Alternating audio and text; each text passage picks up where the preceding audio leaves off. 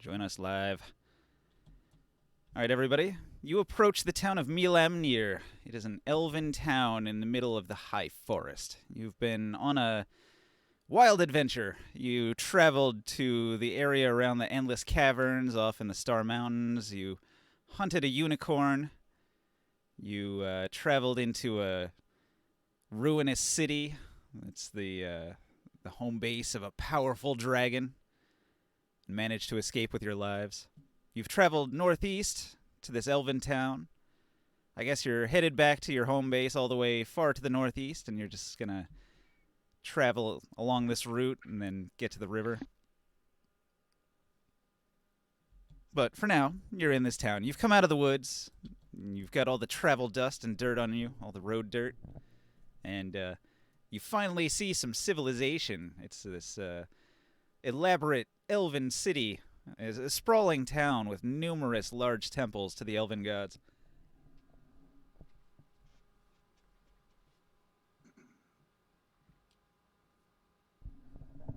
So, here you are, boys. What do you do? So what do we see in front of us? A giant temple? You see numerous temples, and there's one temple to each of the elven gods. You're not actually on this map. This map is if you go to one of the temples. Otherwise, you're in an elf town. What do you want to do?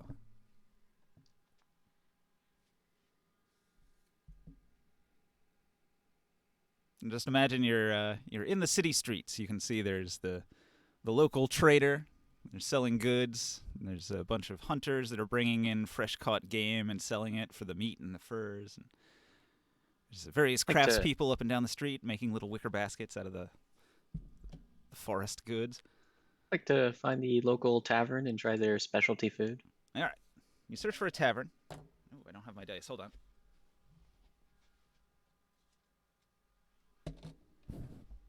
Mhiilamniir has numerous taverns, so it sort of depends on what part of town you want to go to. Kind of want to There's find the good smelling district. This good food cooking. Follow my nose. like most of this town is peasants and regular houses, and then there's an area for like merchants, and then there's the temple district, which seems to be the richer part of town. I go to the merchant area. I feel All like right. that's where the tourists go. So good food there. You head to the I'm merchant gonna area. head. I'm gonna head towards the temple area. All right. I'll say, Splitting hey. it. I'm gonna go towards the temple area. I still have to. I have this book. I just want to figure out if somebody maybe over there might know something about, and want to see if I can maybe find a priest in the city that can help us out. All right, I'll meet you over there. I'm gonna go look for some food to fill my belly. Okay.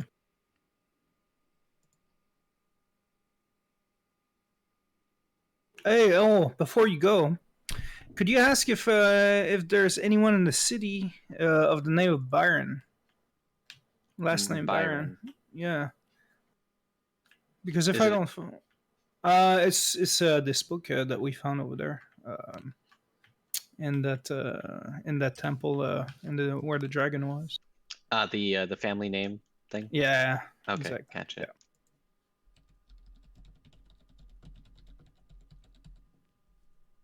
So I'll go on my way and let Professor or Razor go towards the tavern. All right. When you get to the tavern, there's a whole bunch of elves there, and let's see. What is your character? I'm an elf. I'm a half elf. Also an elf, but a half elf. So let's see how they react. All right.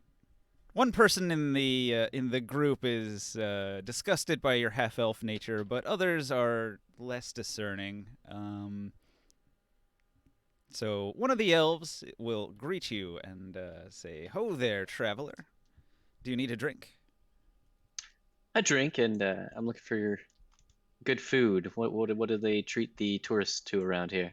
Ah, elven way bread would be what we have on serving here. So he calls in like one of the serving ladies, and she brings over a tray of this delicious looking bread and some butter. All right, all right. I'll give it a try. All right, it's quite filling. Yes. That'll take be, some drink to go with it. that'll be 4 copper, sir. It's removed easily. Um, Care to join me? Drinks on me. I'll buy him a drink as well. Whoever this guy walked up to me. Is this the bartender? Who is this? Yeah, this is the innkeeper. He's Oh, okay. Well, then he's working. being friendly to people in general to make money. All right. Well, I'll ask him. I'll tip him. Like this is delicious. I'll go ahead and give him a gold piece. And thank you for the suggestion. By the way, would you happen to have heard of the Byron family? Do you know of any descendants or relatives in the area? The Byron family. Nah, he doesn't recognize the name. It sounds old.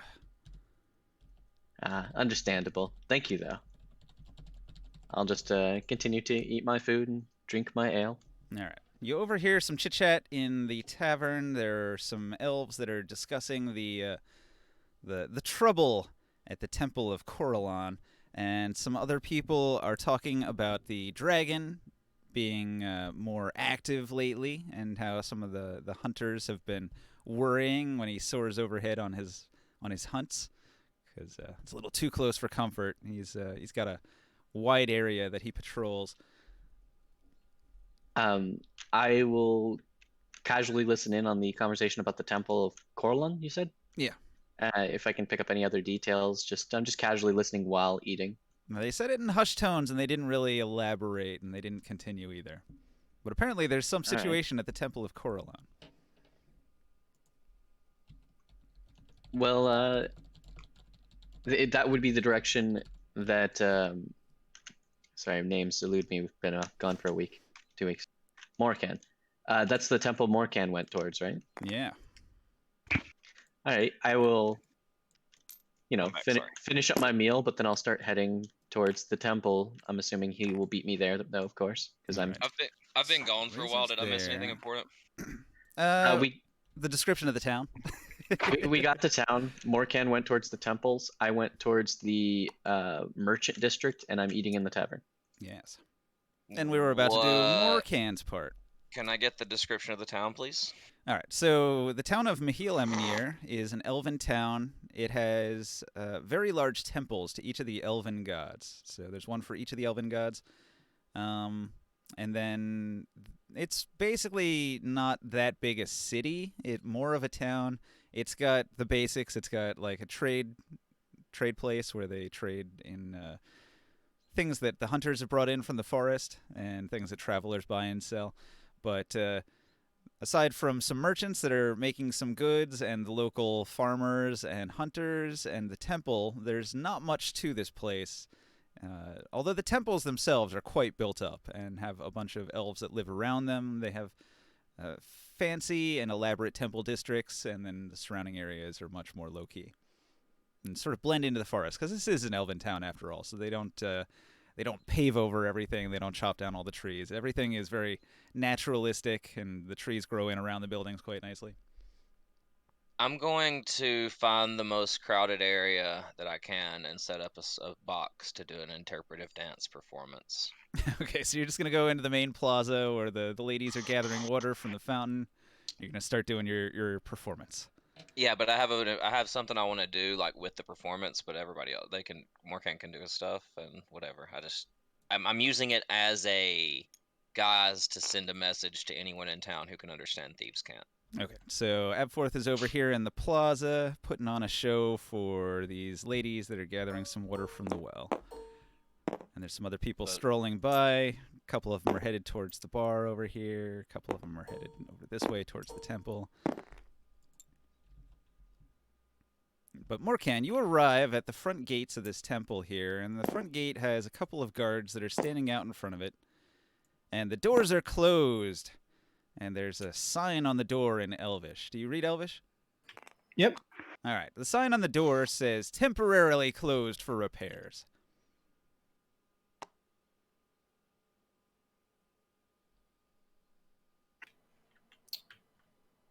Hi there. What's Temporarily going? closed to mourn the loss of a dear halfling friend, High Priestess. Oh, Wrong what's going town. on? Hello, guards. What is going on here? All right. The elf on the left, he's got like a real square jaw and harsh features, and he's gonna look down his pointy nose at you, and he's going to say, "None shall pass. The temple is off limits until repairs are done." And the other What do you mean? guardsman chimes in, "Yes, yes, repairs, repairs. A fire, you see." A fire. How did it start? What happened? The first elf on the left, he says, "An arsonist, a crazed man. He decided to burn the temple, saying that Coralon is not a true god of the elves and that we should worship Loth. What kind of a deranged fellow was he? He thinks he's a dark elf," and they both begin to laugh. Ha ha ha ha ha. Is it still possible to see someone in charge or some of the clerics? No, certainly not here. We'll be closed for at least a couple weeks as the temple grounds and the pews are all replaced and repaired. You might try one of the other temples nearby. The next biggest temple would be the one to... Is this god the same god of the temple we found in the Dragon Town? Nah, in the Dragon Town you found a thing to Lebolus Inaroth, the elven god of arcana and knowledge. I And asked time. And I asked them. time. What was the name again? Lebolus Inaroth. Lebolus. I asked the guard. Is there a temple of Lebolus in this city? Yeah, he's gonna point you to the north, and you'll find a lesser temple to Lebolus Inaroth in that direction. Okay. When do you think this temple will be open? Probably a week or two. A week or two. That's a long time. It We're takes just a while passing. for the craftsmen to make new pews. Do you know how big a pew is? It stretches all the way across the building, or not all the way across, but like... Do you have any idea which temple I could see maybe to where there might be someone powerful enough to remove a curse of an object? The High Priest of Coralon could certainly have done it, but they've traveled on a pilgrimage. You might try any of the other temples. I'm sure one of them would be able to help you with whatever afflicts you. Okay, we'll give it a try. One of Thank the you other very much. major temples, mind you. The lesser temples might not be able to. Well, I have this book of an ancient family that used to reign over the town which the dragon has taken over. And I was wondering if anyone of that same family might be interested in their belongings. Neither of these elves knows anything about it. The one on the left rolled a 3, and he's especially stupid, so... Yeah, okay.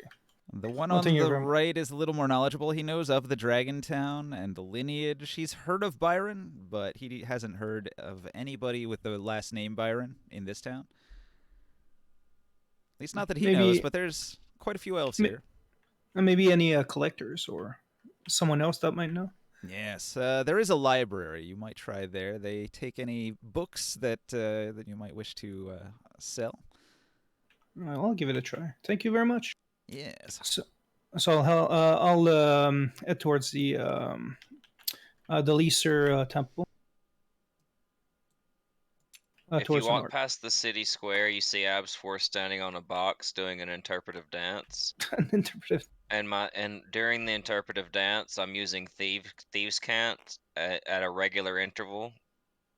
I'm kind of just like repeating the same movements over and over. I'm not saying a word, but in the same part of the movements, I do the same thieves cant every cycle.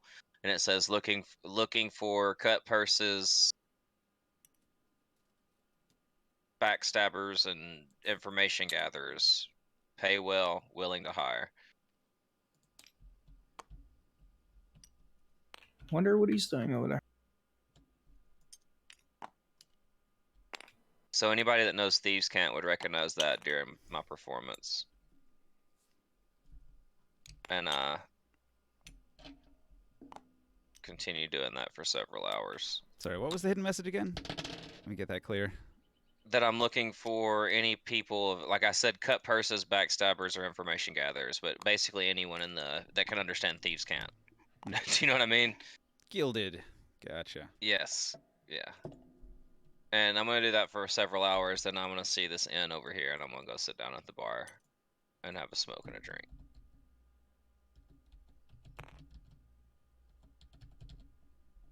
but I probably would have noticed Morkan and I would have nodded at him as he walked by to the temple, but continued my dance. If I talk to you, does it interrupt what you're doing? Yeah, you see a sign in front of me says, "Please do not disturb performer." I won't bother you then.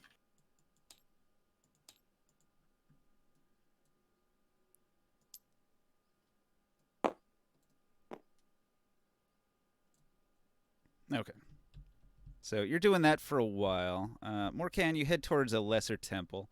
The lesser temple of Labilis Inaroth, god of time, history, and philosophy. Where do I put my character?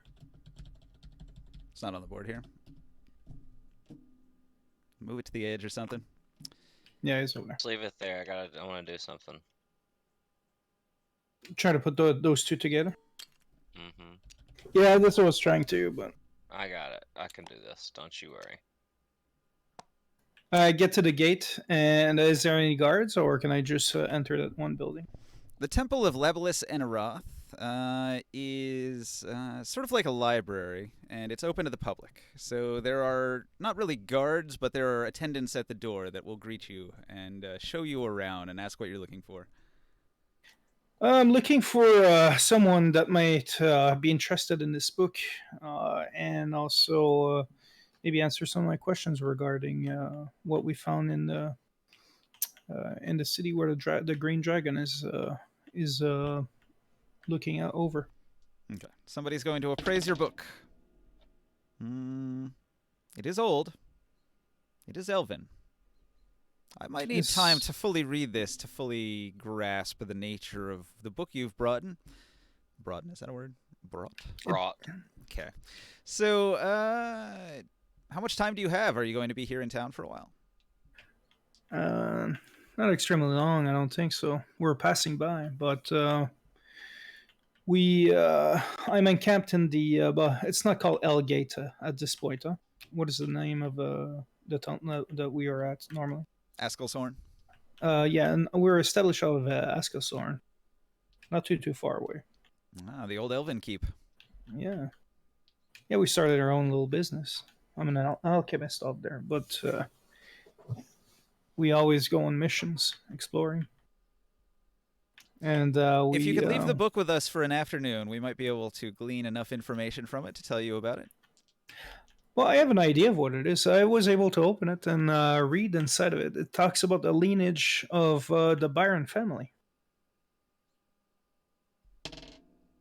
Well, that is interesting. Did you wish to sell this book? Well, I was wondering maybe someone of the family might be interested. The Byron family has been wiped out. They were the leadership of the city that the dragon occupies. Any historian or anyone that might be interested in this? Well, us. I did just offer to buy it, didn't I? Oh, yeah. Yeah, actually, if you're interested, if you could appraise it. Well, the person did just appraise your book already, and he does. He hasn't fully read it, so he hasn't really gotten much from it. But he does wish to read it and learn more. Oh, absolutely. You can take your time here. Also, in the castle over there, we found this silver ring with a prayer from your god on it. Oh, very nice. An artifact of Labilis Inaroth. Mm-hmm. Inaroth is a philosopher, a patient teacher, an instructor who gave wisdom and knowledge to young and old alike. Perhaps that ring belonged to a great teacher. Well, if you want, you can take a look at it and see if you might be interested in it. I don't know the value of it. He appraises it, but sees it only as a simple ring adorned with some decorative script, and he's not that interested. Do you know anything about this? We were able to climb all the way at the top of the tower, and there was a spyglass at the top. Do you know anything of that building, or of the history of it? Well, For centuries, we have studied all things. Lebelis Enaloth, being a god of arcane knowledge, has led us to spend considerable amounts of time and effort and resources to learning the deep secrets, and the far-reaching mysteries, such as the heavens above. Haven't you ever looked to the stars and wondered what does it all mean? Yeah, by occasion, but not to this degree. Well, after studying the stars for many centuries, you will learn that some of them move through the heavens at a regular pace like clockwork. They might not be stars at all. Perhaps we do not understand what a star even is. Quite Did interesting. they learn that word? What, Like, stars? Everyone knows what a star is. yeah. And you just look up. No, they Those are don't. stars. They point at them. Hey, a star, a star, a star. But no, like maybe they're called something else. That's like a word made by us. I 'Cause don't we're think not always so. defined as stars. I don't Well, he's also probably, I don't know. Do you speak Elven? know. Yeah. He speaks Elven, so he would be saying the Elven word for stars, even. That's what I was kind of saying. Yeah. Oh, and is there anyone in this town, or even a part of this temple, that would know how to remove a curse off of an item? If you go to one of the major temples, Which one would you recommend? I'll tell you the Temple of Coralon is closed for a while due to a Yeah, I just passed by pyromaniac that. who's been run out of town. Is that a problem? Is this an occurrence or just random? This has never happened before. What kind of a madman burns an elven temple?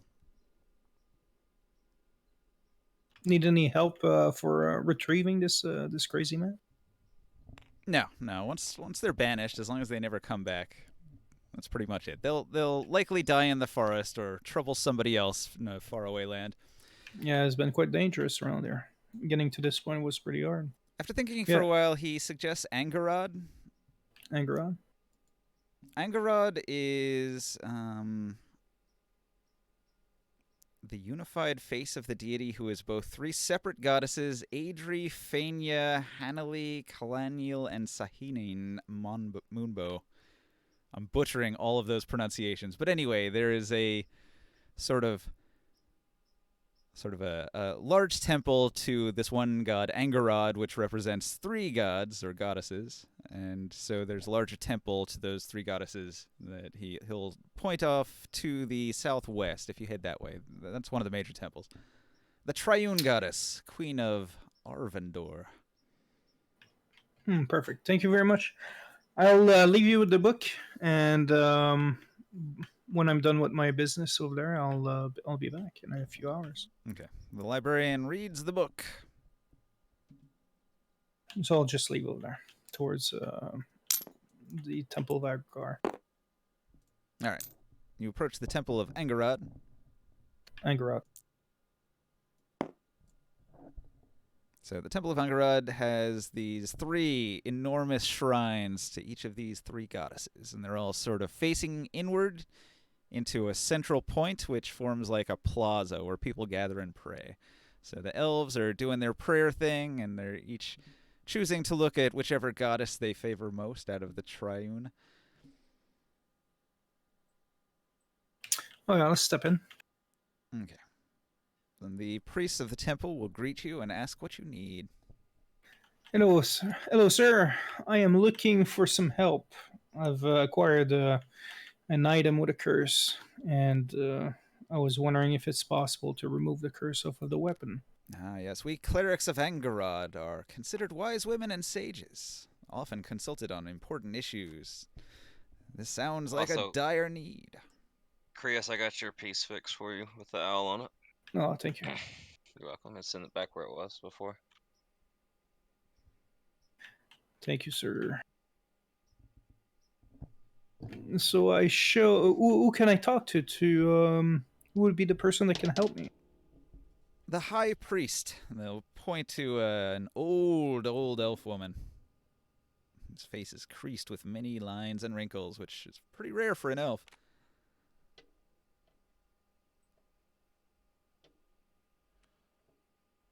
Hello. Uh, how are you today? The high priest opens her eyes and looks at you, and in a very hushed whisper says, "What do you need?" Oh, how long have you been part of this world, Leah? She thinks for a minute and says like a word in Elven that is like a really, really, really high number. Like an absurdly high number. Oh my. You must have seen many things in your life. Yes. I was wondering if you could help me. I have a cursed item that I would like to maybe possibly remove the curse of, if possible. I was wondering if you could help me. I've been traveling a long, long distance, having to carry this with me. Which item is it? It's the this one here, the flail. Okay. Without touching it, she's going to inspect. Actually, she calls over some other people, and she'll have them cast spells. So this other old guy comes over and casts a detect magic. Ooh. And then somebody's going to identify. Ooh. It's been identified already. Not by them. Oh yeah.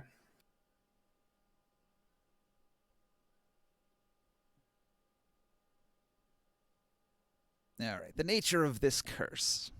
It has to do with time. Perhaps we can do something about it. He's going What to would it attempt. take? He's going to attempt a remove curse. Hold out the item. I pull it out and I hold it in my two hands in front of me. A spell is cast. With chanting and prayers and invocations. There's suddenly a shock, and the item flies from your hand. Clatters to the ground. As did it work? Were you able to remove the curse of it? I'm going to cast another detect magic. It's been suppressed, but it could still reside within the item. Is there any way to make it permanent, or is this simply going to temporarily take away the effects? The effect might last maybe a day. I wouldn't risk carrying this thing much longer. You have the chance now to take this accursed item and dispose of it as you see fit. Be sure you get rid of it within the day, or you will be afflicted again by the horrid curse. And what would I owe you? No, nothing. A free service. We did it out Well, of the thank you very kindness of much. our hearts. And I has the lady. Since you've been a part of this these forests for such a long time, do you remember a family baron?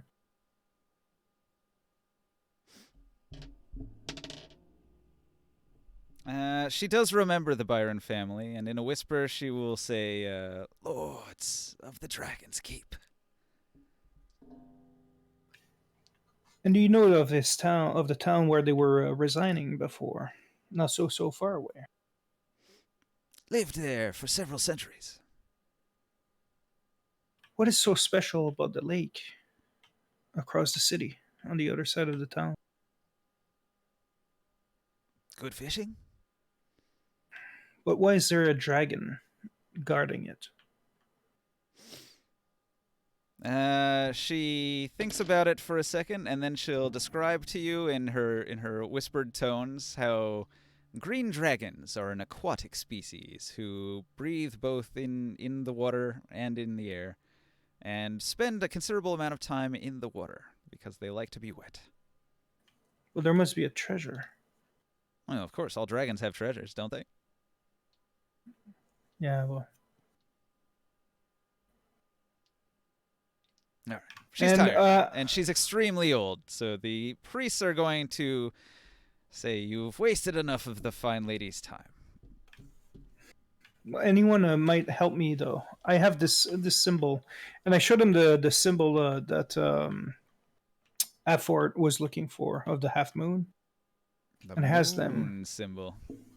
Yeah, and I asked, might you know what it is about, and if it's connected to the city?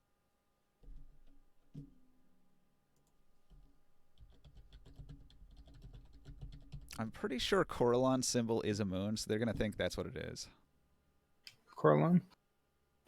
If not Coralon, it's like one of the elven gods. Corlan's is a quarter moon. All right, so it's not exactly right, but they assume you mean Coralon's symbol.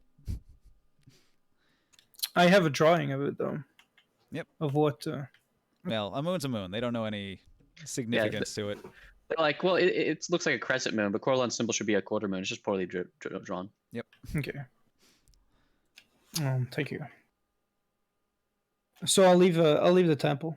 Thank you very much for your help. This was very helpful. Sure. And I'll leave towards and try to find Afford. Abforth is at the bar, and somebody's approached Abforth. Barker, are you there? That's a negative. Yep, right here. That's possible. All right. Barker, somebody saw your performance and approaches you at the bar. I greet them. Hello. Hello, I am Tithian Luangoin. A pleasure to meet you. Offer to buy him a drink in Thieves' Camp. He responds in Thieves' Cant. Thank you. Put 2 fingers up to the bartender. Wait, just out of curiosity, is there actually a phrase for thank you in Thieves' Camp? Sure. There's a phrase for everything in Thieves' Cant. I didn't know thieves thanked people enough. Do you watch baseball? It's like whenever the coaches in the dugout are giving base runners the signs that they need to use, they like rub their chest like 6 times and they'll pull their ear and touch their nose. Yeah, I just thought it was funny because like thieves, how often do they say thank you? Mm-hmm. Not all thieves are assholes, but yeah, I can see the sentiment there. I ask him what his skill set is after getting a table in the corner of the room with the drinks. Skill set. And I throw a couple coins at these people and nod my head the other way and make them go further away. All right. They go to the bar. He'll tell you that if you need to get rid of somebody, he might be able to help you out. Excellent. So nobody's discovered that cave that I took over, that I claimed, kinda, right? I don't know if I took it over necessarily, but I disguised the entrance and locked it, and pretty sure our party's the only ones that know of the entrance and exit of it. I guess so. I direct him to that. I've told Bucket about it too. She knows about it, and I tell him about a location I have that's very secluded and very well protected. I believe it was hidden by an illusion. Yeah, it was. You have to have the code word, which is something silly. It has a lot of letters that don't go together in it, if I'm not mistaken. No, that was for the magic door to the Deluge factory. Oh, cool. Yeah, that was the one that had just all the letters that didn't go together. But anyway, I tell him that I need to pay someone to kind of help me get that reorganized and all the traps rearmed and set up a base of operations there. And to potentially do some kind of set up a organization to do just exactly what he's talking about. But it's just in the early stages. I'm not that interested in getting into business with a halfling. I'm sorry. No offense. I have a pretty good thing going here in town. I nod. I say, to each their own. Thank you for your time. Well, if you don't need anybody killed, keep it in mind. I'll be around.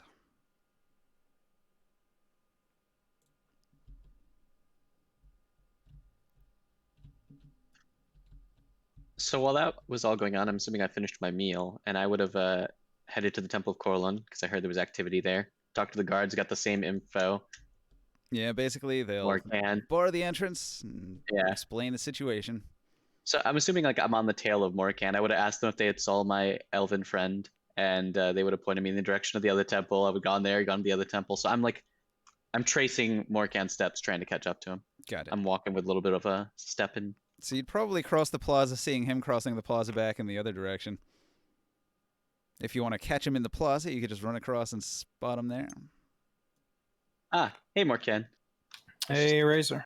I was just headed. I just came from the Corlin Temple. They told me you headed towards the time guy. His name's hard to pronounce. Yeah, I went there. They're still appraising the book. It might take a couple hours. But then I was able to go to a different temple for the flail. But they haven't been able to remove the curse completely off of it. But they pushed it away for maybe a day or two. Ah, so they got the curse unattuned to you. Yeah, but I don't know that we're going to be able to remove the curse off of it, even if it's quite a powerful item. Have you seen Absforth? I believe he went to. Actually, I don't. Do I know that? Well, you know he was performing here. I Oh, don't he know was about he that. was performing Candy here. game, by the way, Ravic. Sorry.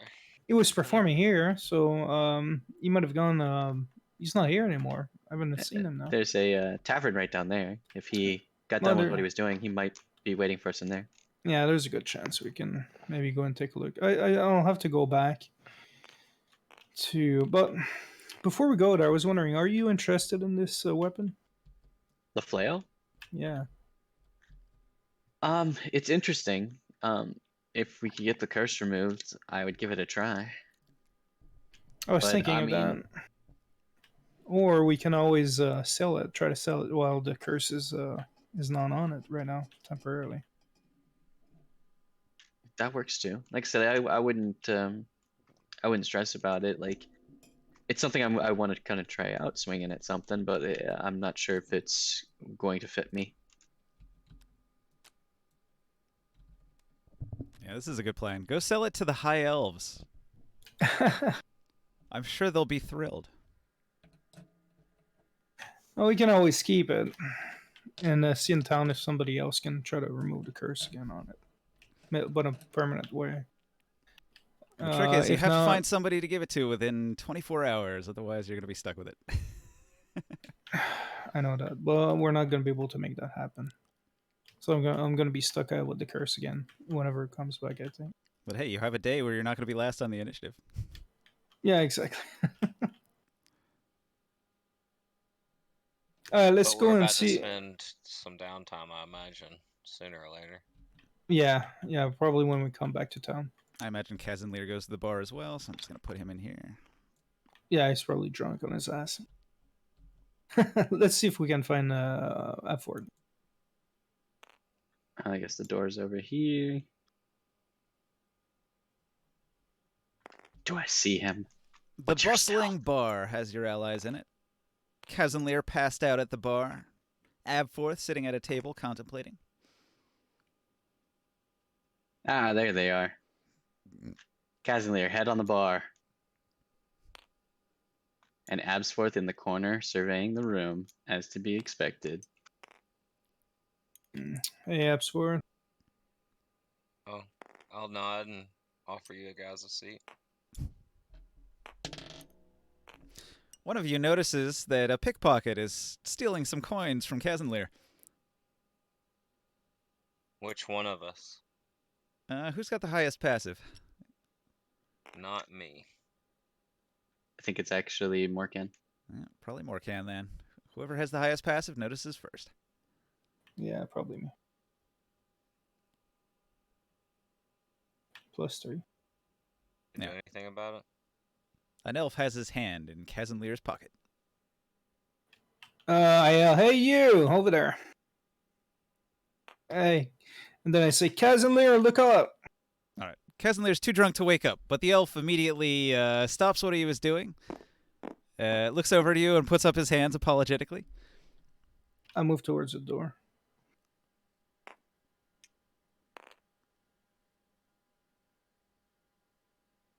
What are you trying there? Oh, I didn't know he was your friend. Does it matter? Obviously. Show me your hands. All right, he runs out the window.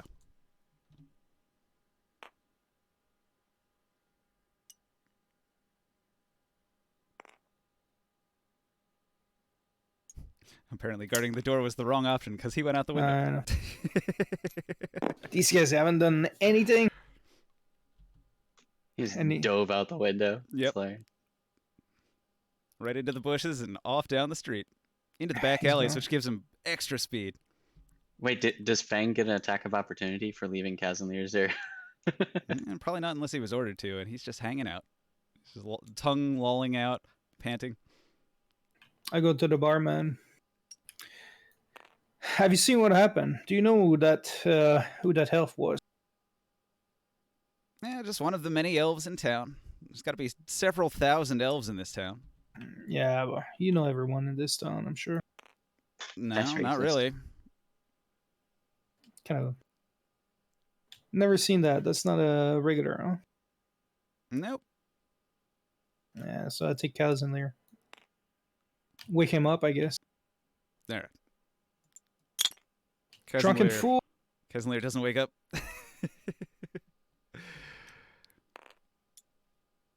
Too much to drink. Is there a place where we can rent a room for the night? Yes. Upstairs, we have rooms. It'll cost a gold, though. So I give him a goal and I say, "Can you put my friend in there?" Yeah, we'll put your friend up. So They he gets out drag of your trouble. heavy dwarven friend up into the upstairs room. I'll take a gold off.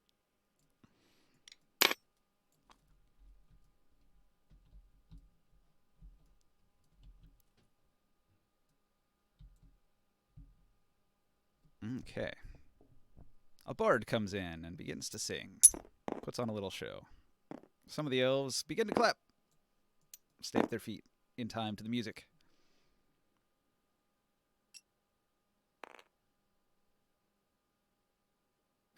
So, Upward, have you found anything special in the town so far? I'll say no, but I did mean to talk to you guys. I need to clear the air between us, I guess. It's not really a comfortable situation for me, but I guess it needs to be done. What about Um, the few I things just that say have that happened? I'll just let you know that you mainly have got my motives misconstrued, and I, you seem to think I left you, and Deafin in the cave. I was definitely intending to come back for you. I didn't say as much because I mean I made a poor choice in that regard, but I was trying to protect you, whether you believe that or not. It's just the way these things go sometimes. I'm sorry, sure that scheme got you guys caught up, and I feel real bad about that. But you have literally no idea how many went off without a hitch that you just never knew of, because I'm pretty good at this. I had a bad go of the last run, so you should understand that I'm not evil, and the things I do have a purpose, and it's not just random.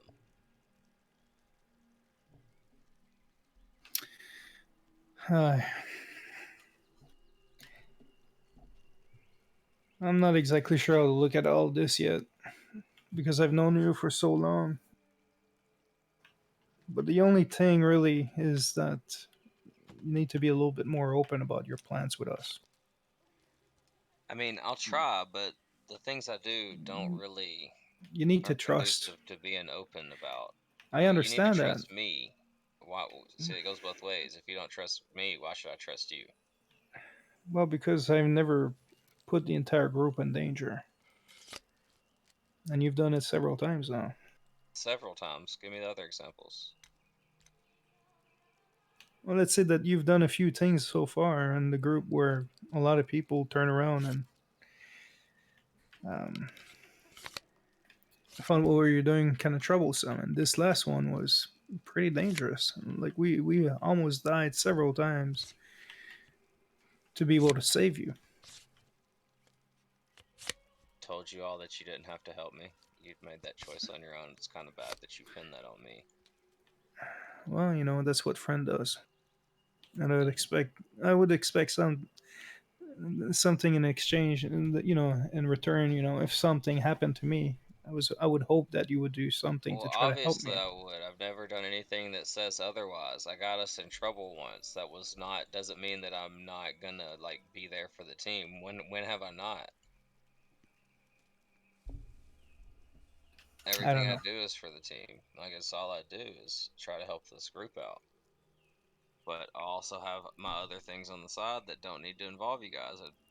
Like I said, I feel bad that it did this time, but it would Well, blow your mind at all the things I've done in the background of this group since we've gotten to Askelhorn without anyone else knowing.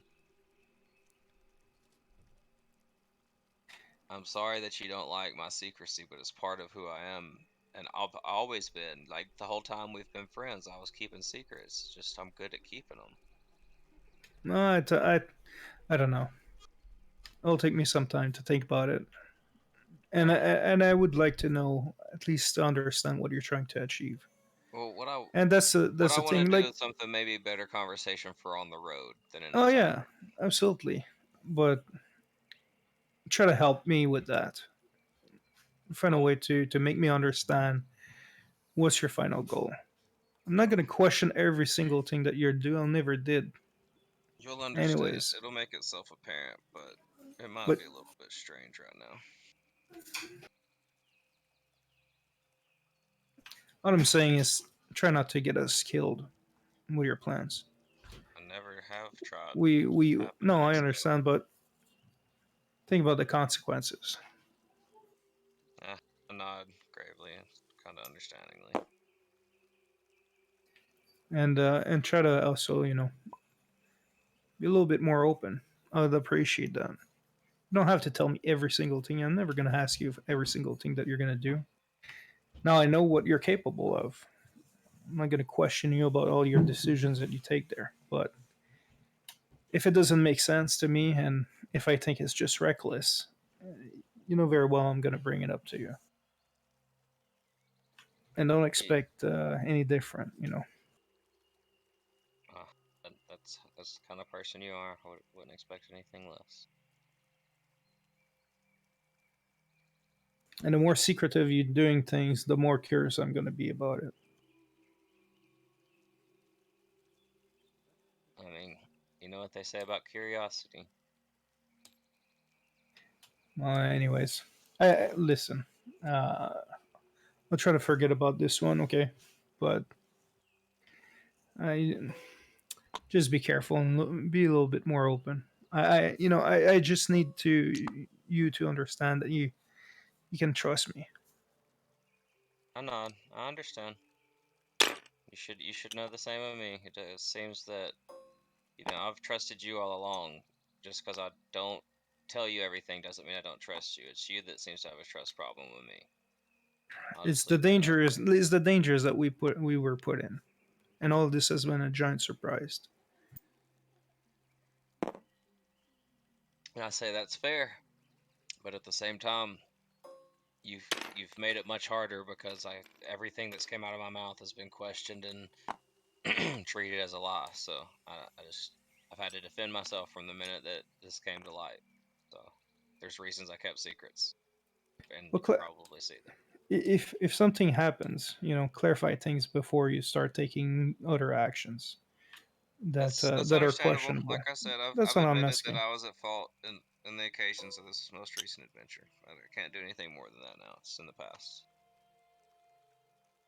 And I'll try to Well, do better in the future, but I let's can't make any promises to you. no, but let's talk about this on the road, and at least at some point when you feel comfortable enough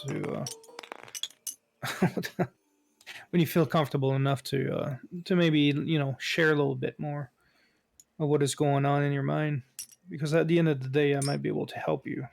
Well, I was gonna wait until Kazanlir was available because I have an idea involving him actually.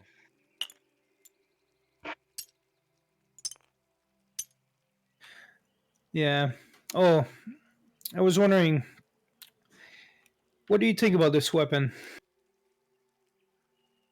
Bigger than me. I know. I can't do anything with it. No, but it's worth something. And if we're not able to remove the curse off of it, I was wondering maybe you can help me maybe sell it for a good price. If we're not able to remove the curse also off of it, it's going to be difficult to. We're going to have to get rid of it one way or another. What does the curse do? Let's say that normally in battle situation, I feel that I have faster reflex, and with this weapon, it seems like I'm the last to react to everything, and it's a bit troublesome for me. It seems like I mean, I can sometimes, try. sometimes I'm able to fight it, the curse just by my will, but it's not never going to be guaranteed. And most of the time, it's important for us to be able to be on hedge during these combats. Understandable. So I'll give it a shot, but no guarantees. But the powers of it are quite strong, and I was thinking that Razor could use it if we could remove the curse off of it. But the only thing that this temple was able to do is to suppress the curse for a day or two, maybe. Well, I mean, if Razor wants to use it, it's up to him. But if not, I can try to sell it. But like I said, no guarantees. It would have to be when we got back to Askelhorn too.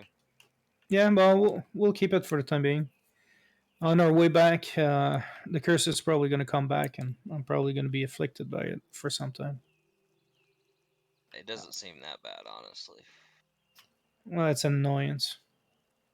I've seen worse curses for sure. Oh, me too. The one that almost killed Black when the mace isn't able to let go. Yeah, there's some terrible curses in this world. That was quite problematic. To be the same after that incident. He just hangs out at the House of Bones, scared to leave town now. I know, it's true. Scared the hell out of him. Alright, well, I'm glad that he came up to me. Have for it. Shrug and say, I mean, it wasn't by choice. Say my Are you hand okay? was pretty seriously forced. By choice? I cursed. I said it wasn't by choice that I told you all this. My hand was pretty seriously forced. And then you hear him mumble under his breath, that damned old wizard. Yeah, but Razor comes back from the bar with a slice of apple pie. It's delicious. Is that what you're eating right now, is apple pie? Yes. Is it delicious? Yes. Is it like warm apple pie? I like my apple pie cold. Like warm apple pie. That's such a 90s reference.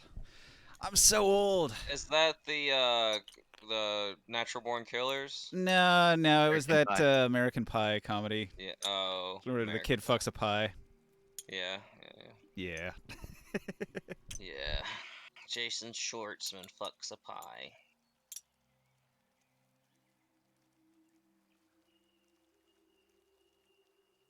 Well, I think we should probably stay overnight, but we're looking at a map, and I was wondering maybe there's a transport that leaves from here to Helvenport. That might save us. Seriously powerful mages that remove that curse to teleport us. You have the perils, don't you? Well, it was a cleric I talked to. It wasn't a mage. There are several large temples of goddess of elves, but I don't know. Are there mages in this town, Ninja? This Well, town most has likely. thousands of elves. There would be numerous wizards here. I say we try to find one that can get us there now. Speak of the devil, some people walk in the front door of the tavern, and they approach the bar. One of them is a human, dressed like a traveler from the road, and he's got a hawk that's on his shoulder. And he's traveling with a person, like an elf, that's wearing some long, dark robes. And he also has an animal companion of some sort, although it's a very strange-looking bird. And the two birds squawk at each other angrily, and the two men glare at each other and exchange bitter words between each other as they muscle to the bar and both demand a drink. The bartender looks from one to the other, and begins pouring 2 drinks. And this one says, "Me first," and this one shoves him to the side and says, "No, me first." And then this one says, "No, fuck you, me first." And then they get into a fight, and they begin scrapping here, and the tussle knocks over this table. And this person's going to back up, and this person's going to back up, but they're laughing. And this person's like, "Hey, you, stop fighting." Nice. What does the strange bird look like? A familiar.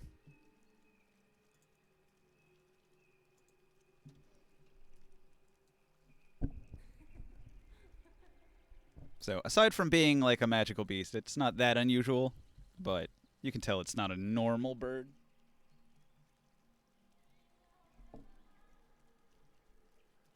I wonder who these 2 strange men are. Alright. Well, nobody reacts immediately. They eventually stop fighting when their drinks are served, and then they'll stand back up and begin having their drinks, but they'll still glare at each other. After they stand back up, I walk up and ask them if any of them wants to, if it be a kind soul, and teleport some travelers who are far away from home. And I jingle some coins. Everybody in the bar looks at each other and shrugs. No, I walk up to those 2 dudes. Those specific 2 dudes. Well, they're pretty Pacific. preoccupied, but if you approach this one, he'll turn to you and say, "What do you want?" Ask him if it'd be worth his time to sell us a teleportation. To sell you a Ability. teleportation. Teleport us for money, you dude. Who do you think I am? Do you think I could just make people disappear and reappear in faraway locations? Do you think I have that power? Assumed, yes. Yeah, perhaps someday. Not yet, anyway. Perhaps I could shoot sticky webs on somebody you don't like. I could probably do a service in some I other just form. walk away. I walk away. I don't even need to hear it. Do you need to detect magic? I don't even need to hear it. I'm done with this man. Excuse me, sir. These sticky webs. What part of your body do they come out of? They come out of my wand. My wand of sticky webs. Is that I knew what it. the kids are I calling knew it it. these days? It's made of wood. You have to stroke it and polish the wood for it to make the sticky webs come out. I knew Oh it. my It's a God. pervert. It has an activation. Requires a bonus action. Is there a safe word? It requires a bow. What? A bonus action. Boner a- action. You missed a golden opportunity there, Ninja. A boner's action. Yeah, there you go. All right. So, this guy, he has his drink, and then he elbows this guy, and he says, "Finish your drink." And this guy says, "Hold on, I'm having a conversation." And he says, "Oh, you're taking too long." And they get back into a fight and start rolling around fighting again. Their drinks spill all over the place. The table's knocked over That's it. again. I attempt to ask the guy that interrupted if he can teleport people. All right. He's in the middle of like an armbar on the other guy, and he's going to casually say to you, "No, I can't teleport anybody, and neither can this useless lout." And he cranks his arm, and the other guy starts screaming. Ask them if they need a job because they're largely entertaining. All right. So this one says, get off me, business." This one rolls off him and stands to his feet. The bird stops flapping in the air and lands back on his shoulder. This one climbs to his feet, rubbing his nearly broken arm, and he says, "What were you saying there?" Said, if you two can stop fighting for long enough, I might be able to hire you for work. We need to get back a very large distance, and our party's slightly deplenished from the adventures. Yeah, well, I guess we're not busy right now, and we could use some money. I say it should be fairly peril-free. We just travel almost endlessly, except for rest. You say And when we get we, there, I we'll- assume you mean this one and maybe that one. Do you have any other companions? There's 2 of us currently, and one asleep. He'll be coming, but don't expect much out of him. He's been sort of lethargic today. Are you keeping Razor a secret then? You're just saying you and Morkan? No, No, I said there's 2 of us here and then 1 asleep. No, aside from yourself, you mean? Oh, I'm right Yeah. there. I was asking about his magical abilities. So. Yeah, I wasn't leaving anybody out. It's All right. just I didn't. I guess I assumed they would see him. Where the two of you just came from? Are you from the town here, or travelers like we are? We are traveling adventurers. This guy will introduce himself as the Ranger Vince, and this guy over here will introduce himself as the sorcerer, the magus, Leopolopoulos. That's it. I had to think about it for a minute. A lot of syllables in that Hey. one. Pretentious fuck. Leopolopoulos. And how long have you guys been working together? We have been working together for exactly 3 weeks. 3 weeks too long, if you ask me. They glare at each other. I think they're secretly gay lovers. Yeah, throwing webs all around the place. Huh? I think they're in their lovers' quarrel part of the relationship. When is the wedding? Vince is going to be affronted by your accusation and say, I'll have you know I've bedded down 20 or so odd maidens. 3 of them were elves of quite renowned beauty. I'll just nod, like I know he's not telling the truth, but I don't want to push the subject. Maybe you're Razor's fodder. I'll just nod like, yeah, sure you have. I believe you. He's going to turn away and demand a drink from the bartender. New drink! My last one spilled. The bartender grudgingly pours another drink and says, don't break all my glasses now. I'll say I'll cover that one. All right. So Leopolopoulos is going to respond to Razor's question and say that I am a capable sorcerer. I can cast... What's web? 2nd level? I think web is 2nd level.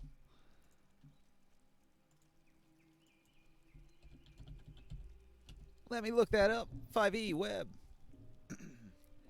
Web says 2nd level conjuration. So he is a sorcerer that prefers conjurations.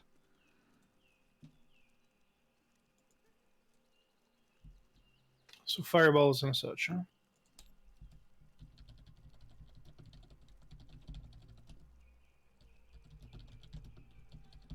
No, fireball would be evocation. Conjuration is Oh. like summon familiar. It's like yeah. summon a swarm of insects. You could probably do that.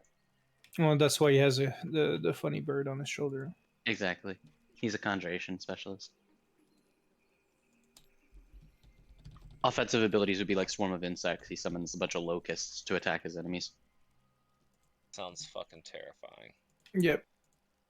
For some reason, it sounds worse than a fireball. Yeah. Because you die immediately with fire. Ice knife, that's his spell. He like that's good. ice knife. Eldritch Blast, Ice Knife. I think that's what he's got going on. Or not Eldritch Blast, it's Warlock. Nah. Yeah, Need to ice find knife's a- another conjuration. I need to find a cantrip. Hold on. Cantrips. Create bonfire sounds useful.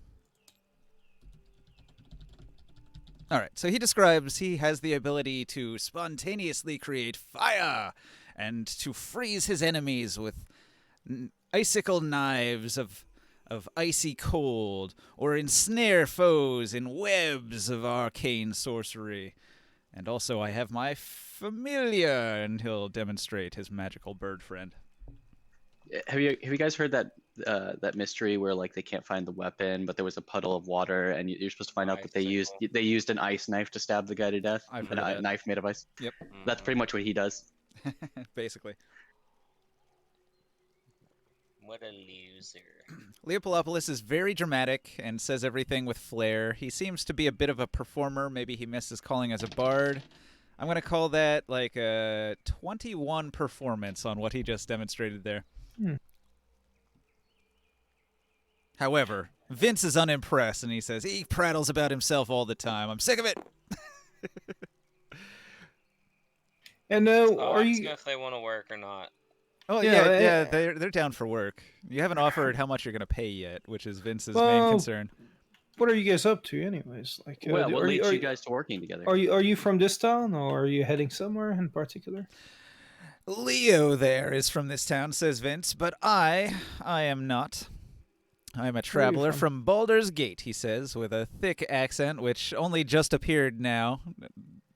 But he'll switch back into more of a common sounding, less Baldur's Gatey accent after demonstrating for you. Never been there. If you've never been to Baldur's Gate, everybody there has a thick accent. They have a distinct Baldur's Gate accent. It's a well-known town. You would have met people from there before. It's like Do the they walk major differently city. too and have a Baldur's Gate gate? They have a gate. Just imagine them as New Yorkers. That's what I'm doing. Hey, I'm walking here. Yeah, forget about it. These Can't you guys. see me walking here? All right. So, Vince is from Baldur's Gate. He's got a New York accent. Isn't So that from Family Guy?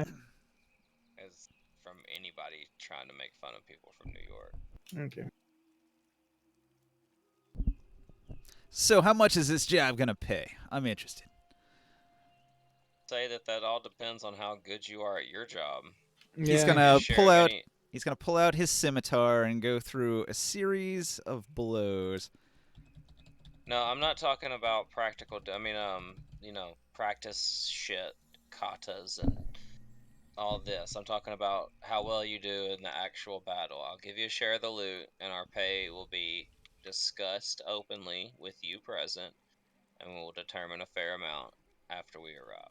Yeah, last time we had a priest with us, it was kind of a waste, and he took a lot of treasures. Well, since he's showing off his scimitar skills, I'd like to conjure the glaive, the shadowy glaive. I take a couple swings and then I slam it down on the ground, at which it disperses into flames again, and my hands are empty. Impressive. Fucking show off. That is real impressive. How did you do that? He says. It's called magic. You may have heard of it. I don't know if you know this, but I'm sort of a big deal. Sort of a big deal. All right. All right. Actually, I have to double check if he's got magic. He might not be that impressed. I have to check the ranger list here. Rangers have sucked. I don't think the ability to conjure weapons and then have them disperse into shadows is a very common skill around here. Yeah, it's really not. Or anywhere, really. I mean, maybe like one or two places specifically. Okay, it's telling me he can cast 3 first-level spells. So he is How impressed. often? How many warlocks can we find? Just an average, like what would be a percentage of in a region like this? Extremely rare. And hexblades are one of the rarer of them. Yeah. Are they frowned upon, or? Yeah, I don't think so. Nobody knows what it is. Exactly. That's why I don't. That's why I alluded. It's magic, of course. Magic you don't know about.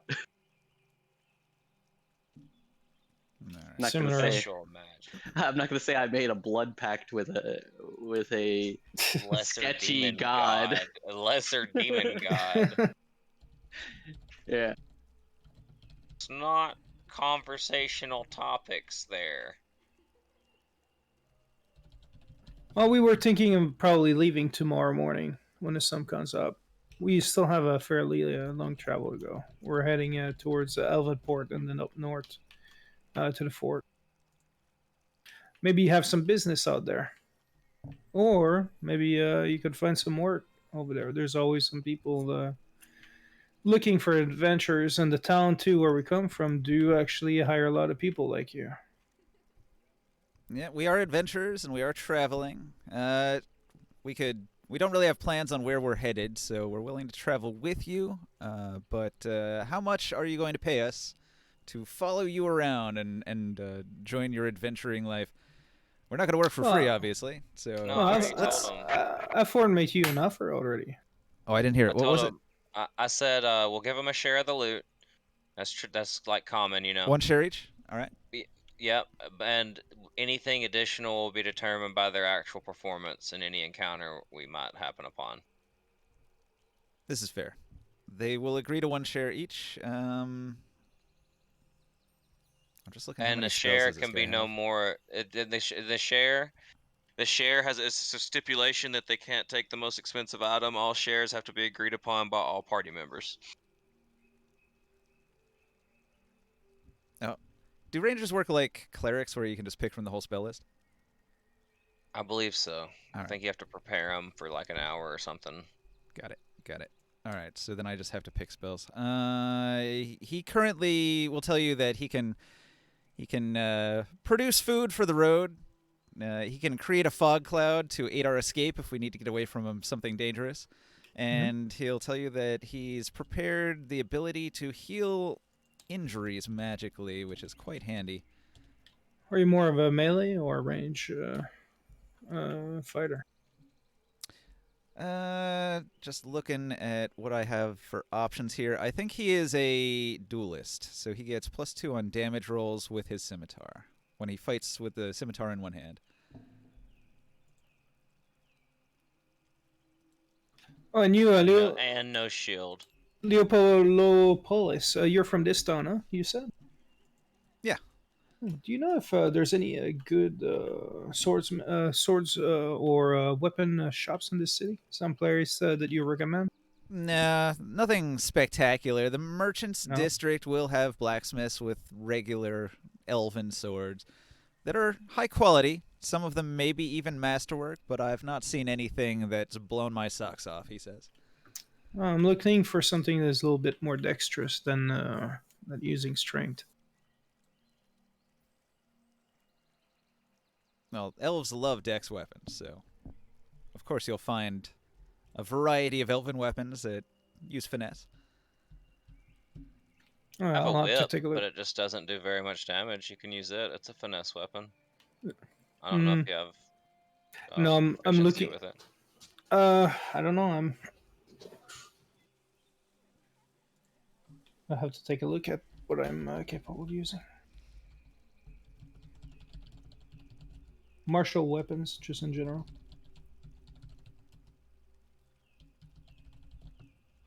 Yeah, I can use martial weapons and Don't simple know what it's weapons. just. I don't know.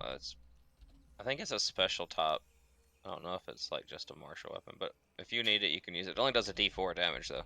No, I'm looking for something a little different, like more like a sword type of weapon.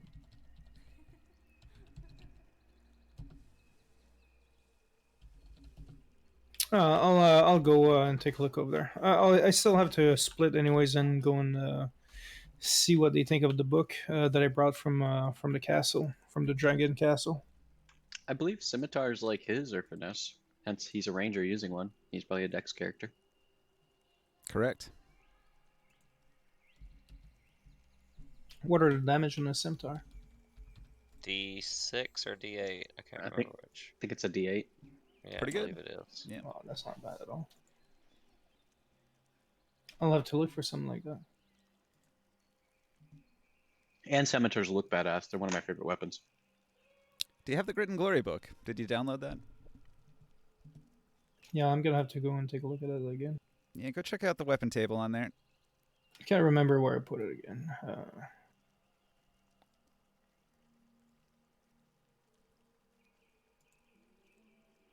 I'm pulling it up on the stream here. So it is a martial blade. The scimitar is 25 gold. It does a d6. It weighs 3 pounds. It's finesse, light, mounted strike, and parry.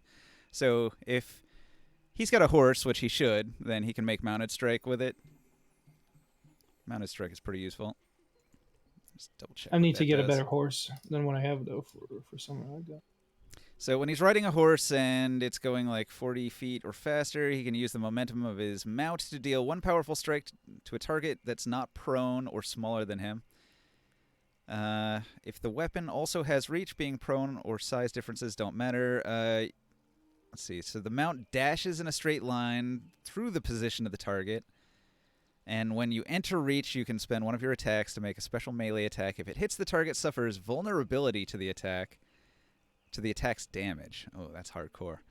So you can do a bunch of extra damage with that. So, That's if I'm on the back of a horse. yeah, that's probably what he would do. So that's Vince's style, mounted strike. Oh, that's just Vince's style. Classic Vince. strike. What page is the weapon table on? Weapon table's on page 36. Well, no, that's where mounted strike is. The weapon table itself is the page 32. If you wanted a D8 weapon that's finesse, the EP, like an elven epee, a fencing weapon, 25 gold also, 2 pounds. Defensive weapon means after the attack you take up the defensive stance, and it gives you plus 1 to your AC. That's a good weapon, epee or epi, And whatever. parry means if you reserve your reaction when an enemy damages you, you can use your reaction to attempt to parry it and reduce the damage by your weapon damage, which is a D8, Yep. which means reducing the damage by a D8 if you successfully parry. I can give you the right pronunciation if you want. Epee? Is that incorrect? An épée.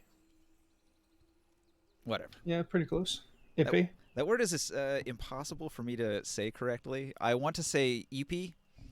No, there's an accent on it though. I want to say EP, and everybody hates it, but that's in my head. It will always be EP. It's impossible for him to say it. I've heard a lot of people Épée. say épée, and I Yeah. don't want to say that because it sounds too Frenchy, and I don't like that. Yeah, it sounds way too French to say. You can't say that. Dude, I Épée. love Épée. this weapon chart, man. It actually makes a difference between the different types of swords. It does. Yeah, it's a great weapon chart. I love the weapon section in Grit and Glory, and I use it. And anytime I play D&D, I recommend it to everybody. I post about it. I gush about how good Grit and Glory is. So finesse and parry. So how would it work when you do a parry action? It's like a defensive. So you defensive? claim defensive stance at the end of your turn, and if anyone attacks you and hits you, if No, they no, actually no. beat your It's AC, isn't there? Parry and defensive are two different things. Ew. Here, let me read it for you. So the parry is a little bit different. It requires a couple things. I like that. That looks pretty cool. So parry is a weapon feature which gives you a property of this thing called like deflect, which is a melee reaction. So when a creature that you can see declares a melee attack against you and you have dominance over your target, you can use your reaction to deflect the attack. You attempt to deflect only before damage is rolled. Attacks by flexible weapons like flails can't be deflected. If you do and you're proficient with the weapon that you're currently wielding, you roll your weapon damage dice without any modifiers. The damage is reduced by that result, so up to 8. And then if your weapon has the parry property, here's where it becomes important. Then you can riposte. And riposte says that if you negate all the damage that was done, then you get a free attack. So not only do you deflect all the damage that would have been done to you, but then you get to attack back, which is amazing. So parry Wow. weapons are very cool for that. But then you also need to look at what parry says. So let me jump to Parry the the parry section. platypus? The weapon has a catching or deflecting feature, allowing it to be used to parry incoming attacks. You can use the deflect combat action without dominance. So epees are really good at this. You don't have to have advantage over your target in order to do this, or your target with disadvantage to do this. That's what dominance means. Either you have advantage or they have disadvantage, but not if they somehow have advantage and a disadvantage at the same time. Then they like negate each other. It's a little weird, but in general, it's just like when you have advantage or if your opponent's got disadvantage for some reason. But with a parrying weapon, you can just do it. So Even a rapier. Rapier is pretty good too. So it requires Wait, a so little what- comparison. You got to look at the Critical, weapons and then look at yeah. the effects that they do. Critical instead of So- defensive. So in Grit and Glory, we can bash with our shields. Yeah, I like that. they all have And, listed damages. Critical. What does that mean in this? What do you mean? What does it mean? Oh well, you have defensive. You have parry, and then there's other weapons with critical. Looking for Read it. there should be a chart that tells you that stuff. Yeah, I see just don't know where all these definitions are. They're after the weapon chart. Critical Okay. is on page 29. It says weapons with the critical property deal max damage with each of its damaging dice when you roll an exceptional or critical hit. Oh yeah, what's an exceptional hit? So I guess if you crit, you automatically deal max damage with a critical weapon. What's an exceptional hit? I'm not sure. Never heard of that. Exceptional is if you beat the enemy AC by 10 or more. Oh. There you go. So it even So, applies yeah. then. Man, So that's really good. Man, a critical weapon's amazing because like you automatically deal max damage. That's fucking awesome. Yeah, and with my dex that is pretty high, that'd be actually kind of possible for me to. It wouldn't be as good as a crossbow though, but. Oh still. man, I'm excited about this now. I gotta look through these weapons. Yeah, I know. This is sick. Maybe you gotta look at the flail and see if it's The flail had something special about it, if I Are remember. you so like you so into him using that flail? No, but there's a lot of nice attributes on it. Like not just like the damage is okay, but it's a +1, and then there's this thunder power that's really good. So So the flail maybe has cool things: bypass, ensnaring, and wind up. Wind up's good. Read that one.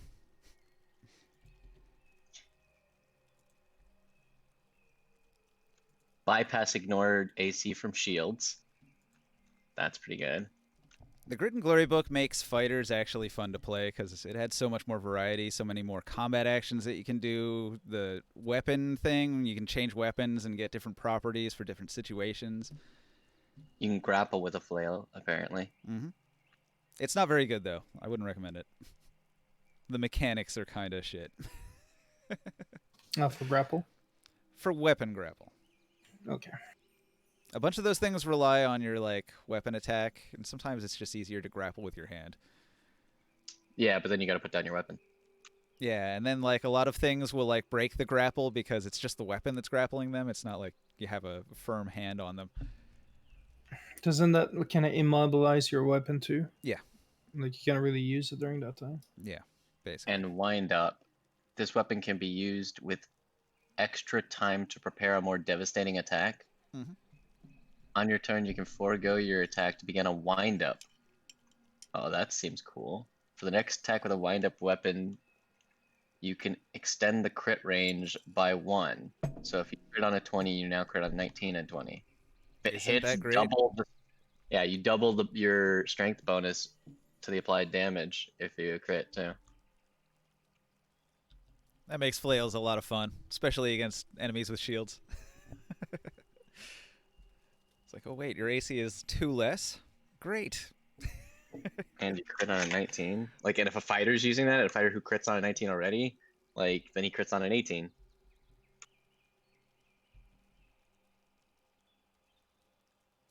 All right, I've added a bunch of stuff to my notes. You've hired on your 2 new adventurer pals. They're going to go out here and get ready.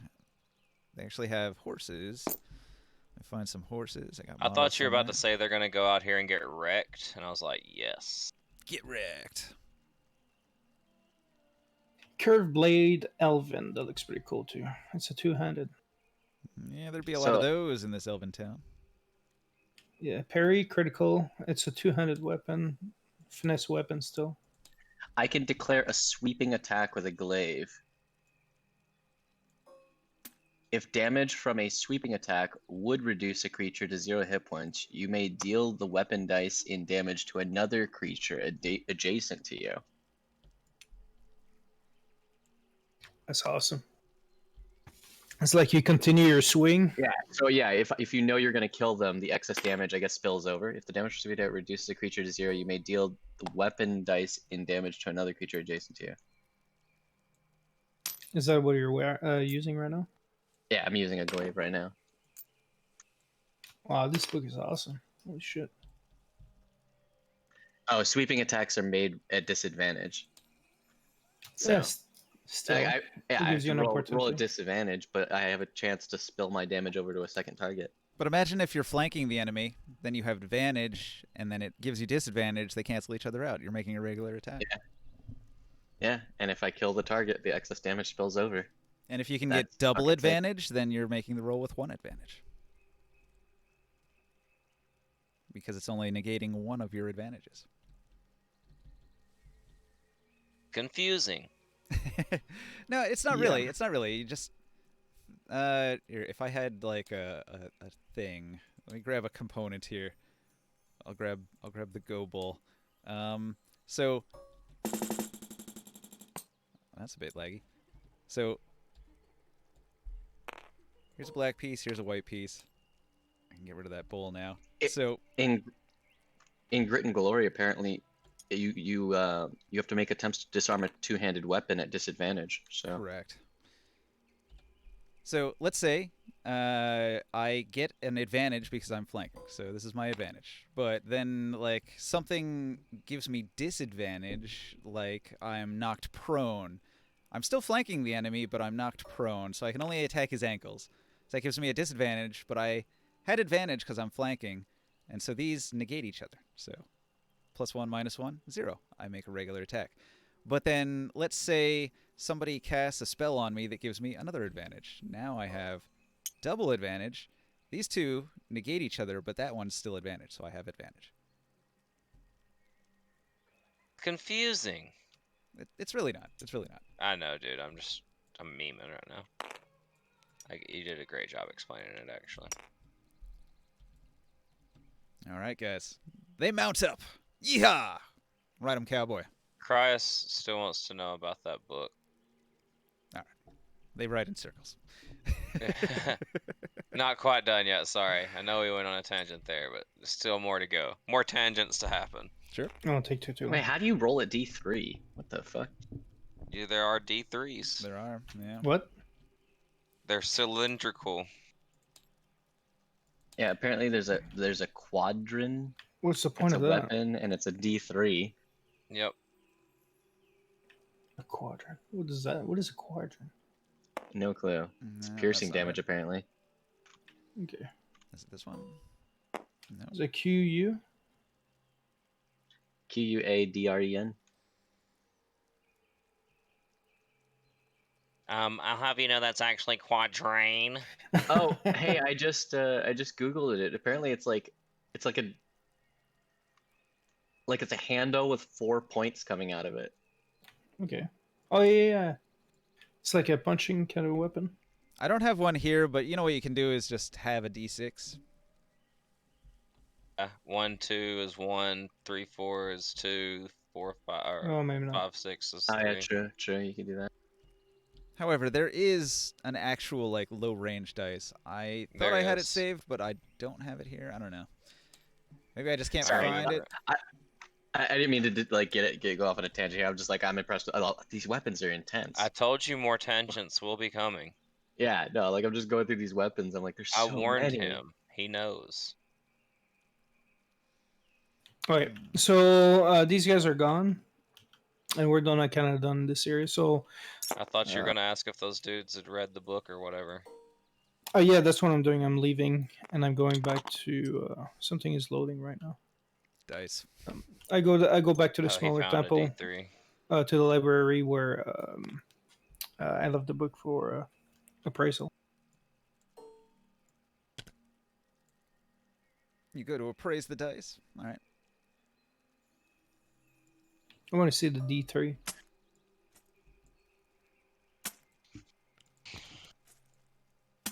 So apparently, scimitars have severing. When an attack roll with severing exceeds the AC of the target by 10 or more, it will inflict a severing effect based on the type of weapon. Slashing weapons would be scimitars. Inflict gaping wounds and profuse bleeding.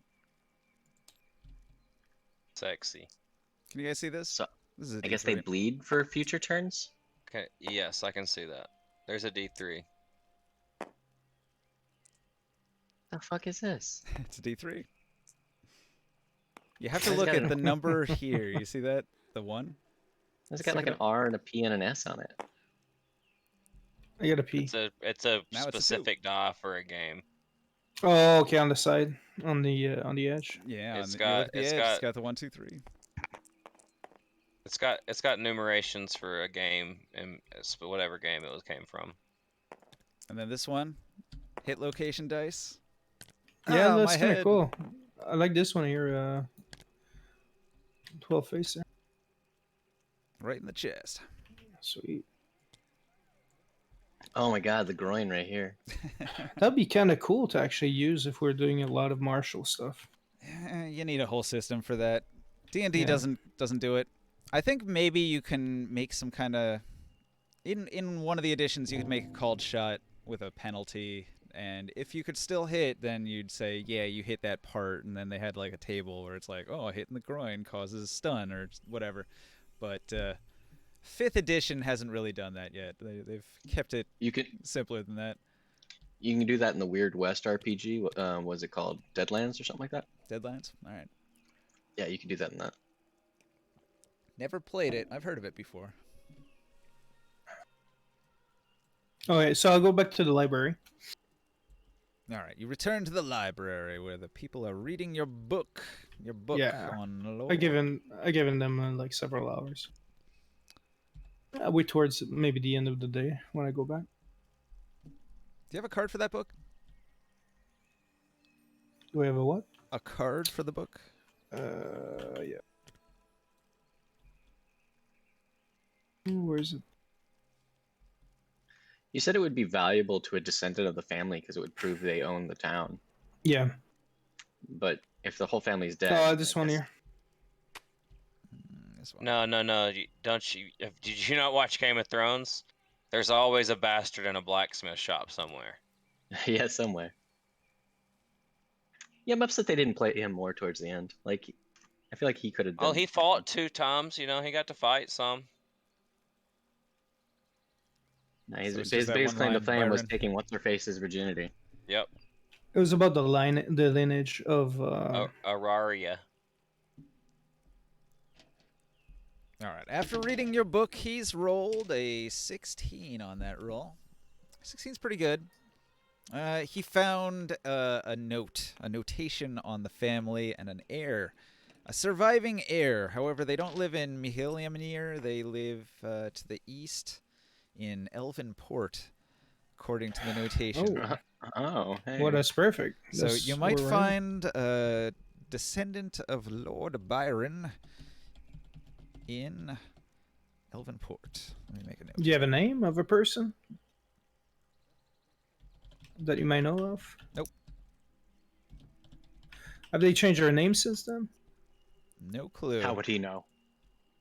All Like that- I wasn't gonna say it, but that was a ridiculous question, bro. I don't know. Maybe I don't know. All he found is a notation that a surviving member of the noble house of Byron did escape the destruction of that town 1,000 years ago and managed to travel to the town of Elvenport, but there's not any other information about it, just that one note. Just a little byline about a noble house. One line, doesn't tell you much. Okay. But when you're dealing with things that happened 1,000 years ago, you're not going to find much. Yeah, it's very difficult to A trace. very, very cold trail. I'm gonna go make another cup of coffee. I'll be right back. Coffee. So, would you be interested in the book, or do you think? Well, I've already read it. Why would I? No, I'm joking. I'm joking. He would pay you 40 gold for it. 40 gold? I thought we were gonna give it to the family. You know, I might actually try with the people to whom it might belong. By all means, if you can find the descendant, I'm sure he would be quite happy to see the book, and if he's a man of means now, maybe he would buy it off you at a high price. Although, a fall from grace like that, dragon destroys your entire city. I don't know. It proved It's been a long time. Maybe new fortune has arisen in the family.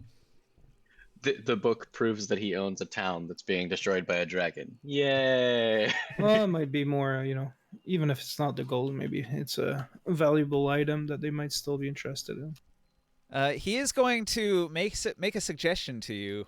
This is a bit of a stretch, because the dragon is powerful and nigh immortal. But if somebody killed the dragon, it's free real estate. And usually with land, it comes down to a title or a deed of ownership. And this book does, in fact, say that that family owns that town. So it is technically like equivalent in value to a land deed for a large parcel of land that currently has no value because it's occupied by a fearsome dragon. But, anything can happen. We elves live a long time. In 1,000 years, maybe some brave hero will have slain the dragon, and this book will become quite a bit more valuable than it is today. Yeah, you're quite right. Yeah, maybe they see it. Maybe they know of something that's quite valuable in that city. Well, the Who city knows itself what? is the thing of value. No, I know, but who knows? Land. The most valuable Land thing is or land. True. Uh, True story. Yeah. maybe Eden treasures. Yeah.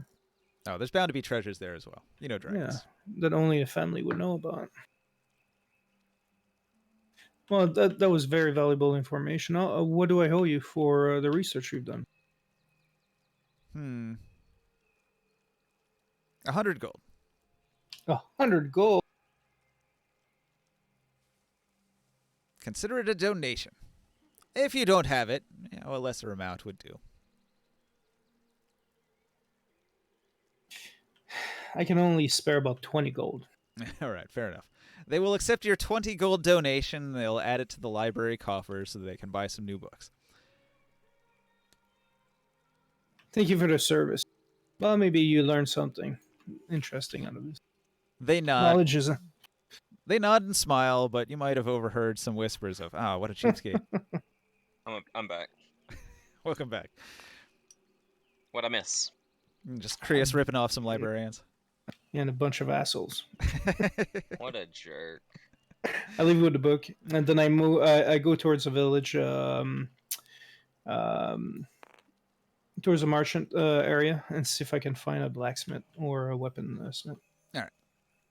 So you head into the merchant district. You find yourself a blacksmith. The elven blacksmith is crafting himself one of those fine elven curve blades, hammering away at it. He's got hot forge burning, and there's like smoke billowing up out of the fire. He's got a bunch of other elves that are all covered in soot and sweaty, and they're running around and they're pumping bellows and they're shoveling coal into the furnace.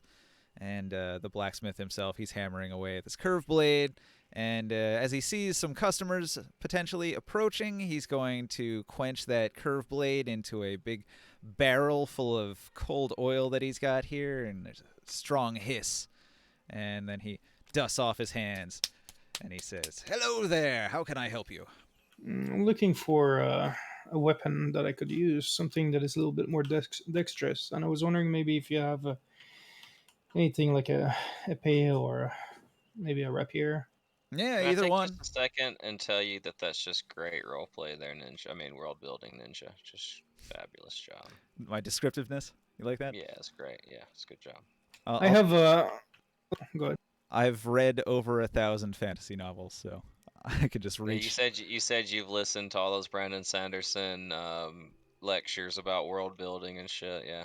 I consider myself a writer. I've never published anything, but I've got like shit tons of half-written bullshit. So It's good. I like it, man. I try.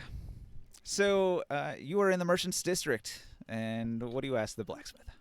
You Oh, want a sword? I'm- You want a I, particular trying sword? to- He'll say he has either of those things if you want. yeah, no, I was wondering maybe if you might be interested in my old my long sword that I have here. Hmm. I'd like to make buy it off your hands for 5 gold, maybe. Yeah, but yeah, maybe just take off a little bit of off the top. But I was wondering, do you have anything that is a little bit more special than just maybe something with a little bit more crafting? All right, I'll make a roll. Does he have a masterwork scimitar? 13. No. Does he have a masterwork? What was the other one? Rapier. Hey. Rapier. Masterwork rapier? No, definitely not. What about one of these curved blade, the Helven curved blades? Elven curve blade? Nah. No, he kind of sucks. Unfortunately, so far. Bad rolls. What No, else he's could be kind of good? shitty blacksmith. Sorry. What about a saber? A saber. How about Yes. you roll for what he has a masterwork of? I Easier rolled. at this point. I rolled an 18 on the saber. He does have a masterwork saber. Hmm. Can I see it? Sure. He pulls No. it out. No. How much would a weapon like this go for? Masterwork saber is 225 gold. He said he'd knock off 5, so 220. 220. Do I have 22 that? platinum. Do you got it? I do. All right. He'll hand over the sword for 22 platinum.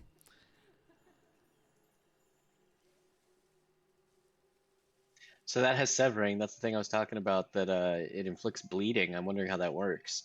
Inflicts gaping wounds and profuse bleeding. No, he did that on a saber. Ask any woman. The saber is finesse, mounted, strike, parry. It does 2d4, and it's got parry, so that's very strong for parry. Wait, 2D, what? 2d4, and then if it's masterwork, is it a +1? No, just increases the value. Hang on. Oh, the Let me make a card. Saber has defensive finesse severing, right? That's what I'm looking at, right? finesse, mounted, strike, and parry. On page 32 under martial blades.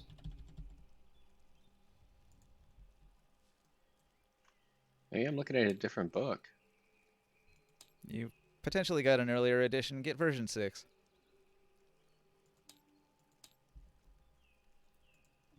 I can help you out with that. I have the bookmark.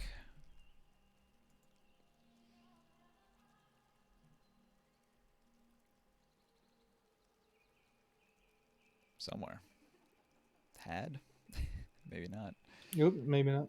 That's not gonna. I've once owned this bookmark previously, maybe. I got too many bookmarks. It's easier for me to look for it, so Grit and Glory 6 Reddit. That moment you say fuck it and just Google. Grit and Glory version 6 Reddit. How do I know what version I'm looking at? I mean, no.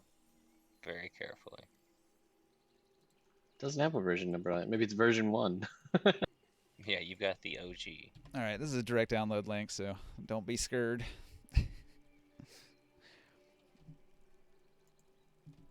As long as it's not fileshare.net/myhack.exe, so. They put it on Google Drive.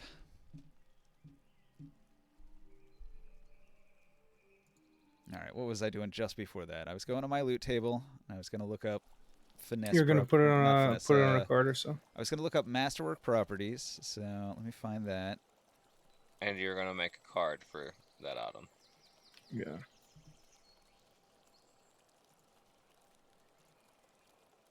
Yeah, working on the card. I have to open a different loot generator. It's not on that one. Suddenly there's a babbling brook in my ambience. Song change. Some birds going crazy.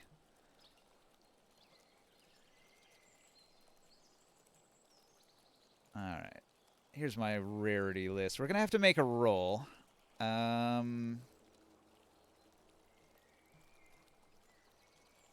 I'm going to make a roll here.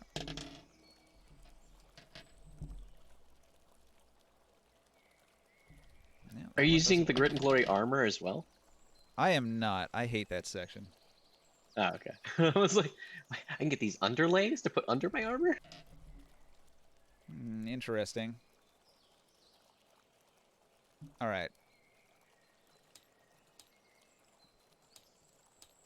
It also, because of its masterwork nature, instead of getting a +1 to hit or damage, it has the wounding property. Ooh.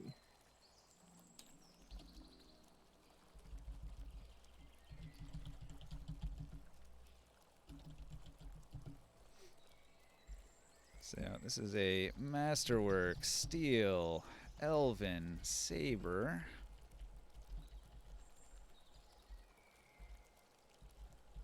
It's worth 220 gold. It weighs 4 pounds. It does 2d4 slashing, and then it's got properties. All right. Bam.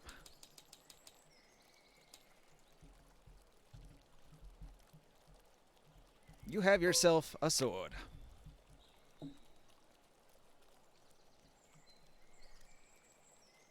That's awesome. I'll have to go and read all that and try to understand all that the martial stuff works here. Wounding, as I understand it, is a pretty cool one. On a slashing weapon, it says it can tear through defenses or otherwise leave a target more vulnerable. The target's AC is lowered by 2 until the end of its next turn when you cause open wounds with the weapon. Did he say that it has a +1 on it? A critical hit guarantees and the wounding effect even if the attack doesn't cause an open wound. It's got the additional effect because of masterwork, but instead of a +1. Right. So, Okay. so what it does, because it's masterwork, when you land a critical hit, it lowers the target's AC by 2 for 1 turn. Oh, nice. That's wounding. And in addition to that, if you hit an opponent and it causes an open wound, causing an open wound requires that you do, like, around 15 damage. It's in that ballpark. If you can do about 15 damage in a single hit, it might cause an open wound. They get, like, a con save, and if they fail it, then the AC goes down by 2. So I'll often forget those things, so it's kind of up to you to know that your weapon has this property and to remind me when you land the critical hit, say, like, hey, is this an open wound? I hit for this much damage, right? Because if you don't mention it, I will just gloss right past it and do some other shit. Oh, yes, he will. Oh, yeah, for sure. Know your own character or pay the price.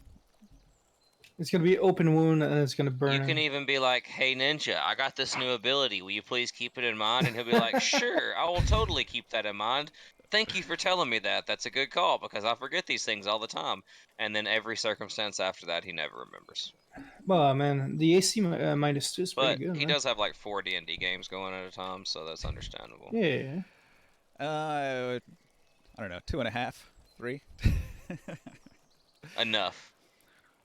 It was like two active played games and one that I was constructing to then be played, which was played this past Wednesday when the other game ended. So now it's 2. Did he have a chance to do a fight so far?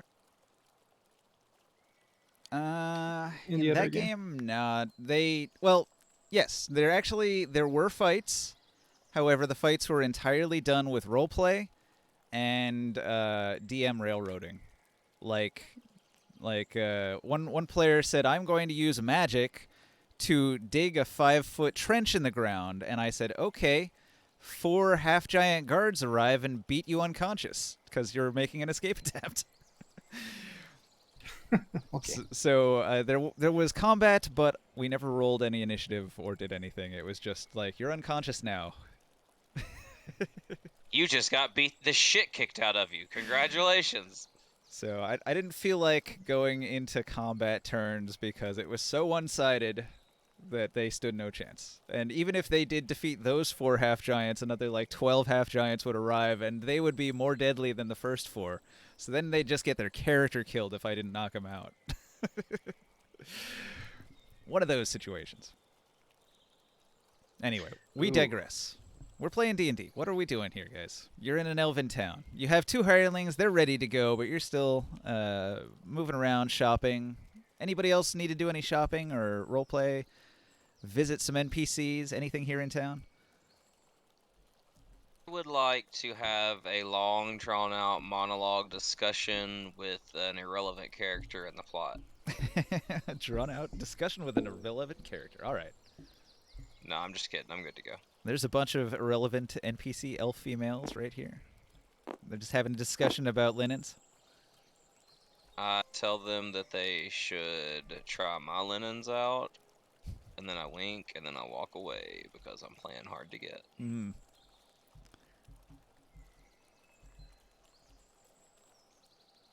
Well, No, but seriously, I'm ready to go anytime. Yeah, but I go back to the group and just say, hey, I found a new weapon, but probably should stay overnight, rest up after the adventure, and tomorrow morning, our friend Mhiilamniir might not be so drunk anymore. And we should be able to leave for Helvenport before heading north. Sounds like a plan. And I rented a room too upstairs of the, so we should be able to rest there. Okay. So you rest until morning and then leave, right? Yeah, Mm-hmm. Sounds have like some a food plan. and then leave. Sounds like a plan. All right, I'm going to move some figurines over into this pile. That way I don't delete them accidentally.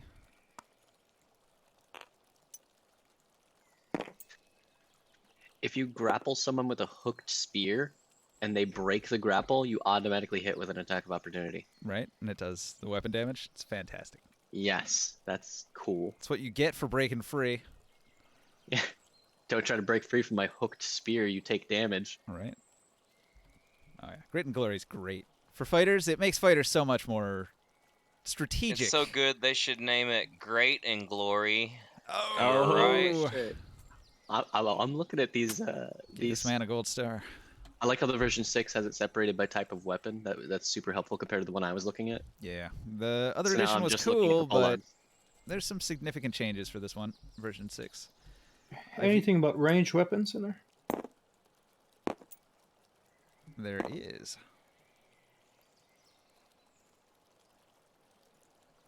There's tons of random weapons. So they change up bows quite a bit. Like if you look at Okay, Slower. if you look at the bows in the martial bows list here, they got like recurve bows, composite bows. They got the great bow that does a D12, but it's a brutal heavy weapon that you can't use while mounted, and it's slow, and you have to have 13 strength to use it. So that's a fun one. If you're an archer, you get the great bow, and you can do some significant stuff. You can shoot 1,000 feet away. Jesus. I'm feeling like that might be my next weapon. But that's not even the top of the heap, because then there's also a section on pistols and siege weapons. The great bow requires 13 strength Mm-hmm. A lot of the bows on the list require strength, unlike I got regular because they're 5e. huge. Well, you actually need a little bit of strength for these long bows, anyways. Drawing a bow is actually pretty hard. Yeah, it's not just drawing the Yep. bow; it's keeping the aim on it too.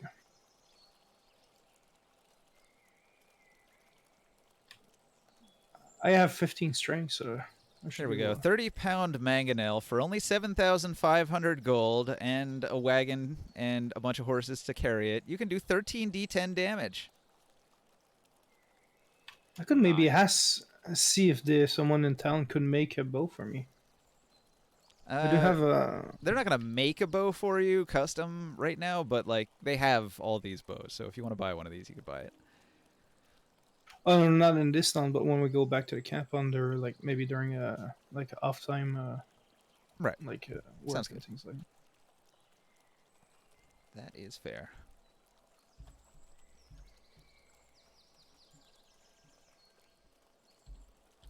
The amazing shrinking town.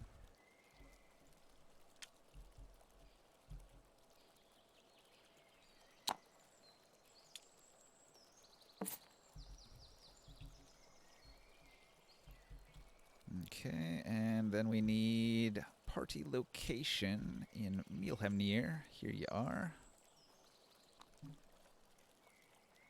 Now we can set new travel plans. It does wounded and volley. I'm gonna have to read this book.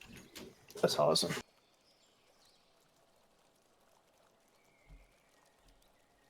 You're probably gonna not like the crossbow section. If you use a crossbow, it requires a lot of reloading. Yeah. But I'm using a hand crossbow right now.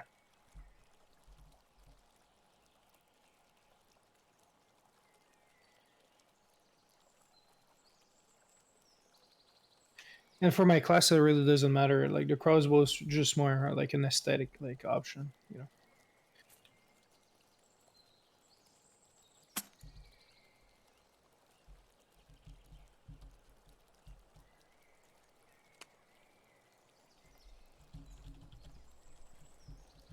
See if we can improve on this traveling section.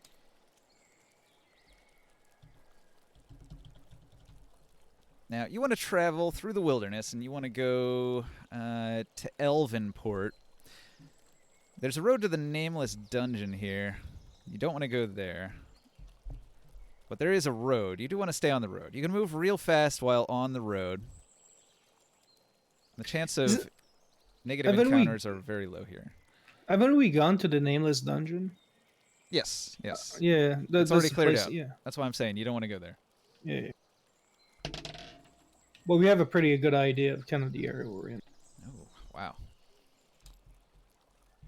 It's not every day I roll a nat 20 on the encounter roll. So while you're traveling during the day, Dumb and Dumber. something happens.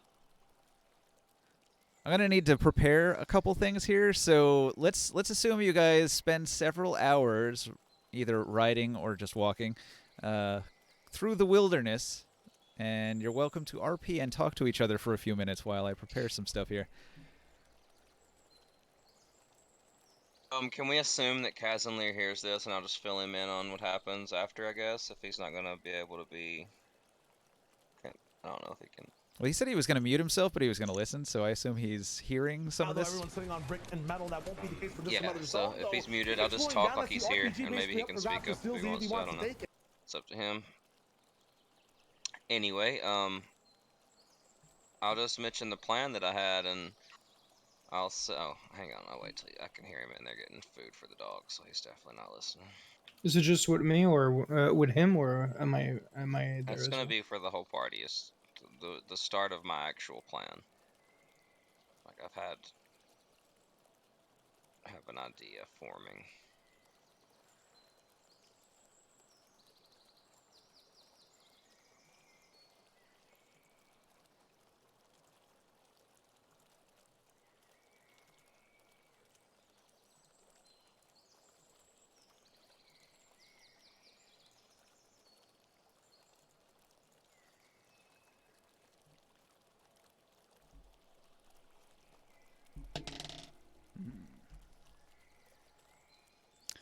The hell is that? That's never a good sign. All right, let me cycle this. I don't even know what that is. Mystery monster. A builder.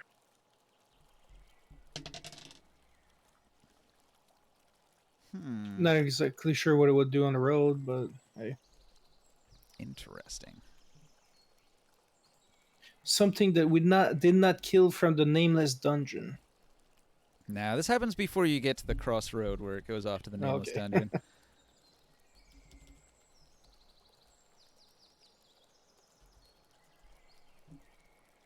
So it seems like most of the bows you can't shoot non-mounted, except for like the short bows.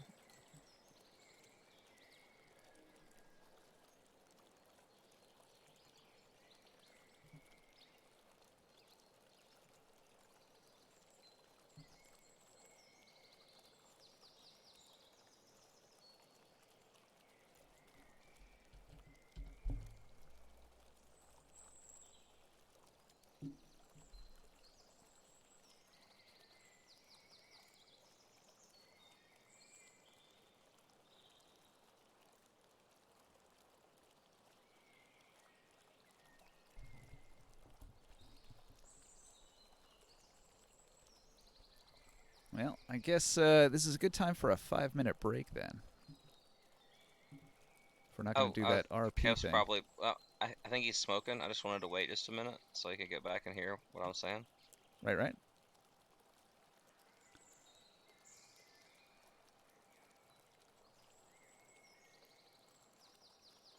He said he could hear me. Alright, so I'm just gonna say that since we're walking, I'll talk to Morkan. I'll be like, look, you wanted to know what's going on. Here's what I have planned. I'm gonna use the things you found that got discovered. I was kind of practicing and honing my skills and trying to figure out, if it's a viable plan or not.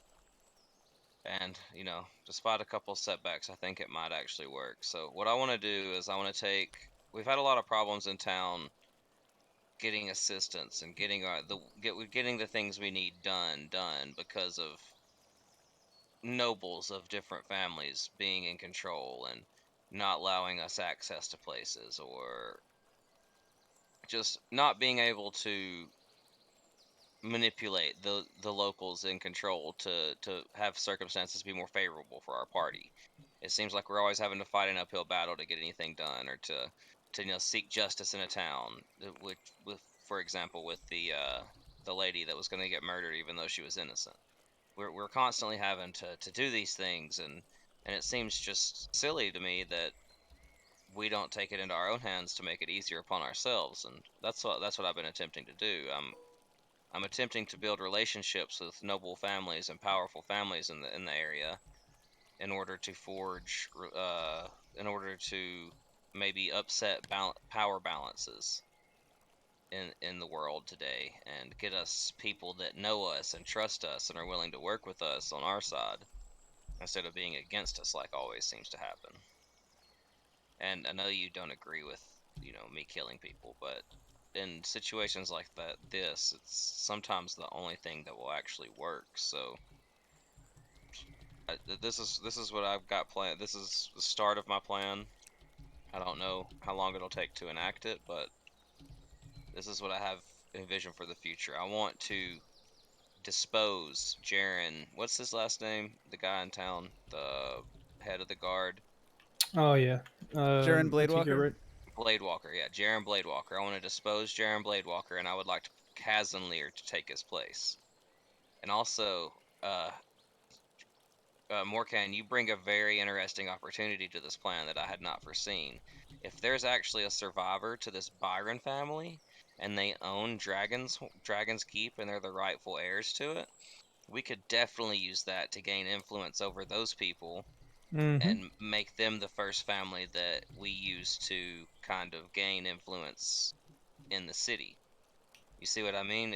This could work Yeah, out very well for us. they This could this become book you powerful. found. A powerful connection. They could become powerful in Askelhorn or just in the area in general and become very good allies to have, especially if we help But them achieve their means. for that, it's probably gonna require us to kill a giant dragon. That seems to Uh, be. See, there's another thing. With them being involved, it would be much easier to raise a force for us to actually do that. I don't think we should try to do that on our own at all. I think we should hire an army even and go assault that town. Bring some powerful defense and offense. Yes, exactly. And with a group that has just found out that they own or heirs to a large chunk of land and a very powerful estate, it But we might be in their best benefit to help us out. And, might be able to raise the force. exactly. Well, Yeah. the one thing I would suggest effort is to next time you have to go and do some of these things, let's try to do that in a more controlled environment. When we are going towards a mission, that can put things everything upside down. You know what I mean? Um, So before, that's fair and understandable, and I apologize again for the trouble I caused. But Yeah, I could always tell that your intentions were good, Abfirth. As much as I disagree with killing innocent people, I mean, we all know how the world works. I grew up on the back streets as a young dwarf, and I've seen my fair share of killing, and I've Are you also saying you learned were that a Backstreet Boy? Backstreet Dwarf. I've also learned that just, taking off some small time people inside of an organization, and from what we've seen, there seems to be some deep corruption in this town. Like, we got to go take out the head. We got to cut off the head of the snake here. And if it's all well, for the greater good, everything that you've done is somewhat can be seen as sinister, but I always knew you had the greater good of the party and the group at heart, and could always tell you had good intentions. Hence why I was able to cope with what you did back at the arena. Just want I it to be But I'm known that glad I'm glad you opened up about it. I always kind of knew something like that was going on. I I just would want I would like us to try to get more information on the people that we're dealing with. We have no idea yet who the Baron is. Like understanding that operation should help us.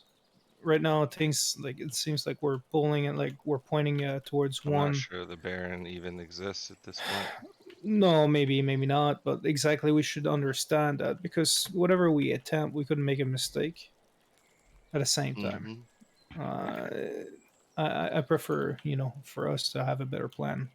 really have a better understanding, and that's something that we should share together, at least to put Well, our efforts together to get to that point.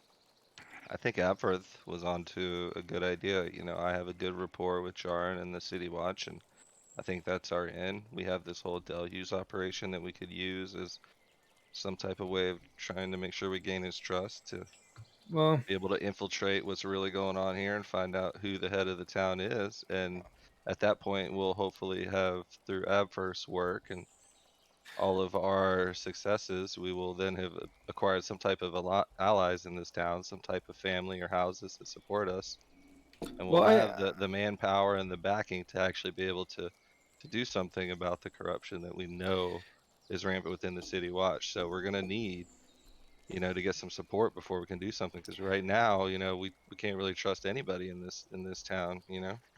well, I'm still concerned about this deluge situation. We found where they were making it, and we broke it apart. And Somebody's that's our way to someone get to Jarin, you know. someone is We gonna be looking for the people that did that. But I'll at the speak same up and say I know exactly who's looking for the people who did that, and it's the people I work for now. why well, don't even we better, because why don't we Jarin, use that in our advantage? Because I've gained Jarin's trust, and you know, I'm sure we could find a way to, but you know, what infiltrate about this deluge operation. He seems to be a critical Exactly. player. what about us being able to make the deluge? Would that be something useful? Oh, Well, obviously, but we'd have absolutely. to claim it came from another source, or else they'd know that it was us that stopped their supply. Or we could produce it for them until that could Maybe. be That seems the dangerous. Puts us in a spot of vulnerability. well, it puts us in a position where We need to we find can a middleman, or you know, if puts I us in a remember position seeing where Razor use some abilities that, you know, made him look like a completely different person. And maybe but if we can have some type of middleman, that'll keep it us out puts of that. it puts us in a position where we might be able to offer and infiltrate or build some trust if we're able to work with some people. I don't know. I'm just throwing that as an idea, but we should be cautious. But in the worst case scenario, maybe that's something that we can turn around into our advantage. Can you hear me now? I think we're in a Yep. Yes. very advantageous position as it is with, you know, my rapport with Jarin, and Sorry, my mic wasn't working. I feel very confident, you know, that we can have a plan there. But I don't want to enact something like that until we have support, you know, that'll help us, you know, actually My overthrow some people in power in this town. my concern's not Jaren. Jaren is corrupt, obviously, and we have the Oh, evidence to take him down. he's just our way to the top, you know. He's just our way Exactly, out. but if we start the offense on Jaren, my main concern is his brother. That's an enemy we do not know. We do not know how much strength he has or how much pull he has. Well, he Mm, has a lot of influence with the other guards too. I've The never Yes, the met I was his about to say, brother. it seems to be he has a lot of influence because he's the one in charge of executions wholly. He can tell anybody that he can say anybody needs to die and they die. Hmm. exactly, and he's the one behind Jaren. Jaren's the little brother, just you know, having fun in his older brother's glory. We haven't even met his brother. Well, Who's Maybe the Jaren, real power? maybe he Jaren, can actually use that and turn Jaren against his own brother. well, use his weakness because I think he might be addicted to the product. That's an idea as well. Have Jaren Because, take down his brother, then take down Jaren. Exactly. Have him like, become jealous and help assist us take him down, and then take Jaren out and replace him with Kef after that. what kind That's of what. what kind of information he could get us, or what could he do for us if we become his source of the product of his addiction? A hook could be good like that, yeah. I mean, obviously a lot of information. You know, his brother's kind of in charge, one of the most powerful people in town. He's obviously got power himself. He deals with criminal or, you know, backstreet organizations with this deluge. I mean, obviously a lot of information. Well, we should think about something when we get back in town. We've got plenty of time. We just need to, you know, not reveal any of our plans yet, and then work on finding a way to get more support in this town before we do something about it, you know. So we have plenty of time to figure out the best way to execute it. We've all had good ideas so far. We can refine and combine and come up with a way that we think this will all work. And then when we have support enough people in town, we can actually, take charge. And end all this corruption that just seems to always go on, cut off the top, take that position, then we can really make, some good change. Well, right now, all I'm looking at is a giant in front of us. All right, guys. Enough I'm RP. gonna go back to doing some work, but I'll still be kind of listening off and on. Can we use you for this fight, Kazunir? Possibly. I mean, is it? I don't know. Is there a fight about to happen right now? Quite possibly a dangerous one. I rolled a nat 20 on the encounter roll. So let me describe the scene here. So you Alright. guys are traveling Yeah, on the I road. I'll be here. Yeah. You guys are traveling on the road, and you're traveling east, trying to get to Elvenport. You're on the road. You're making really good time. You don't have any encounters for most of the day, but eventually you come to a part of the road where there's a stream crossing the road, pretty wide, pretty deep. There's a bridge that goes across it. There's a large house on the far side of this stream, and sitting on the bridge is a man. And as you approach, the man stands up, and the closer you get, the bigger he looks. And when he stands up, he gets really, really big looking. And you can tell as you get closer that this dude is at least 10 feet tall. And he's going to stand in the bridge, and he sees you approaching, and he'll shout out to you from a distance, "This here's a toll road. If you want to use me bridge, you need to pay the toll." My coins, absolutely not. And I'll pull out my shield and axe, and I'm ready. Wait, to wait, fight wait. already. What happens if we just say no and go somewhere else and find another spot? You're welcome to travel north or south and find an alternate route across. I'll turn back and kind of have a sense of reason where it is. Yeah, it's kind of a good idea. Sorry, he said something about taking my coins, and It's okay. That's why I spoke up, Kazunir. I know how you get when people talk about your money. If we Yeah. can't find a reasonable spot to cross in a short ride from here, either north or south, we'll come back and deal with this menace after that. How about that? fair enough. He doesn't look that big to me. Got my 10 hand feet, on that's my like coin two of pouch. me on top of each other's shoulders. The giant crosses his arms and says, "What's wrong? You don't want to use me bridge? What are you, poor?" I say, no, we're not poor, but we don't think free services should be charged for. Do you know the upkeep on this bridge? How long it took me to make it? Do you know how heavy these stone blocks are? Oh, what are you, weak? You look like you could carry the stone blocks. Are you complaining that you don't have enough strength to carry stone blocks? Wow. I am Gaulorg the Defiler, mightiest of men. And he flexes your his face, muscles. Your face is a defilement. You can't see me face. I'm wearing a helmet. You hear me chuckle like under my beard. Oh, that's a helmet. No wonder I thought you were so ugly. It's probably worse underneath, that's why he wears Yeah. it. Guaranteed to be worse underneath. I think you should take off that helmet to show us that ugly head of yours. Bet his breath smells bad too. All right, so you're not gonna pay the toll. You're gonna go north. You're gonna go south. Take your pick. Yeah, we're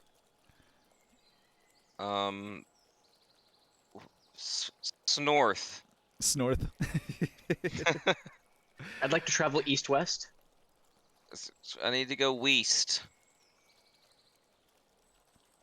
No, north. Always north. All right. The Forever party north. the party begins to travel this way on the road, and Gaulorg will shout at you and say, "You didn't even ask how much the toll was.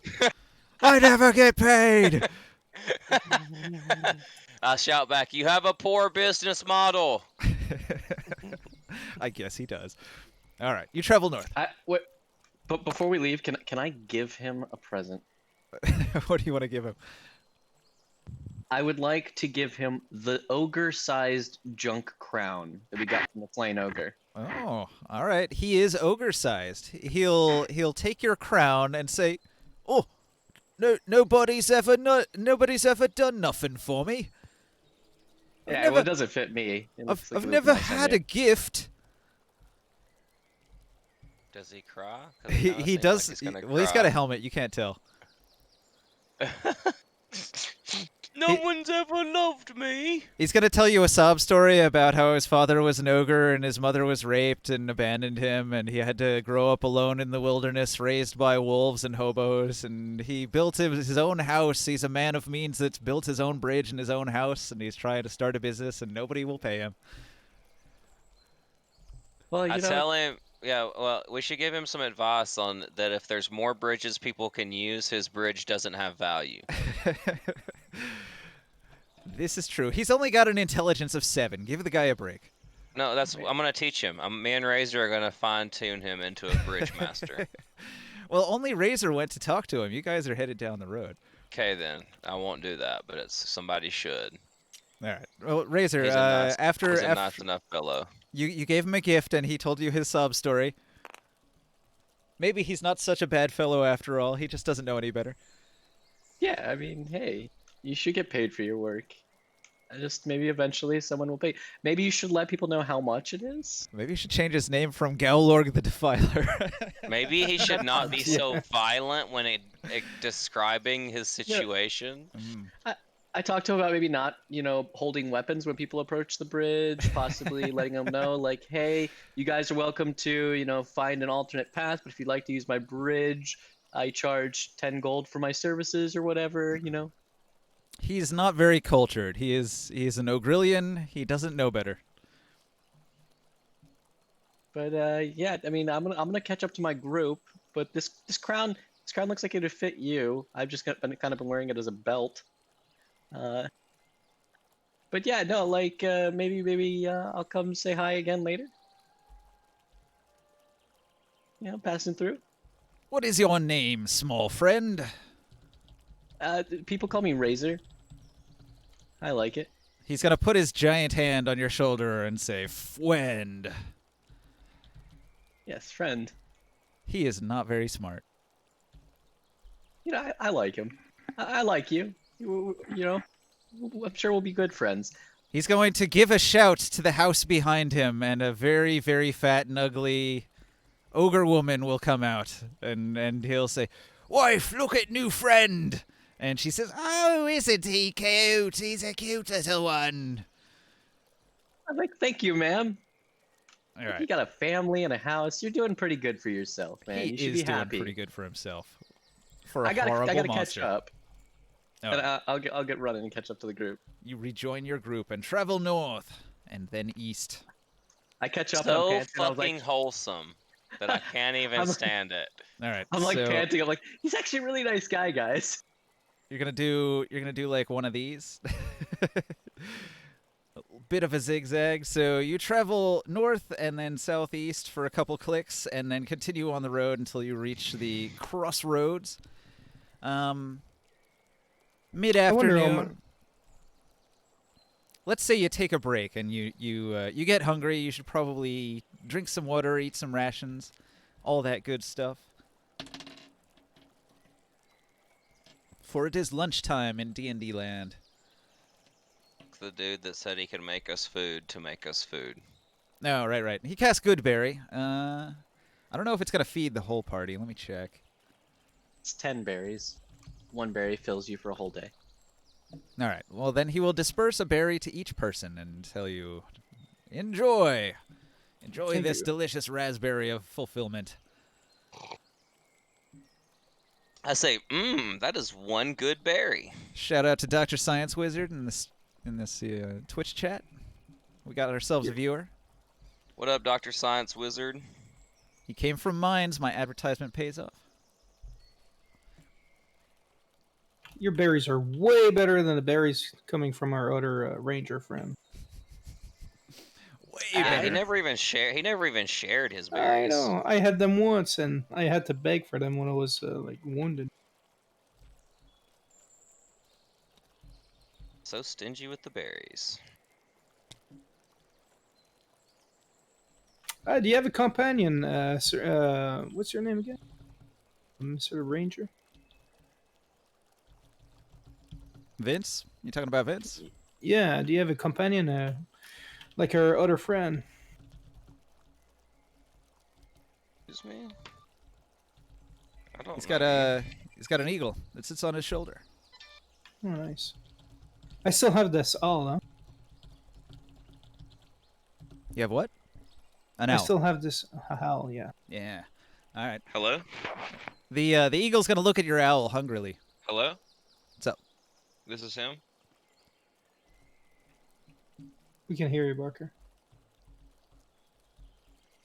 So he was talking to Vince. Yeah, everything went fine. Thank you. Okay, maybe we're hearing him and he's not hearing us. I Kevin, are you still there? think Barker's on the phone. $100?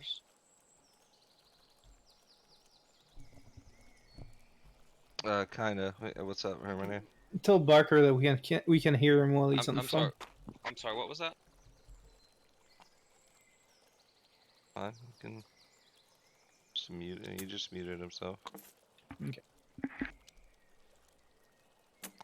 All right, you guys So- successfully avoided battle. Congrats. Yeah.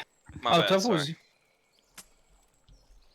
I feel like I made a powerful ally that we can use in our army to slay the dragon in the future. Yeah, maybe you actually yeah. did. I made a note about him here. I did too. I added him to my alliances page section of my character. How strong is I- that dude? I prepared some stats for him. He's an Ogrillion. He's a CR1 monster.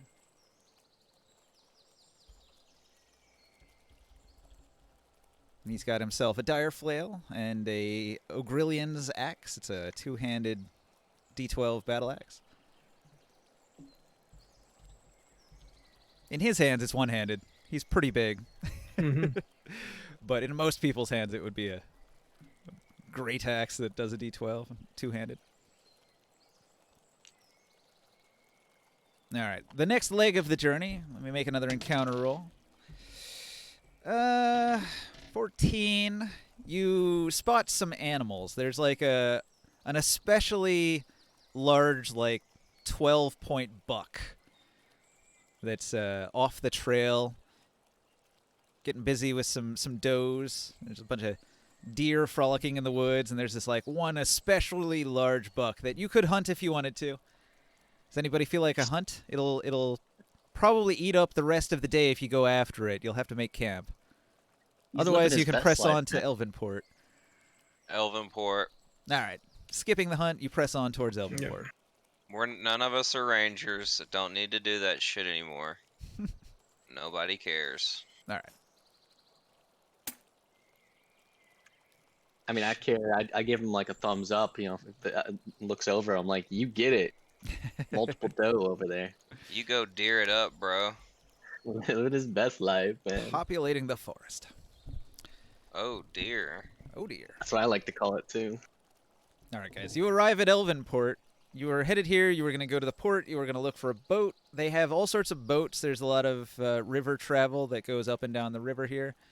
So if you want, for the low, low price of 100 gold, you could hire a boat that'll take you back to Hellgate. Yes.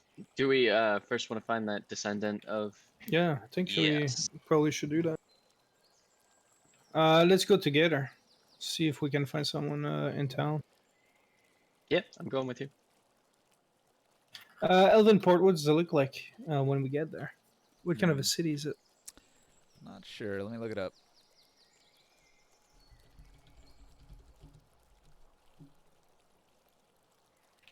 I'm gonna guess Pre-destruction. elves live here. Just a wild stab in the You dark. think so? Yeah. And it's a port for them. Yeah, I'm guessing they have boats and elves. Elves and boats. That's all I can glean.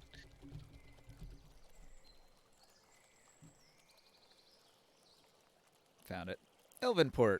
Its piers were wetted by the river Dillimbir. Elvenport was long one of the most accessible ruins of Old Irlan, and it was visited by several groups of adventurers. All right, they're talking about ruins. That's probably inaccurate. That's after the destruction of when the Hellsgate happened, no? So, all right, strike that.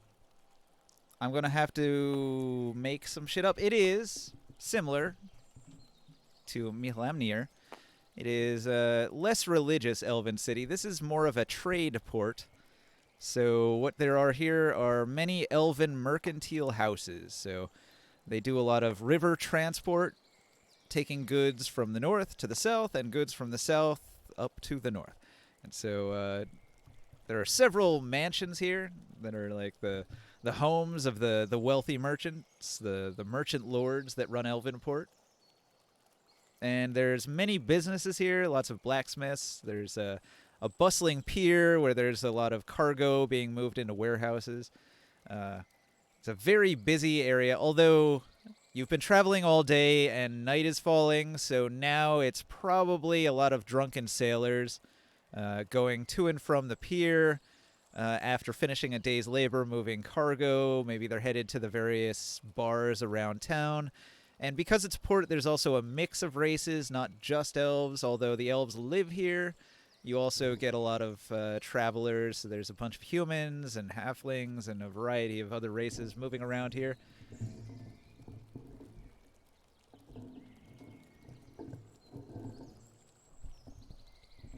So, did you want to go to an inn, or do you want to head right to the river and see if you can catch a boat that's headed out?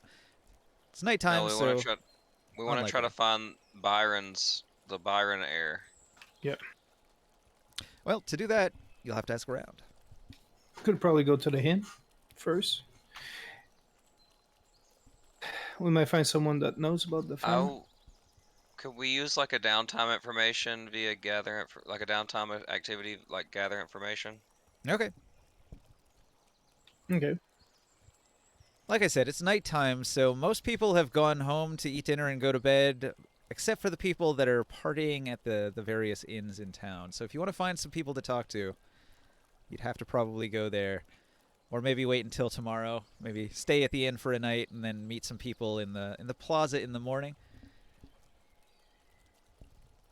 That sounds pretty good, actually. Yeah. Okay. There's an inn with a common room where travelers can stay in for a fee. If you've got a silver, you can stay at the inn in the common room. For an additional silver, they'll throw in a meal. If you want a feast, it'll cost gold. Oh, but I'm stuffed. I've already had these good berries. Yeah, everybody's full, so you can just get a room for the night for a silver. Okay. I'll get a room for a night. For a silver. All right. Everybody rests and recuperates. If you had lost hit points, you can regain them. If you need to regain spells, regain those.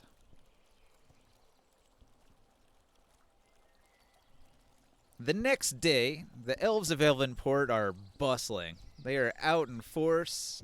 As I described, it's a busy merchant town. There's a lot of laborers that are doing labor. There's a lot of women going about their cleaning and washing. You've got a variety of bakers and cooks that are making breakfast foods. It smells delicious. The air is just full of delicious smells from the variety of shops that sell sticky pastries and cakes, breads, a variety of grain-based products, and there's a fruit stand that's overflowing with ripe vegetables and stuff, vegetables and fruits. The whole marketplace is alive with hawkers that are shouting about this thing and that thing that they're trying to sell.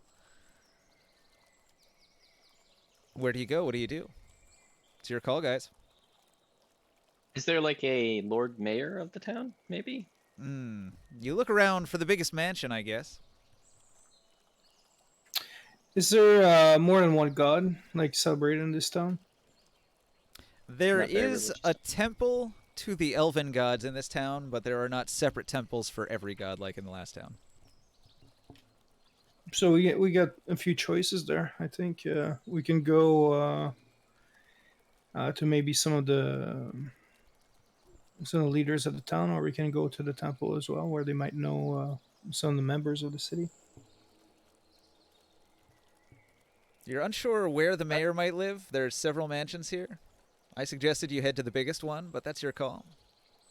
Yeah, I'd say that our best source of information would be a mayor of some sort. Okay. Well, if you head I mean, towards I'm the saying nearest that to the mansion, group. I nod. I agree. There is a pair of elven guards with heavy crossbows, and the crossbows are slung up over their shoulder. And they're just standing at attention and keeping their eyes out for anybody that comes up to the mansion. They're going to stop you, and the guard's going to say, "Hold! Who goes there, and what business have you with the Lord?" Ah, so Lord Mayor's house. Yes, we would like to make an appointment to speak to him, possibly soon. We don't plan on staying for long, but we are looking for Lord person of interest. Mayor's house. No. This is Merchant House Mhiilamniir. Lord You said the Lord Mhiilamniir house. is the lord of this house. Ah, is there like a lord who's in charge of major decisions around here?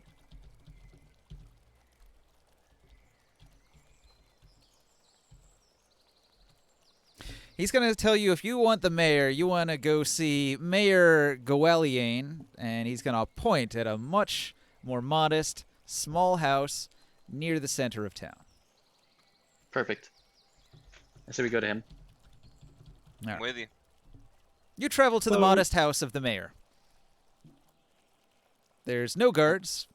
There is a garden in front of the house, and there's a knocker on the door. All right. Use the knocker. All right. You knock on the door. Moments later, the door is opened by a servant. The servant is well dressed in sort of like a tuxedo-looking thing. He's gonna look at you and he's going to say, "Yes, Mayor Gaweliane is available. Who may I say is calling?"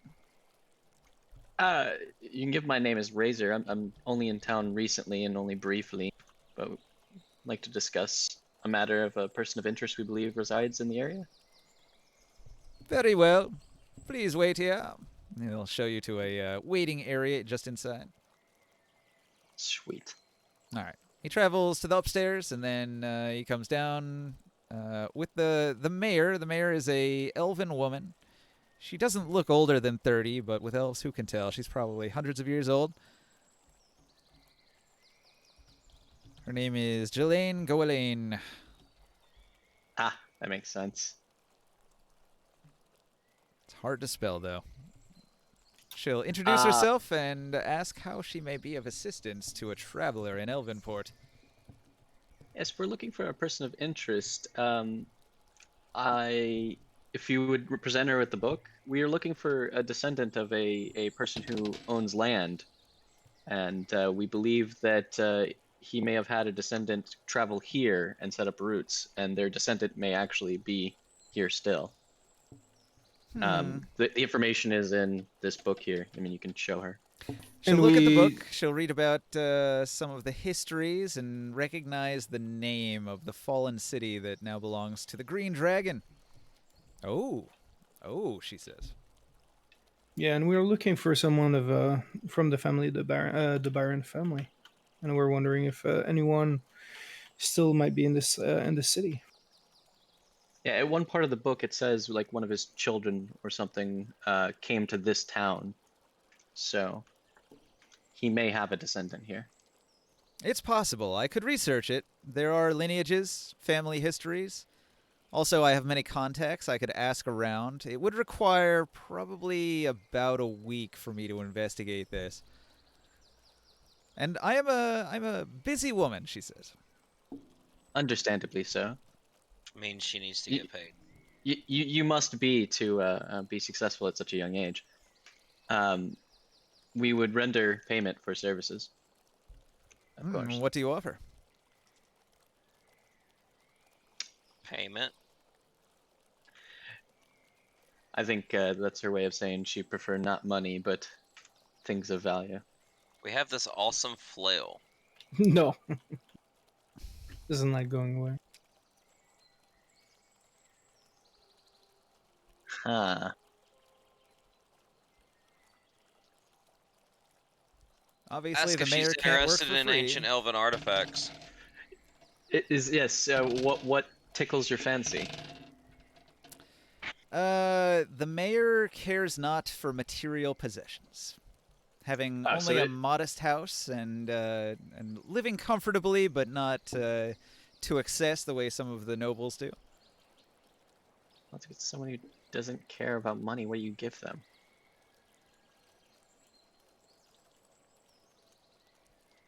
Well, since nothing is forthcoming, she's going to offer a solution. She says, if I'll do this work for you, perhaps you can do some work for me as well. Oh, perfect. We love Yeah. doing things. Actually, Love yeah, we do. doing things. Excellent. Yes, that's much better than giving things. We actually prefer doing things. Okay.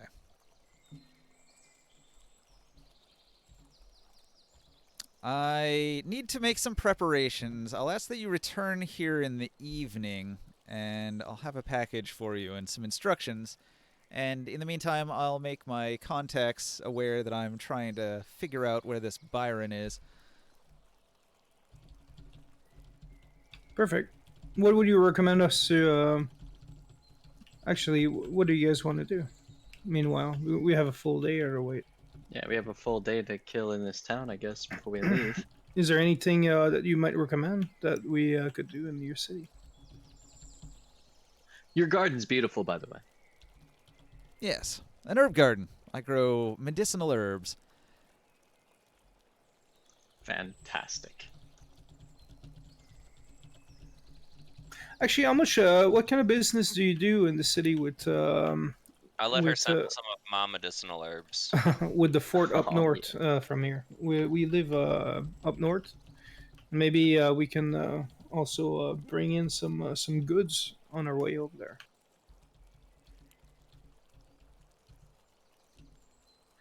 Oh yes, this is a trading town, and Yeah.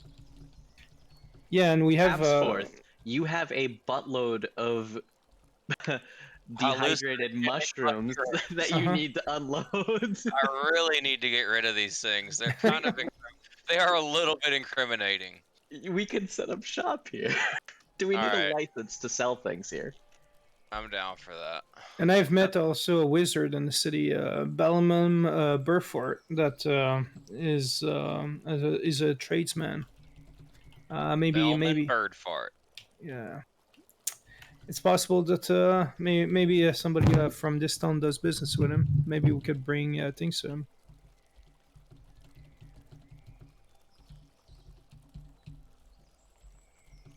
Sorry, a lot to present them with. What activities can we do here? Do we need Yeah. a license to set up shop? All right. Can we sell hallucination mushrooms to the city? Mayor Goaliane, she will tell you a little bit about Elvenport, all of which I just made up right now. She'll tell you about Merchant House Gellenbier.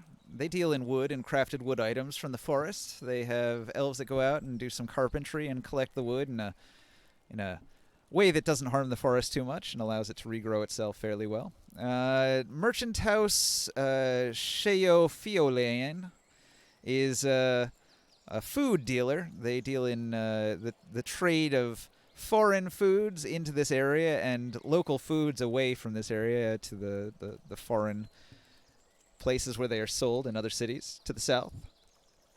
And then the last of the merchant houses in town is Merchant House Sulo Ralia, which deals in weapons. They are weapon dealers that make all manner of steel armor and weapons and fine elven crafts, that sort of thing.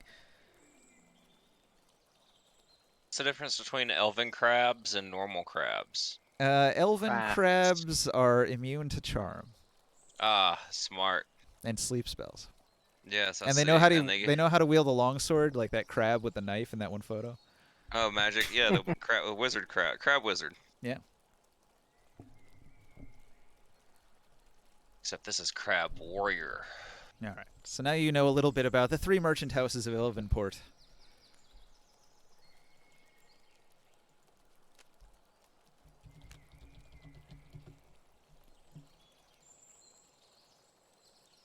I'd like to go to the house where they make weapons and where the blacksmith's would be as well. All right. I'd like to go to the market square and try to peddle my hallucinogenic mushrooms to unsuspecting minors outside of the school. All right.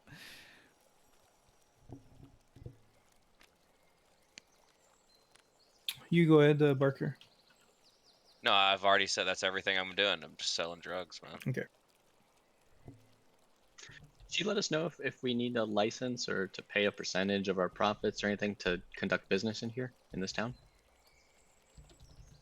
Yeah, that's what I was trying to get at. So the 3 merchant houses control all the business in town. If you're not associated with one of them, they will not allow you to do business here. Okay. What a pain in my ass. So we should first go to that's what I was saying. I don't think if you go to the weapon person's house, he's not going to be selling them out of his house. He sells in the market. He does business out of his house, his manor. That's how it should work. So me and Barker, we could go to the food manor and see if he'll give us like a day pass to conduct business in his market. Hmm.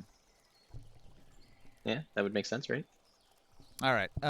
If you go to his manor, the guards will redirect you to a guild house, which is Or that. sort of a central location where a lot of business is done. And there you can acquire a permit. Yes. Me and Ashworth go to get a permit to sell mushrooms. Yeah, they're Alright. perfectly safe, I promise. So when you get to the guild, they're going to ask what you're selling. You're gonna General say food supplies. you're gonna sell these delicious Medi- mushrooms. Holistic mushrooms. They for illnesses. All right. Well, that's not uncommon. A lot of mushrooms grow in the forest, and people eat them all the time. So they will nod and give you a little card, and the card has some Elven script on it that basically just says you have a 1-day association with House Sheofiolian, and if you're associated with the guild, you need to pay guild dues.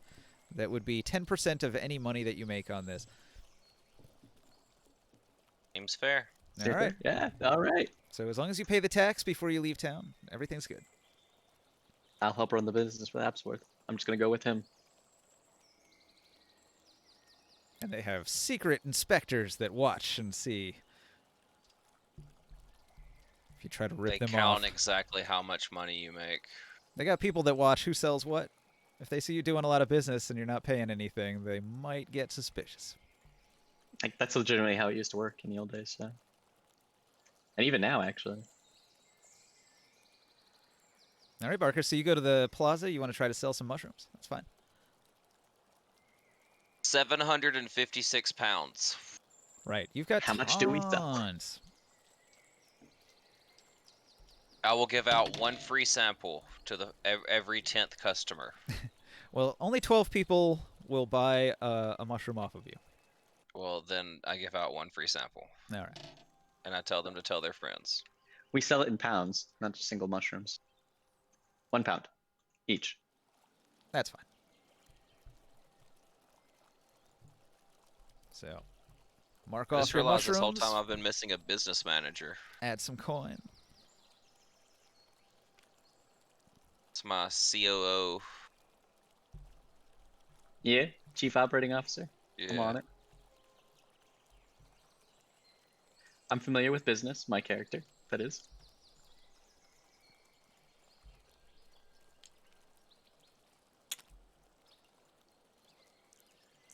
James Razor, and I like to business.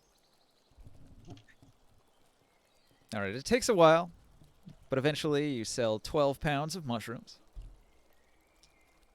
Pay my dues and apply for another day pass, and I do this for 1 week. Oh, are you guys going to stay here a whole week? I thought we were Yeah. going to leave and come back. We gotta find an heir. We gotta find dude. This is the most important thing. We're supposed to come back in the evening. She's going to give us a package and Yeah. some work to do. So, me and Barker walking back to the mayor's house that evening. You know, we did pretty good. Should we stay here for another week? Apply for a week pass, or I think if we could get like a demand up for these, we could get some good sales in here Yeah. probably. You're selling feel your like- mushrooms right now? Well, let me Yeah. tell you that night when you do go back and talk to the mayor's going to hand you a package and ask you to deliver it to Counselor Archibald in Ask Askersor. who that Hellgate. is. in Hellgate? Yeah, in Hellgate, in their town. Oh, Archibald of the House of Bones. House of Bones, yes. Ask what business she has with the House of Bones and Archibald. Hmm. I don't really want to disclose that information, but if you can deliver this package to Archibald, I let her know that it's fine. We have a member that is in the House of Bones. It's not like Well, then- we're outsiders. I'm Good thing part we of can, a. we can ask them when we get there. Then it's not polite for a courier to ask what's in our package. and since it's going to take a week for me to do the investigate around town, you could probably take a boat to Eskelshorn, deliver the package, and come back within the week. I say we could Exactly. do that if she pays transit. All right, she'll contact the local. What would it be called? Port Authority. Maybe a fisherman she knows could help you out. Sounds That'd be great. very helpful. She And I'm a has scr- she I'm a has good scribe friends, for, but she doesn't she doesn't have a lot of wealth to her name, but she does have good friends she can rely on. So, a fisherman she knows will gladly take you upriver. I'm a scribe for the House of Bones, so I should be able to directly talk to Archibald. Okay, good to hear. Then my package is in safe hands. Is she a normal elf, or is she anything special? Is she like a drow elf? She's not a drow, is she? She's a normal elf? She appears to be a wood elf. Ah, okay. Nothing spectacular. Very down to earth woodsy elf. Bit of a tomboy. Ah, exactly my type. And she cares nothing for material possessions. Her entire thing is the well-being of the elves of Elvenport. More of a spiritual leader. Well, mayors are elected. We should rest, and then in the morning leave for back to town. I don't need rest. We can go now. The fisherman's not going to want to leave until the morning, unfortunately. Yeah. What a shithead. Most boats like to travel during the day. And how important is this package? Important enough that I'll do this week's worth of work for you if you deliver it. Exactly. Let's go back to the inn. Spend our 2 silver to sleep again. Another Yep. 2 silver. It was 1 silver. I'm gonna Was it? set up in the bar and do that same interpretive dance I did about hiring people. Well, what they said is it's a silver to spend the night and an additional silver if you want to eat as well. The food isn't free. Well, I will spend 2 silver this time since we didn't eat good berries. And I don't want good berries. They tasted horrible. Yeah, They were bad berries. just pure cranberry juice.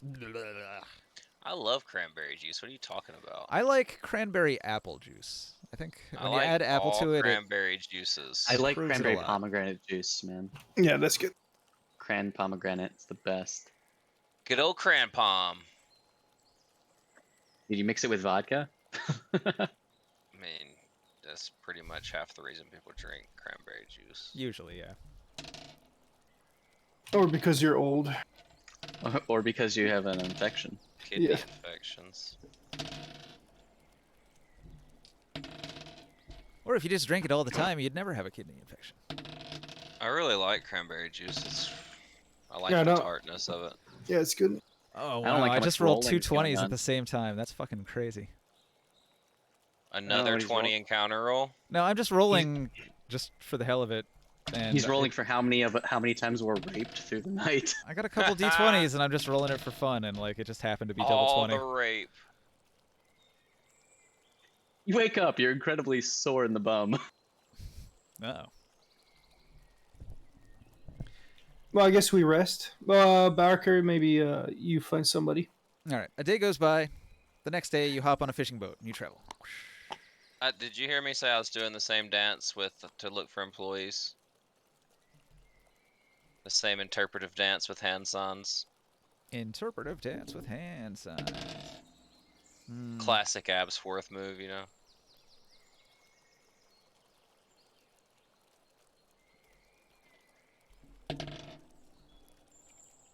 Oh.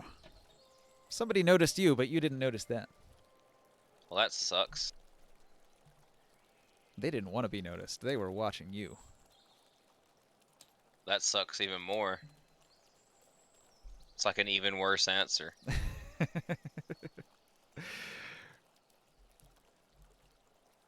So you didn't find any more Thieves Guild contacts here in town. And the next day, you travel, right? Yeah. Yeah, All right. we leave we're up north. Yeah, back we in doing the town. traveling. We're doing the traveling, yeah. Good to be back home. Man, it's been a long time since you got back here. It's been like weeks. We've been on the road for a very long time. Yeah, and this was a long one. That was like our longest journey yet. Yeah, we went all over the fucking place. So We explored a whole quarter of the map. Like, even more than a quarter. Like, shit. yeah, you went far and wide, teleported all over the place, traveled all over the place. We got all the way to the Endless Cavern almost. Yeah, we went all the way up to Mhiilamniir. We went to Kars, we went to Shining Falls. Like,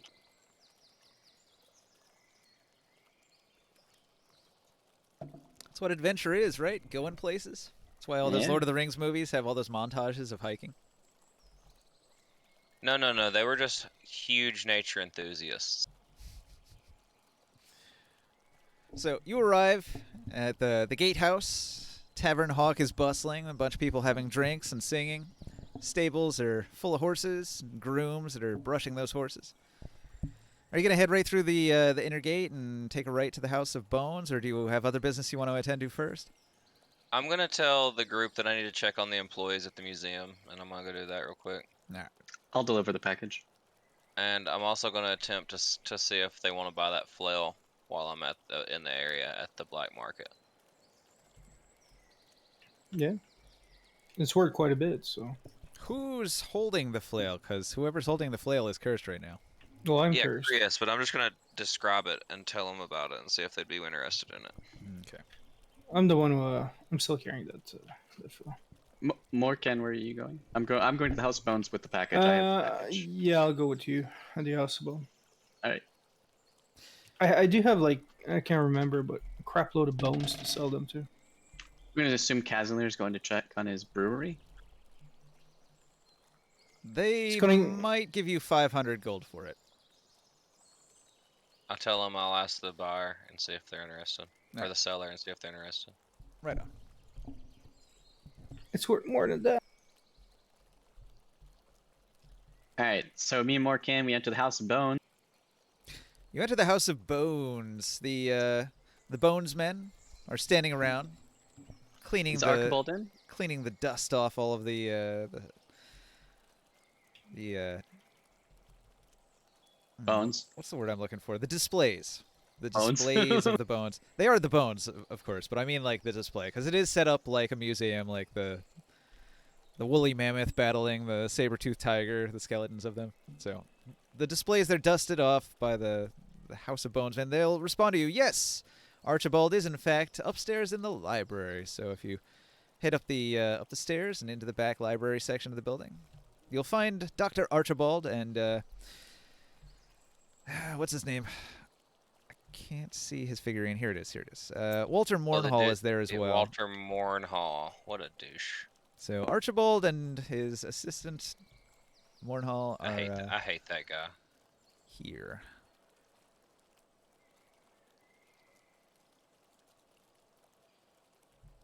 Now the question is, Archibald on here? I'm not seeing him. Did I move him off the table because he wasn't there last week? Or the He week was in there before? last night. Yeah. I did. In that case, he's over here. Somewhere. What was the mayor's name? Gwenna something? Guinevere?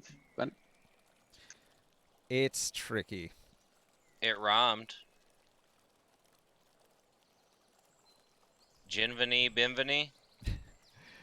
Here, let me paste these all into Discord so you can see the unpronounceable names. Galambier, Sheofiolian, and Suloralia, and Jillane Goalian.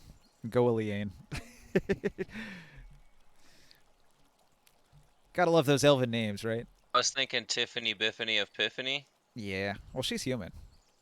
but I'm just saying Goliang. that was the naming scheme I was thinking of. Tiffany That you're going Epiphany. for. a good name for a Peter DeGray's love. religious His type character. his the library door or whatever is open, right? I'm just gonna knock to get their attention. Yeah, you're allowed to go in. It's fine. Archibald, sir, we have a package for you from Mayor Golian. All right, Yeah, he'll from accept the package. Heldenport. I hand him the package. Oh, I didn't know it would be delivered this soon. Well, he'll thank you for the delivery and ask if there's anything else. That's all. I'm admittedly curious what's inside, but we did not open, and I'll have you know that. And we're headed out if you need nothing else.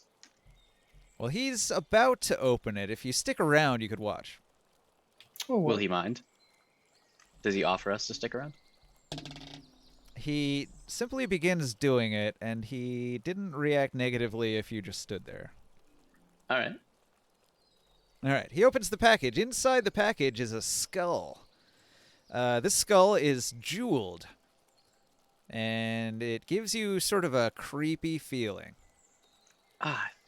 Falling more and more in love with this elven mayor. She ships creepy skulls to people. Jeweled skulls. Yeah, that part didn't matter. Creepy skull. But it's certainly something that would make sense for the House of Bones to want. All right. Well, I'm gonna bow out. Kind of walk backwards out the door, then turn around. Okay. That's it for that. Business done. That's your part. Now you just need to wait until the end of the week and talk to that mayor again. Did you happen to notice if there's any important details about that skull? It's gemmed and creepy looking. The gems in any particular pattern? Do I recall? Did I notice?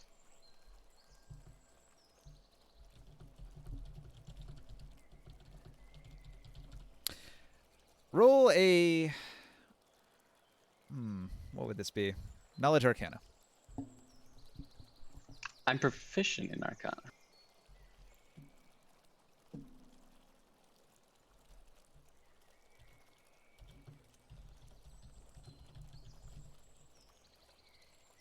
$18. An 18.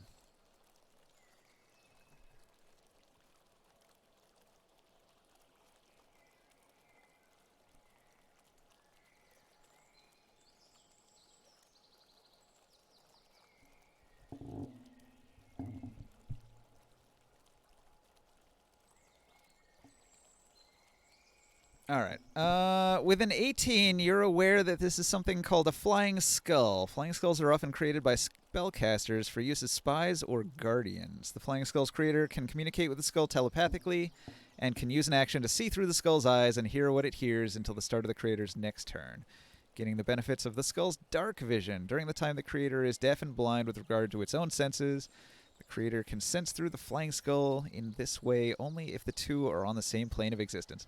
So it is a weird undead thing that works sort of like a familiar for necromancers, I guess.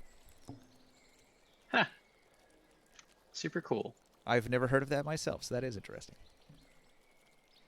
I was thinking it might be a.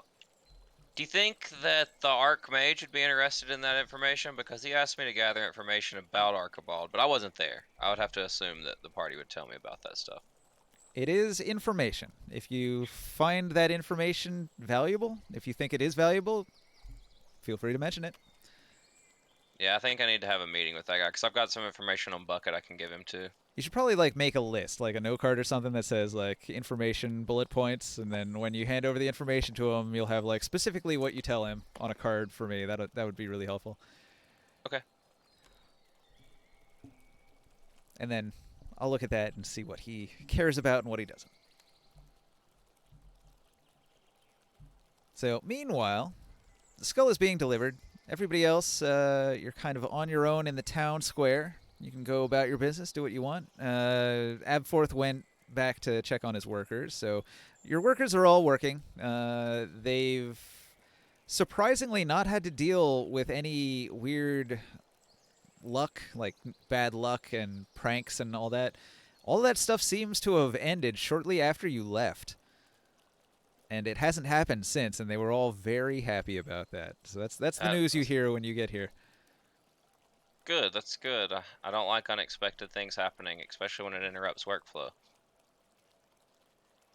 So And I maybe give them all vast amounts of praise and small amounts of admiration. your Nilbog lost interest when you guys left.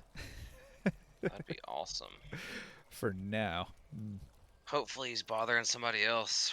Yeah, he would have had to go annoy somebody else. He couldn't possibly stay here for all that time and not do something. Probably the blacksmith. He likes to mess with the blacksmiths. It's right next door. I'm going to, after checking on the workers, go see if I can get a meeting with the... What's his face? Archmage, Wolgrith. Mm-hmm. Yeah, and somebody else can do stuff for a minute because I gotta prepare the information I have.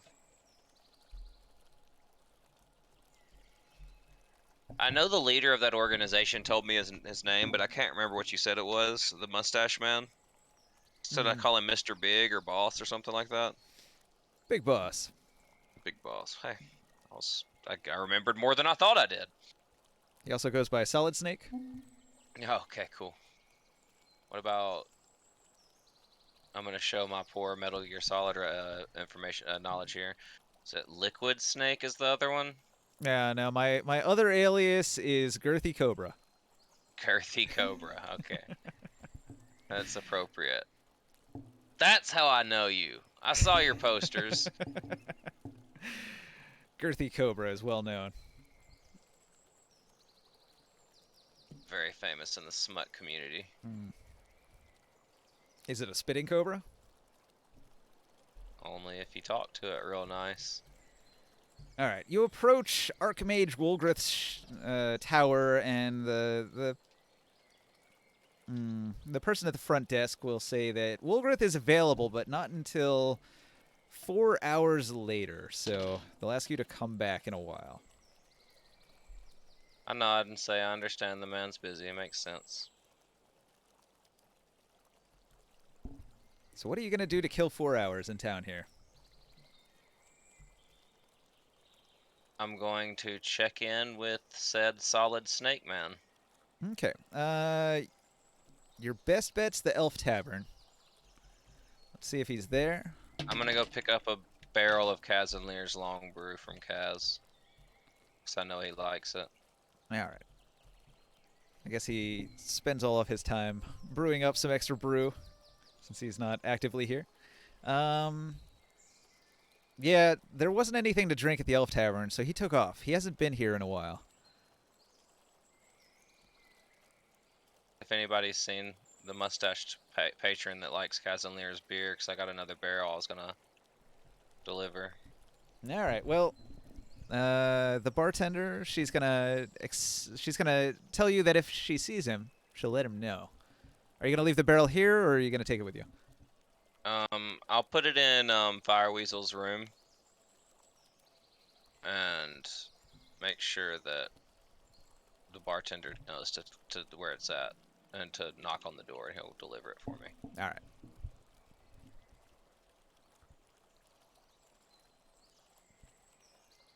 Do you want to try to find him somewhere else? Maybe down in the Thieves Guild in the sewers? No, not at the moment. I want to go to the fence, or I want to go to Morkan and see if he wants to sell that item to the fence, and if not, I want to go to the fence and see if he has any items for sale.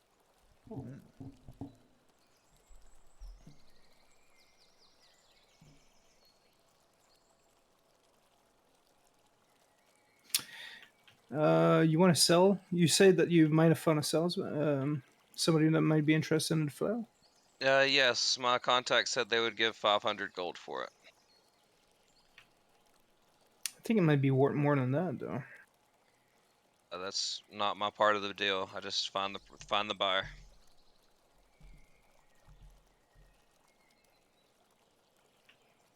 The card is saying that it's worth like 17,000 gold. I don't know that, so I just shrug and say, "This is what I got, man."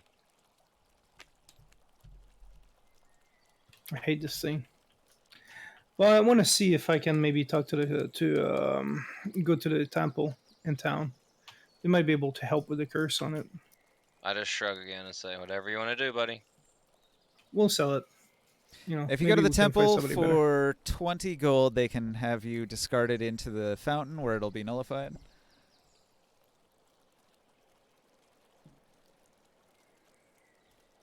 Nullified. What would that do? Just remove the curse? It removes the curse, it drops it from your hand, it goes into the fountain where it can't curse anybody anymore, but you wouldn't be able to retrieve it.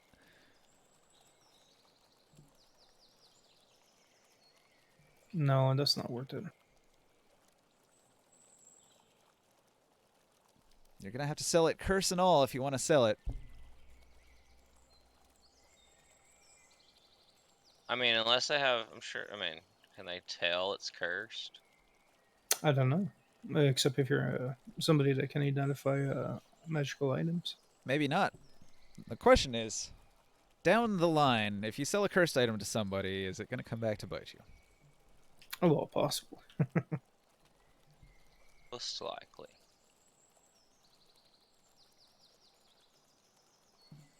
All right, so when you go to the fence, he's going to say, well, let's see, some of my thieves came in today. One of them sold me this carved wooden staff. Rather artistic piece of work. You can see all the detail in the carving. Sell that for 25 gold, maybe. What do we got here? A pewter statuette of a demonic goddess. That kind of an asshole carries this thing around. I'll sell this for 25 gold. What do we got here? A pewter miniature of a tower. It's probably worth 25 gold. And I don't know. Novelties. You could sell it to a tourist. Who knows? What do we got here? An iron censer, 25 gold. It looks like this thing was probably stolen from a priest. That guy's going to hell. What do we got here? Spell scroll, mending. Yeah, I got some holes in my clothing. I might want to keep that one. Spell scroll color spray. That could be handy. Yeah, hit somebody in the eyes, make a hasty getaway. This potion of healing. Those are always handy. We sell a lot of these. Good merchandise. A fair catch. Easy to steal off a belt. I feel like he just really needs 25 gold. He's like, I just gotta make one sale and I've got the gold I need.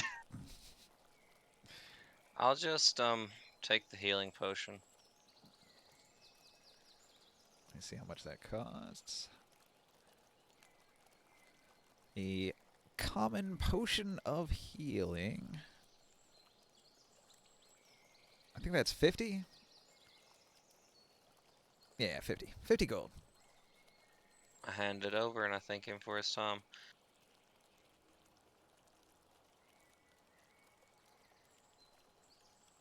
No interest in the scrolls? No. All right. Sounds good.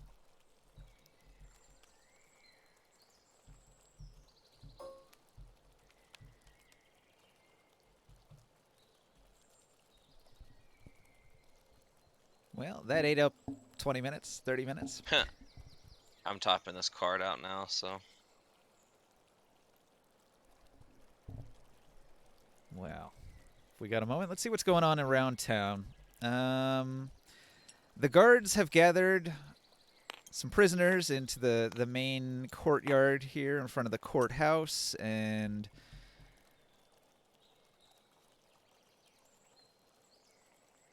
oh, hey. Would you have asked me what was in the package, Parker? Yes. Yeah, if you had asked me, I would have told you. Creepy skull that reminded me of a object for spying that I had read about.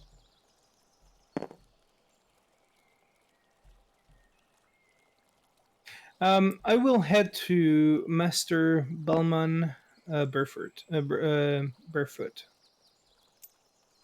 in the Tenors Row.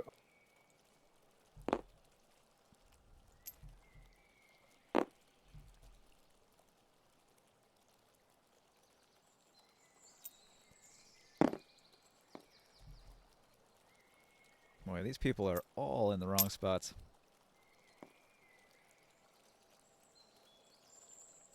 I think he's from the H Inc. now, isn't he? Yeah, he's supposed to be over here.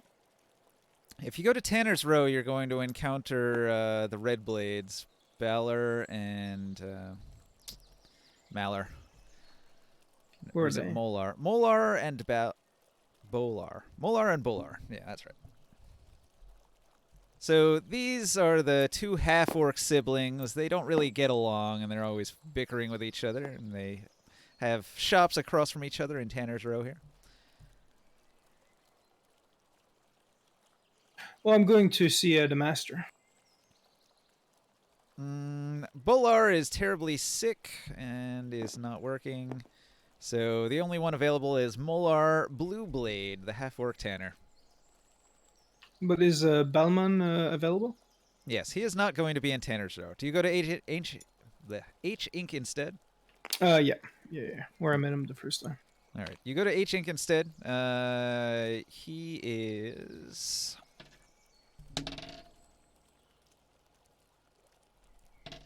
in his workshop, working on some designs. Hey, Balman. How are you doing? He looks up from his work and scoffs. He says, "What are you doing? You're bothering me. I'm trying to work here." Well, I brought in some material that might interest you from a little bit of an adventure over there. Ah, new Down materials. south. Yeah. This piques his interest a little bit. He's going to look up and say, "What do you got?" I got some Hankeg carapace. That might interest you. I'm sure a blacksmith might be interested in something like this to make an armor. Brought also enough of wyvern scale, enough to make a scale armor. I have some. We were talking last time. We were talking about dark wood. About 12 pounds of it. I have 3 large bars of browns as well. Bars of what? Which browns? Bronze. Yeah, Browns. browns. 20. I have 24 pounds of browns. The color browns. Yeah, that might interest you as well. All right. Any of these? A number of materials. Do you wish to just sell the materials for gold? Depending. Well, I was thinking maybe somebody could make a weapon out of this dark wood for me. I was looking maybe at a bow all made of it. Do you know anyone in town that might be that would be good enough to make a nice weapon out of this precious material? Darkwood. Ah, fine stuff. I would trust nobody to craft this other than Dimia Roundtree herself. She could possibly make a masterwork out of this material. You think so? Yeah, possibly. It might not Uh, happen on the first try. It might take her a few tries, but I think she could do it. She's the best bow maker in town. okay, but would you be interested in the other material? He looks at your Ankig carapace and considers that he might be able to make a nice suit of plate armor out of it. Mm-hmm. And what about the wyvern scale? Wyvern scale might make a scale mail armor. Yeah.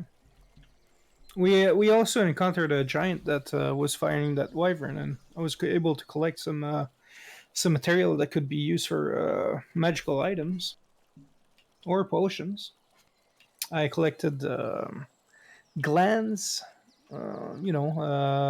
some nails as well, which is known for alchemists to be used for potions of giant strength. Bellaman's going to stop you there and say he's not that interested in alchemy. Other people specialize in that sort of thing. He is into the material sciences, and he only cares about what he can craft from the goods that you've acquired. So, the anchored carapace and the wyvern scale both interest him. He recommends the bow with Dimia. What about 24 pounds of browns? The bronze you could probably convert into a metal item of some sort, whatever you would want. It would just require some labor. I could sell it. I don't really have any needs for it. Okay, well, yeah, you could sell it. So, how much would you give me for these materials? He'll give you 3 gold for your bronze. Okay, and what about the carapace and the wyvern skill? He'll give you maybe like 100 gold for the wyvern scale and maybe 250 for the anking. Yeah, we'll make it a deal. All right. So you get a total of 353 gold.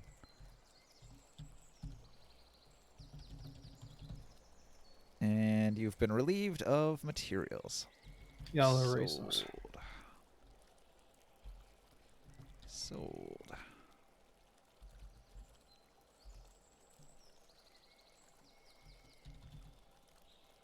So you're keeping the wood in case you can have a bow made. Yes. So I'm gonna head towards.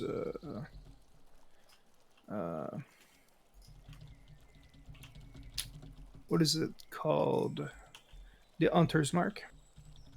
All right. Dimia Roundtree is in there. She's working on some arrows. Hey there, how are you today? I have Greetings. some. Hey, I have some special material that I was wondering. Maybe you could. I would be very interested in you making a bow for me. I was referred to you as being the best in the region. All right. She's going to look at your logs and she's going to say, Darkwood. Yeah. You must have had I to go got- deep into the woods to find this. Well, yeah, we actually had. We were looking for a unicorn horn. Darkwood's one of the highest quality woods we could make a bow out of. Would you like I was. something custom crafted? Yeah, I have 12 pounds of it, and I was wondering what you could do. Like, what kind of bow you might be able to make with this. Whatever you want. Name it.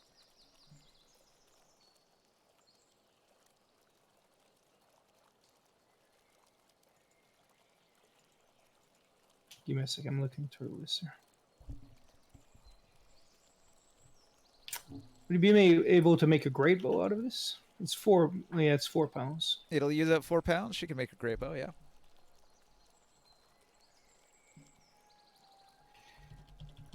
I'm just wondering if you were capable of making a great, like a very nice bow.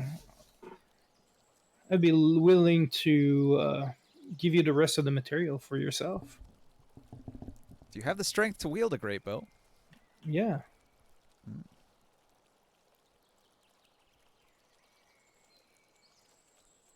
All right, that's 150 gold for a great bow. And you've got 12 pounds of material. You're willing to give her the other 8 pounds if she crafts this Oh, bow for you? but only if it's a very nice one. Well, she doesn't know until she tries to craft it. But if you make one, I'll let you go with all the rest. All right, so I'd have to make the roll. I don't know right now whether she's going to succeed at a masterwork or not. So if you're not going to give her the wood up front, then you'd have to pay her to make the item. I'll pay her, at the end if she ends up having to use it all. But if she makes a nice one, maybe she can make me a deal, and I'll let her go with the rest of the wood. She's interested. She would like to make some other items Yeah, out I'm of sure that sweet, sweet dark wood. be able to make some nice money if you're capable of casting some nice items out of the rest of the wood. I might have liked to have had something made out of it, but I don't guess you asked. So We're looking for. I'm not there with you. I can't really Yeah, I know. determine that.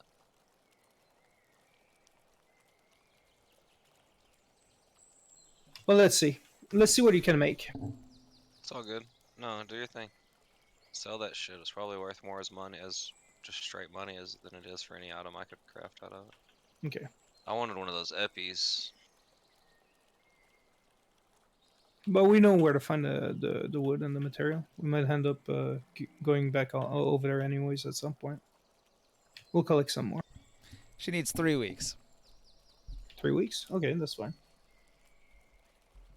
So 3 weeks is how long it takes to craft. She's got the 4 pounds of material that you gave her. So she's got all the materials to make it. And then it would sell for 150 gold if it was normal.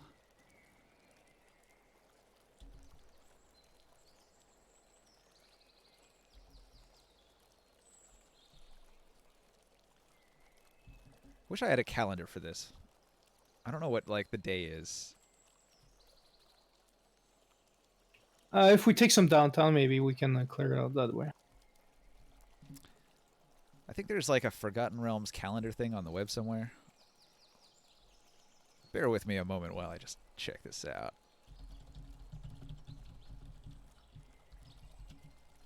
Because it would be really helpful if I had like...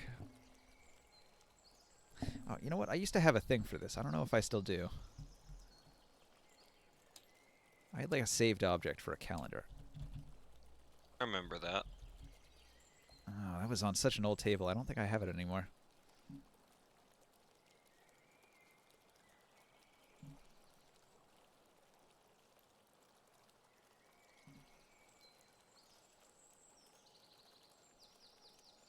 Yeah, I'm gonna skip it for now. It would take too long to research this. I'll just make a note and try to remember that it's gonna take 3 weeks from the day that you got back from the dragon thing. Yeah.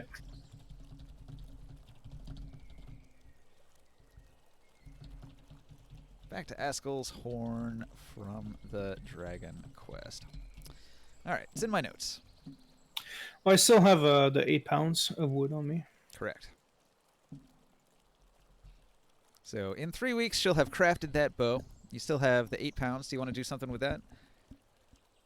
I'll keep that until, and maybe if it fails this time, maybe we can try it again. Yeah. And then she might be able to sell that bow. The one she makes, if it's not like a great one, still make some money out of it. I think usually people make shields out of them. The Darkwood shield's a popular item. Is it? Well, we'll see what she's able to do with the first 4 pounds.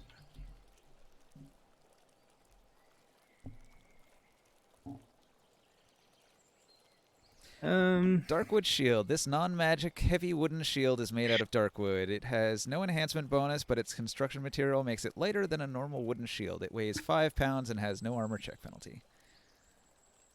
Well, that's pretty good if you need It's- the weight. It's the a weight effect. druid's version of a mithril shield because Yep. druids can't use metal. It's worth 257 gold.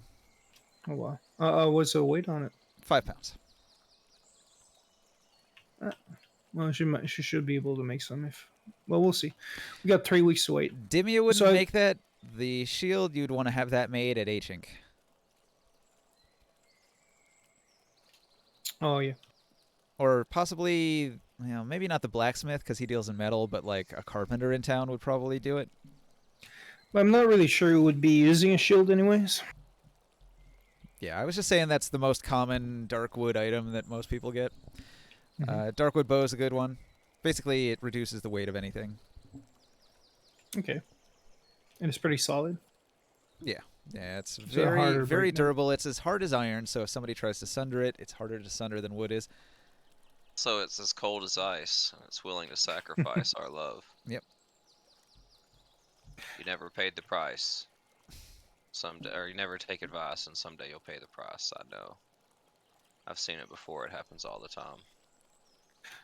Well, I'll go back to Adford if I can find him. All right. Can Abforth be found? Yeah, I'm sure I can. I'm just waiting for the Grand Poobah dude to be ready to talk. All right. So you're just hanging out for 4 hours. Mm-hmm. You gonna go to the Elven Tavern and wait? I kind of feel like you really want me to go to the Elven Tavern, so yes. Well, I'm not forcing you there. I'm just suggesting that's a place you could hang out for 4 hours. I get it. That's just like the third time you've suggested it, so I'm gonna get railroaded into yes. Maybe I you want to got go it. to D-Force and talk to your friend there instead. I don't know. No, I want to actually. Do you think I could find Bucket and see if she wants to go on an actual date instead of just gathering information? I'll offer to buy her a drink. You haven't seen Bucket around. When you go to the Elven Tavern, it's mostly empty except for a few of the regulars and the barkeep. She's pouring out some of that Mhiilamniir ale. The old long brew. Alright, well, if I can't find her, I'll just kind of like hang out and drink. All right, See if we might want to Morcan buy some finds you at mushrooms. the Elf Tavern a while later. Yeah, Adford. I'll wave. Hey, you said 500, huh? That's what the guy said. I'm not able to get rid of this curse on it. We need to I get don't rid. think that particularly mattered to the man. I described the mace. I think it might be worth more than that, but I'm not exactly sure who else would buy an item like this. I don't know. What about you? Most cursed items are so bad that nobody will take them, but this one's curse is tolerable, and it's still a +1 magic weapon, so. 500 gold. Somebody will buy it. They don't mind being slow. A warrior who's already slow, that'd be perfect for. Yep. Some warrior tank wants to use it. What do you think? Is that a fair price for it? Shrug my shoulders and say it seems okay for something that's cursed. All right, let's sell it. You think you'd be able to bargain like 600 instead? I'll try my best, but I can't make any promises. These guys, you know, they're all about their bottom dollar, so I it understand, could be but tough to get them out of any extra coin. it might be worth though. Oh, definitely, we can see.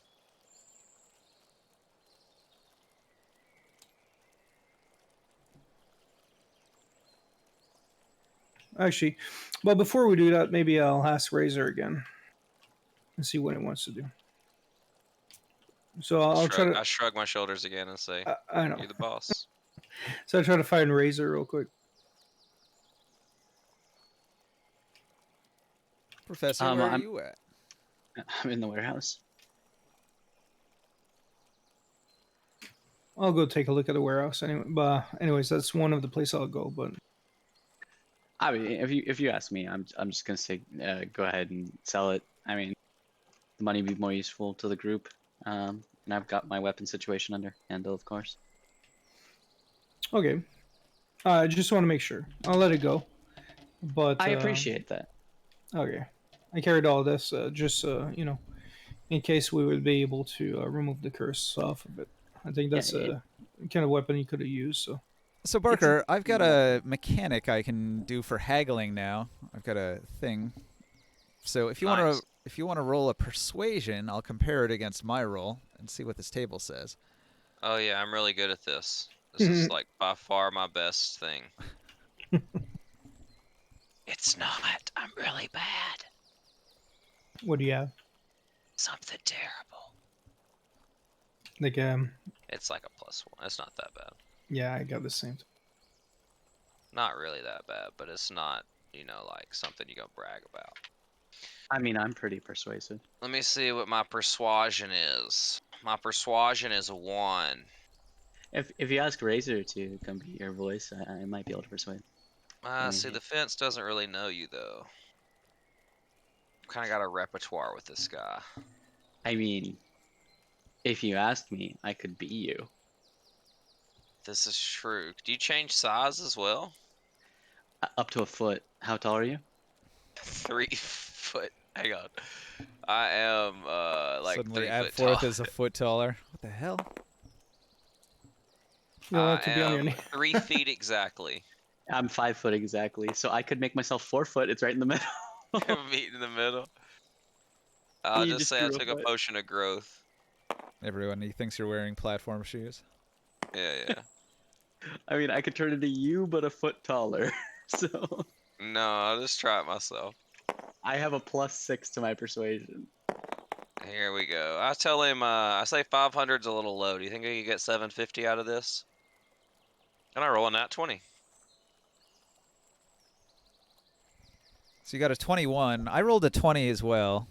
You beat me by 1. He will give you 550 gold instead of 500. With a nat 20? It's a relative roll, so since I also had a 20, it didn't change the effect much. I hate this fucking game sometimes, man. Had I rolled really bad, that would have helped. Hey, the one time you're supposed to always succeed doesn't actually succeed the way you want it to. Congratulations. Get fucked. Have this 50 extra gold. Why I'll would take it. you always succeed at haggling? That makes no sense. No, a nat 20 is supposed to be an instant success. Like, On supposed to be a attack rolls, critical maybe, not on success. skills. There's no such thing as a critical skill success. There should be. No, I'll take the gold. It's fine. All right, 550 gold for a cursed 50. item. It's not bad. Yeah, it's 50 more than we had before. So there you go. I give it to Morkan. Thank you. I'll give you the 50 gold. The extra. I tell you to keep it. It's fine. Nah. You sure? Mm-hmm. Well, I won't tell Kaz in there. He seems to be doing his own thing today anyway.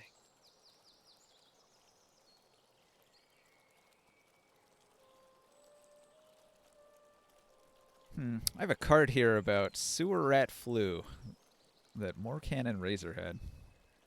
Oh yeah, it made him Yeah. like vomit everywhere. Was that right? Casimir's brew cured us. Mm-hmm.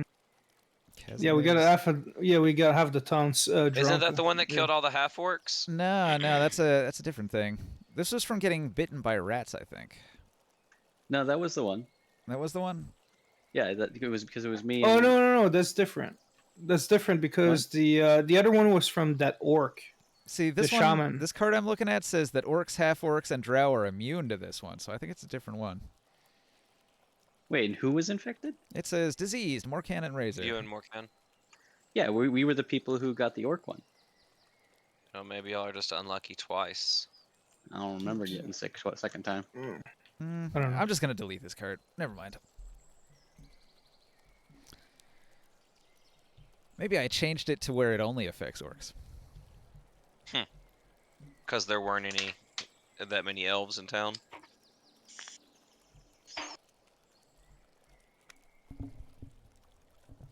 So, never mind that. I guess some time passes if you want to go talk to Woolgrith. I want to talk to the Archmage, yeah. All right. You arrive at the palace of the Archmage. You go all the way up to the top of his tower.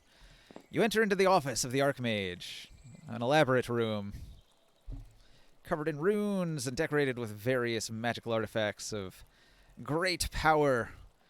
The whole room is opulent and projects power.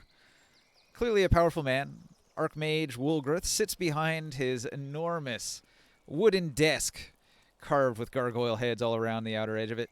And he's going to sit there and he's going to arch an eyebrow and say, "You again? We meet many times. What is it this time?" Sit down. I'll ask if it's all right if I sit. Of course. That's what the chairs are for. I'll take a seat and I'll load a pipe. You know, just kind of as I start talking, and say, "It took me. I understand I bother you often. I apologize. This is actually Hopefully you have useful information this time. This is to deliver on the job you actually gave me. So I hope you find what I found, helpful. It's been a hard going actually. The things you tasked me to do are really no small feat for anyone, much less someone who's new in town. But I think I've done all right for myself. And I start with giving the info on Bucket and her boss, Mr. Big Boss. And I say, in my attempts to search for the moon symbol, I got in with this organization, and I believe it's the Thieves Guild.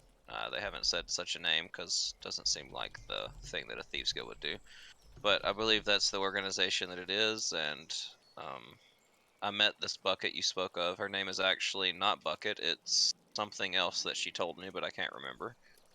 It's just what the locals call her, and she would not come off any information about the Crescent Moon. Although, on that subject, I did hear a story of a old soldier named Gawain, who died near a lake with a sword that had the exact emblem that you described to me on it. In attempts to track down the sword and acquire it, I was stopped by a very powerful adult green dragon and told I could not enter the place of its location. So I might need assistance in gathering that piece of the puzzle, if that's something you might could help with. If not, I'll work it out on my own, I'm sure. And the last thing is, the only piece of information I've gotten on Archibald so far is that he had a skull delivered to him from the mayor of Elvenport, and it is similar to a familiar for a wizard, as in the owner of it can scry to its location and see through its eyes for a moment of time. All right. His attention perks up at that. Anything And else? I let him know that I have an informant in the House of Bones to gather more information, and that I'm also currently still working on acquiring more information about the group that Bucket and her boss, Mr. Big Boss, are part of. And I'll also describe what Big Boss looks like. Okay. And I tell Well, him that's all. he's gonna thank you for your information. He's gonna give you a reward.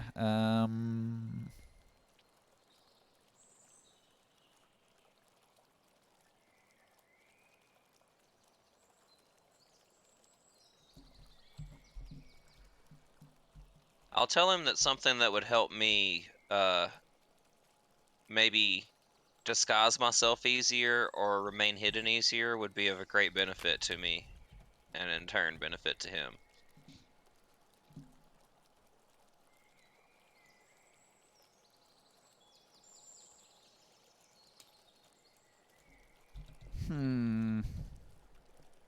Here's what you say, and he opens a desk drawer and he grabs a bottle and throws it in a bag that he hands you. So he gives you this and then says, I'm very busy, so gather more information and return when you have more information of use. Ask him if I could ask one question of him, if it's not too much trouble. Sure. I would like to know any information he can give me on the Baron of the town. I've seen hide nor hair of him since I've been here, and it's just very curious to me. The Baron is a secretive man, and he fears for his life. Assassins tried to kill him many, many months ago, and he has become a recluse, a bit of a hermit. His agents deliver messages from him, but he does not appear in public. And he leaves most of the business of the town in the hands of the Bladewalkers. So I'm gonna guess that it's not possible to currently meet with him. The Baron sees no one. As I said, a reclusive man, a hermit. I nod and say, "This is as I expected, almost." So I It's thank him for wise his when you time, have and enemies to make your whereabouts unknown to most.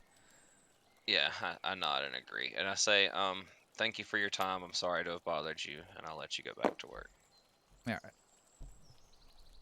So, did he get this card?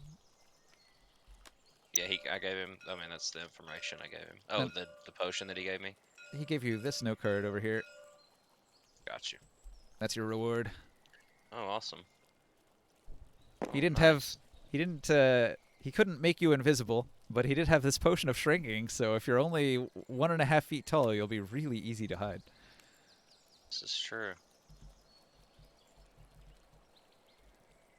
I'll pocket that, and I will head back to the party.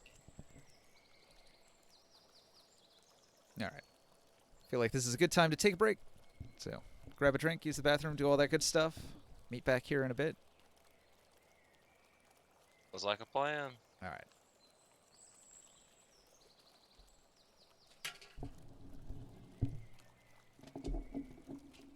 You there, Kev?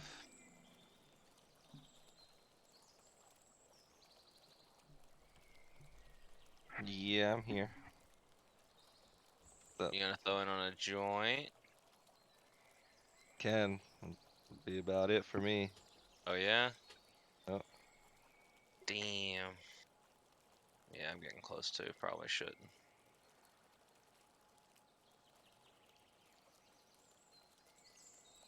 Yeah, I can throw it on a J, but be like, yeah, I can. Just want to save one last bowl for tomorrow.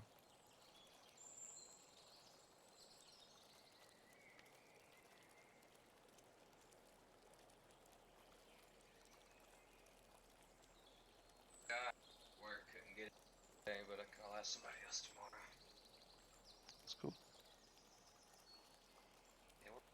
about the same amount. Is it? Yeah. I went through the shake today. What? I'll put it in the joint. Oh, cool. I'll pack one up too.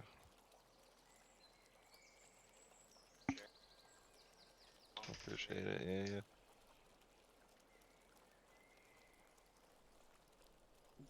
Yeah. First 2 weeks I was here, it's the least I could Yeah. do. Appreciate it.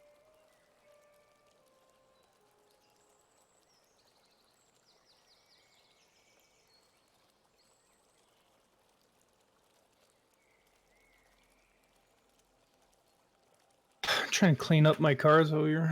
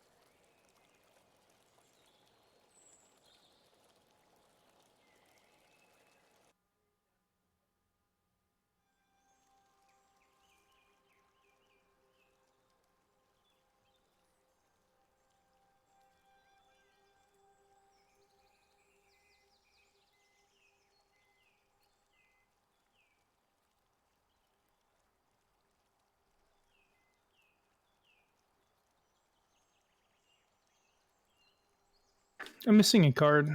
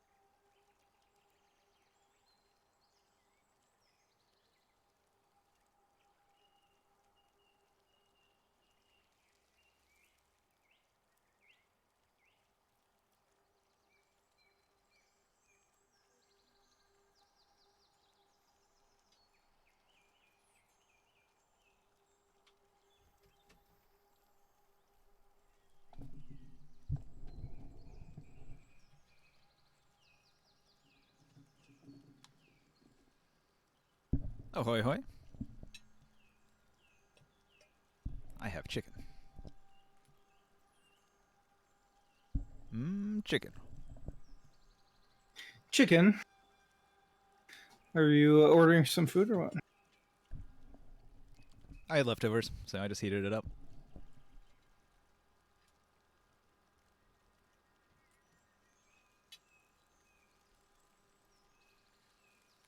I'm missing a card.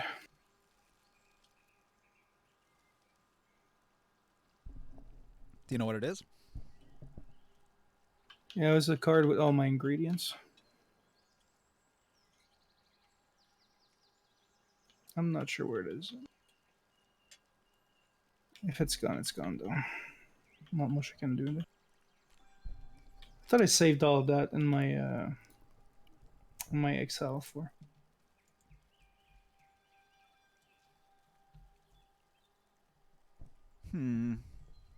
Where did it go?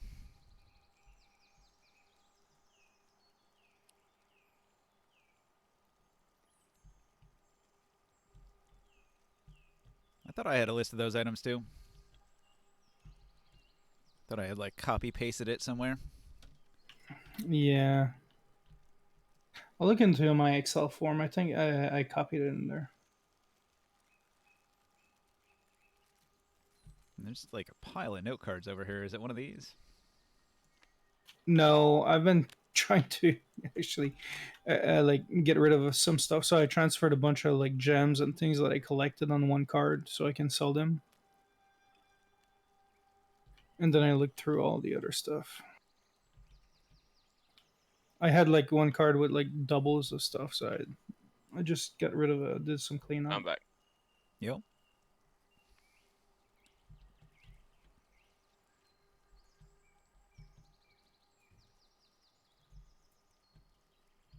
Everybody back, or is it we waiting on Professor maybe? Haven't heard from Professor yet. He's probably here and just creeping around, all quiet and shit.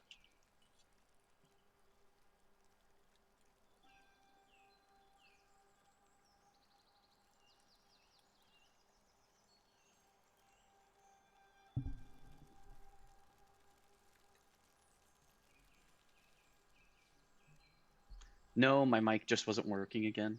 Fucking Have you fault. been talking a lot?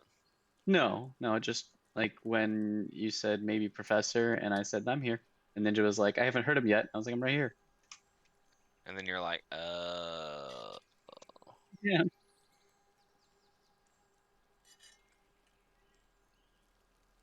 well, I guess we're good to go then, yeah?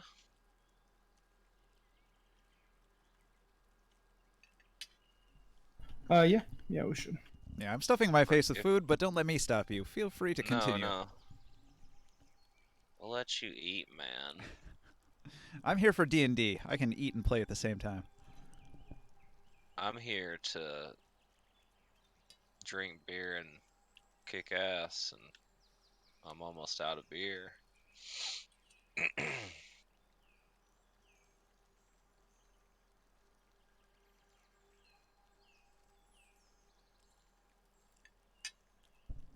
So you guys have a week of downtime, or almost a week anyway.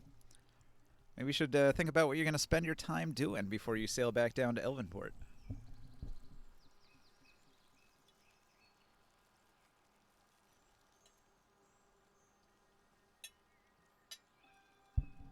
I Do mean, you want to craft I wanna- something? Do you want to make alchemy potions? Do you want to investigate? Do you I wanna... want to sell my mushrooms. No, I want to I'll- go back to Elvenport and find that fucking dude. Yeah. Well, we have a week here to wait now. Why do we have to wait a week? She said that it takes about a week for her to Oh. find out. It took us time to come up here, and it'll take us time to return, won't it? Yeah, that's what I was thinking. Why do we have to wait a week? How long is the travel time? Less than a day. told us. You go from Elvenport to Askelshorn in less than a day. All right. So we have a couple days to wait. So they'll take 1 week off of the bow, and but I'll go to the see my alchemist that are working there? She was looking for Byron for the day that you traveled from Elvenport to Askelshorn. So that's like 1 day out of the week she needs. So you need another like 9 days to kill. Well, I'll go to my alchemist and I'll bring them a bunch of the stuff we got back from our fights, from the giant, from the wyvern. I didn't take anything else from that other creature. But I do have those nails and glands and blood and venom, We're gonna do with stinger and all that. snails. No snails. You said you have you have those snails. The nails. Nail I slivers. know what you said. I'm just an asshole. And I asked them to start doing some researches on that, on these materials. Okay. I get an 11.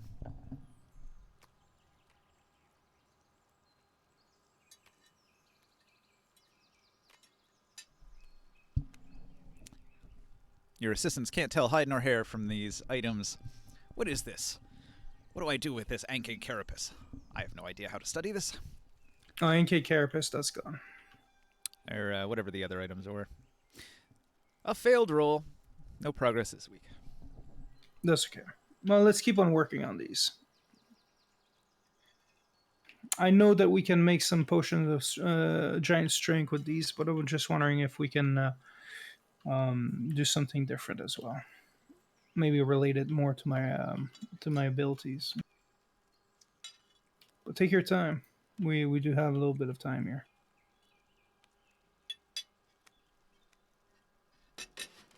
I would Dig- like to meet my guild leader and see if he has any work for me during the week of downtime. All right. Well, the question remains, where do you find him? I will go to the Bard's College and ask around about him and say I need to pay my dues. The Bard's College isn't gonna know much about Big Boss. I go to the back alley and say I need to pay my dues. All right. He'll suggest that you go down into the sewers to the Thieves Guild. Okay, that's cool. That's where I need to go. Yeah, I remember you saying that now. All right. So if you head into the sewers and you know the secret location of the Thieves Guild, you can get into that back part of the sewers. So, Big Boss is in some sort of meeting when you get there, and all of the local thieves, all of the entire Thieves Guild is here.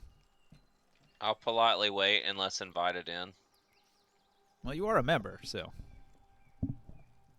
I haven't been invited to this meeting, but I will stand near the back to show that I'm attending. All right. Anyway, he's giving a speech to the people, and he's going to say, "We've lost a few guys this week. The ones that are getting caught are not getting jail sentences. They're getting their hands cut off or they're being decapitated in public, and so this is a bit of a problem. I'm going to need some of you guys to use more caution, possibly lay low for a bit. We might move some of our operations west into the nearby wilderness, go after some of the goods that are in the possession of those barbarian tribes out west. So obviously lay low in town for now, guys. It's a dangerous time to be a rogue in the streets of Askel's Horn." Can I ask whoever's nearby me what's been going on? I've been out of town on a mission on a job. So What's this about? apparently the what's his name? I have to go to my list. Let me find Keepsman. His name, Bailiff Clifton Bladewalker. How could I forget? All right. So basically, Bailiff Clifton Bladewalker's been on a bit of a tear. He's been just killing people left and right. He's been very upset about something, and he's been taking it out on any criminal he can get his hands on. Would it happen to be a lack of deluge? Maybe. Since our supplies dried up and we had to try to build a new lab and acquire new goods, we're kind of in need of a certain supply of materials that are hard to acquire. Can I question him further? Centaur Just- parts. It seems like we might have those. I can probably find those. I say, does it pay well to go hunt? Who do I go to get that commission? Where do I go to get that job? If you meet up with the big boss later and say, "Hey, I can get you some centaur guts," then he'll say, Sweet. "Sure." All right, I like that. I nod and I thank the man and ask him his name. Big boss. No, I'm not. I thought I was talking to some random dude just standing there.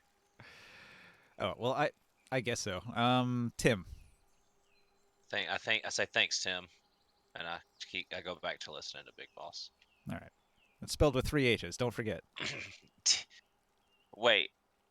Timhhh. Tim. Why is I nod like it's the most common thing in the world and continue. Don't forget it. Okay, Tim with 3 H's. Don't forget it. I gotta write that on my character sheet. I had a one-eyed character named Tim with 2 eyes. It was Tim, but he only had one eye. That's fucking One-eyed Tim. hilarious. Tim with 2 eyes. One-eyed Tim with 2 eyes. You could have named him Willie though. I mean, yeah, but I liked Tim with 2 eyes. That's hilarious, dude.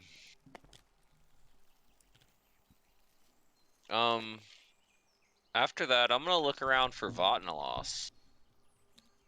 Votnalos In has the- fled. He has fled to an unknown location. I'm gonna leave a message in the corner near the sewage pipes. I know he likes to frequent and fish for those little dudes that he was fishing for. And maybe he'll find it and get in contact with me. All right. Let me make a note about this.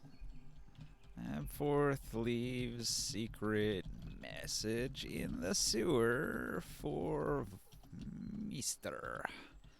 Votnilos. Okay. What did the note say, though? Sorry, I muted myself to say that. I don't know why. I said the note says, friend, we are allies. Please contact us. We want to help. May be able to fix problem.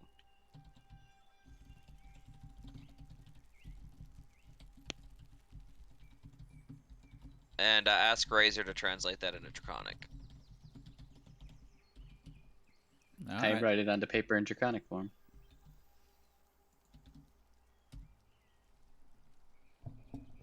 The draconic language is all S's. That's fine. That's fine. He'll get it, hopefully. Yep, they're different sized and different curves. Sometimes the And top then, loop is bigger than the bottom loop. Italic go S, cursive S, lowercase s. I go ask I need to go talk to Big Boss if it's possible.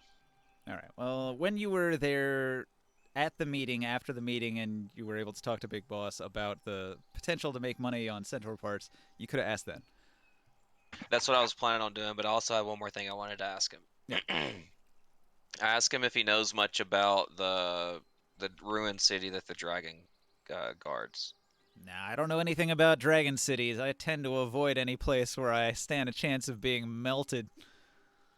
Yeah, that's kind of why I was trying to get some more information for somebody who had a lot of knowledge on it. Oh, and I left you a keg of long brew at the tavern by the Bard's College. Or no, I'm sorry, at Tavern Hawk Nice. in the room of Fire Weasel. It's a present for you. And I pay my guild dues. I give him 100 gold and I say, I had a small score on the way home from the Endless Caverns. Shook some people over in Kars. This has improved your standing in the Thieves Guild a little bit. And I ask him if there's nothing specific he needs from a low member of the guild. I will be on my way. Hmm. The main thing is getting Centaur parts and getting the Deluge factory back up and running. That seems to I be a key focus. I stop as I walk out the door like I just remembered something. I say, I know an alchemist who's fairly skilled. Would you like me to try to get him to synthesize the ingredients into the final form? He already has an alchemist, so he will say no. I no, I didn't ask him. Didn't ask you this, and I don't have to say it again. But how much specifically centaur guts do you need? The more the merrier, as much as possible. All right. And one The more amount thing. of Have you deluge seen they Buck? can mate is limited by the amount of centaur guts they've got. I asked if they've seen Bucket. He's seen Bucket around. What was her real name? You told me.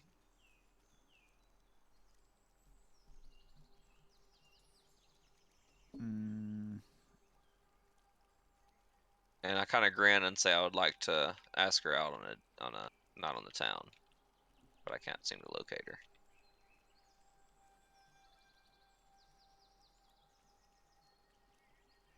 I have a lot of notes. Understandable. I thought I wrote it down maybe, but I guess I didn't.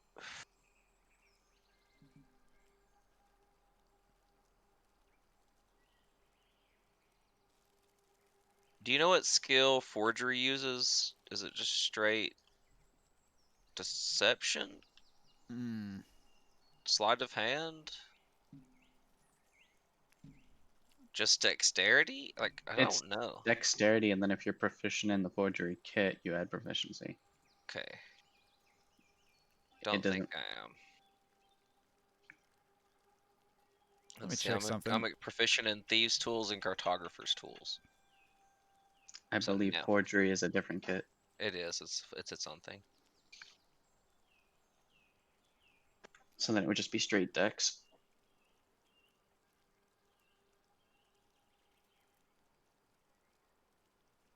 Or intelligence. I've seen. I think the guild. It's up to guild leader's discretion. Basically, what you're forging. An official document. It might be an int roll. If you're What just if trying I to have an forge someone's exact copy? signature. Yeah, if you're just trying to forge someone's signature, I think that's dex. I would like to forge a copy of this note of clearance I have from like Jaren Bladewalker himself that we stole from that guy right at the very beginning of the game. Do you remember that note, Ninja?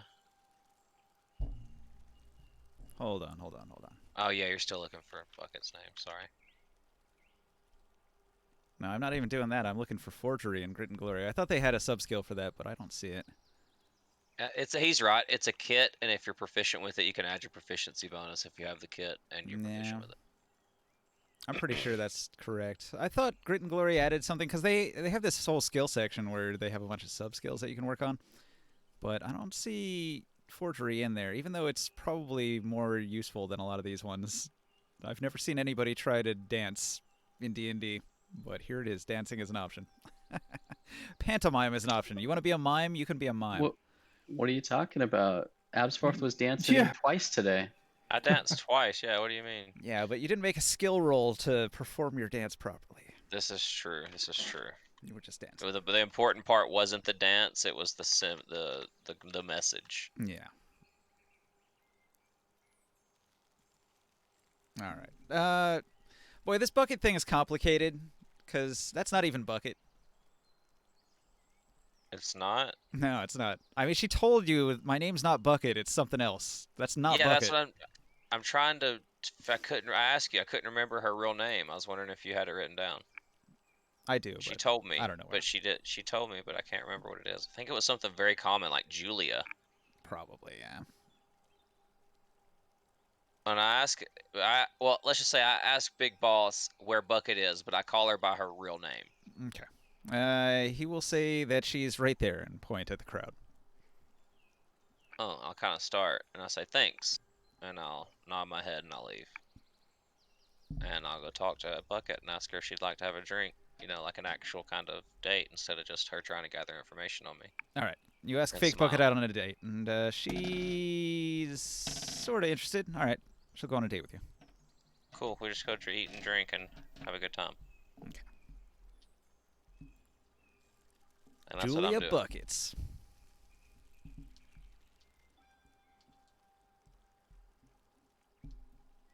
Or what's the name they give to like somebody who doesn't have a name? John Smith, Jane Doe. Jane Doe. Jane. Jane's the one. Her name's gonna be Jane. Okay, Adding like it to it. my notes. I like it.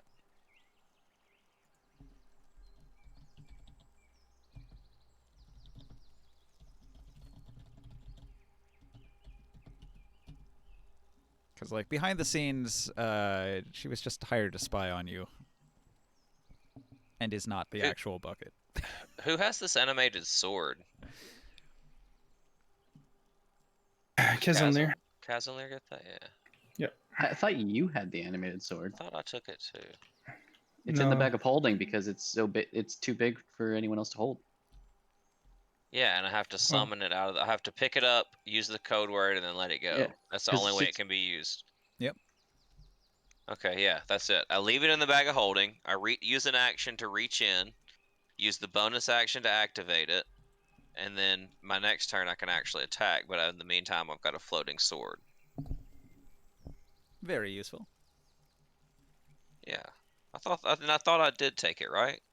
Animated weapons Yeah. count as monsters though, so they can be attacked and destroyed. Well, what would this stats be then? Let's see. I've got a book with all the animated monster stats in it. What is it? It's the. It is an animated iron broadsword of anime, because if you name your attack and yell it when you do it, it gives an extra dice of damage on a critical hit. A sword from an anime? No, it is the sword of anime. It's called of anime because if you I name know. your attack and then yell it out when you use it, it gives an extra dice when you do a critical hit.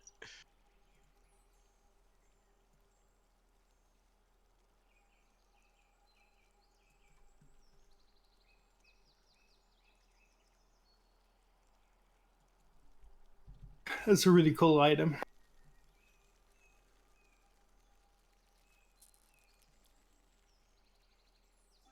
How does parry work for an item that's animated? Just can't use it? Probably, yeah.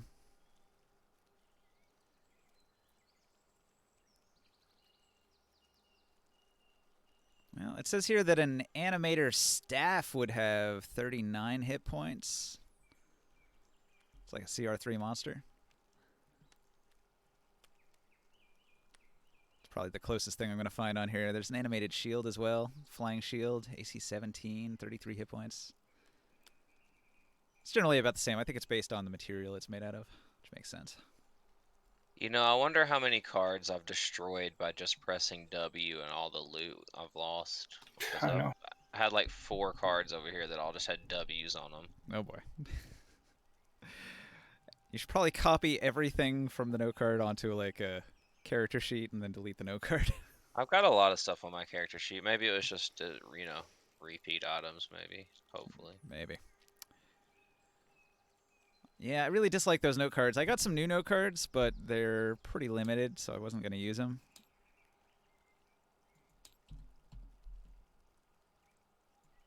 I just have like a PDF character sheet that I copy and paste things into.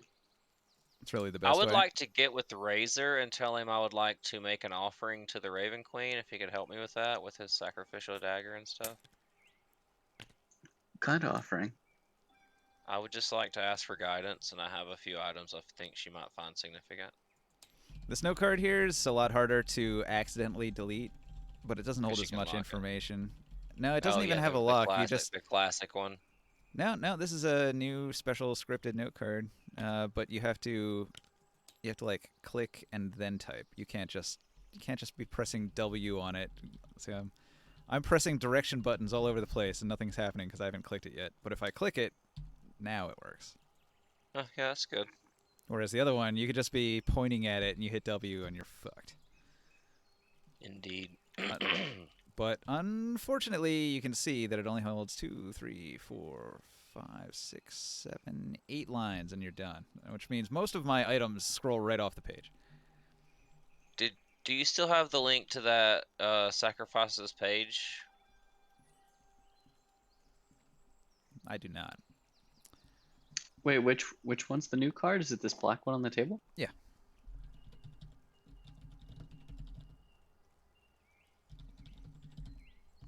It's the sacrifice table from the Book of Vile Darkness. Maybe it's online somewhere. Yeah, I'll look for it. Dark Sacrifice, 3.5 variant. Yeah, that's most of it.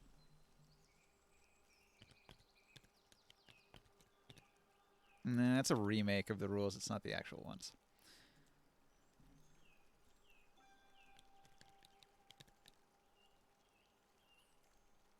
If you can get your hands on the whole Book of Vile Darkness, it's really the best source. I also copied it onto my Darkest Dungeon spreadsheet because I was doing it in that game.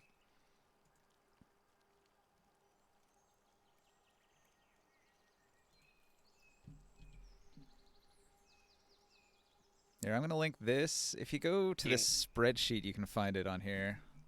I'm here. I got the book right here. I meticulously typed the entire thing in from like line 118 to line 140 on that first tab. Fucking crazy. And I also put in some example spells, like if you roll a 50, you can get a wish or a gate spell. It's pretty hard to roll a 50, though. Oof. Even if you're getting every single one of these modifiers, people don't know what I'm talking about if they're looking at the stream. I'll put it on stream. It's a sacrifice table here. Basically, in the Book of Vile Darkness, if you sacrifice a creature, you can actually get powers from it by doing the sacrifice as sort of like a religious thing. So here I have it set up where it's like a intelligence religion check, and then you can add modifiers based on the circumstances. Like if it's a boss monster you're sacrificing, +3.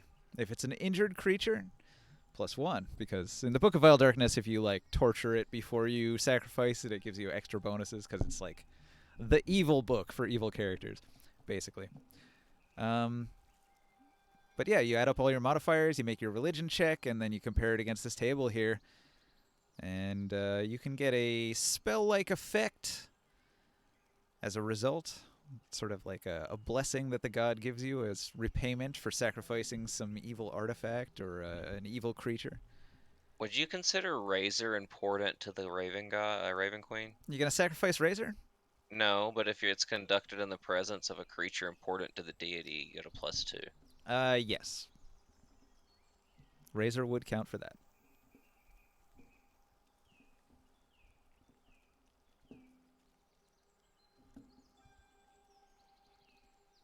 So what are you gonna sacrifice? The personal items I took off the 2 people killed. If there's no one alive to put importance in them, they're no longer being sacrificed. Like the Raven Queen, like I said, takes trinkets that make people sad and takes them away. That's what I've got is the trinkets. That's what I was going to sacrifice. Yeah, but if the Not people who own them are dead, who would be sad that they're gone? The relatives of those people, maybe?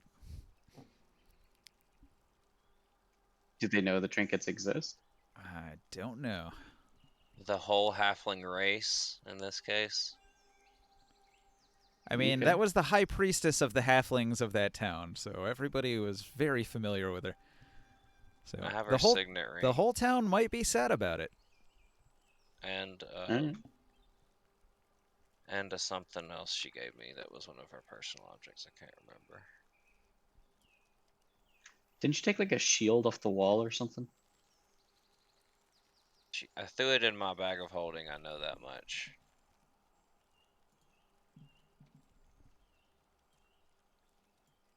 So 2 holy symbols of another god is what you want to sacrifice to my god. Well, her signet ring is the holy symbol of her god. Yeah, and I'm assuming the holy symbol of her god is also on her shield. There you go. Yeah. So 2 holy symbols of another god. But sacrificed. I mean, I don't know if the Raven Queen's game for that, but I mean, hey, I'm game to try.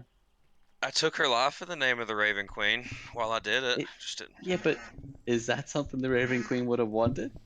Maybe. At the end of the day, what you're trying to do is just to role play that you're going to multi-class, right? I'm not even gonna multi-class. I'm just gonna stay rogue. So you're not even. You just want to do the RP for the religion stuff. Then it's fine. Yeah, Then.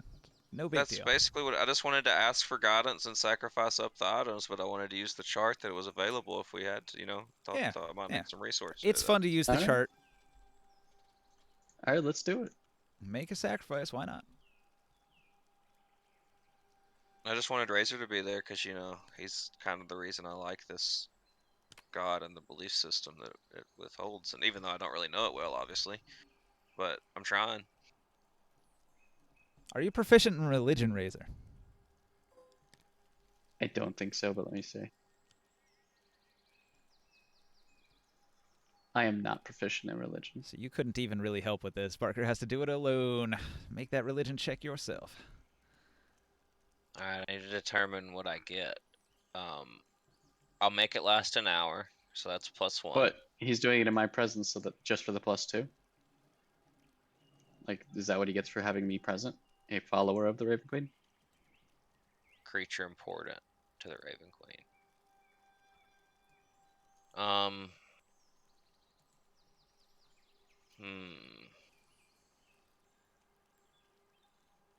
I'll Is let the you, of course, sewer- use the dagger. Are the sewers counting as a public place? No. Okay. Is there a desecrated or unhallowed area around? Nope. Okay. You would need a cleric capable of casting second-level spells to prepare it and cast it. Sure. Alright, well I get a +5 to this, so we'll see what happens. Wait, are you using the dagger? I Yeah. can give you the dagger, and that gives what, plus something. Oh, I got a 3 naturally too, so I got a +8. If the dagger goes +1, Is it a dagger of sacrifice? Those give you advantage. yes. Oh, and I get Advantage. Okay, Nice. there you go. So +8 with advantage. A 23. 23. All right. You destroy the symbols. Oh, wow. Too bad you already sold that cursed item. You could have gotten a remove curse with that. Nice. Well, What? it's comparable to a third level spell. So, check here. You know what I think is a third level spell? Hang on a second.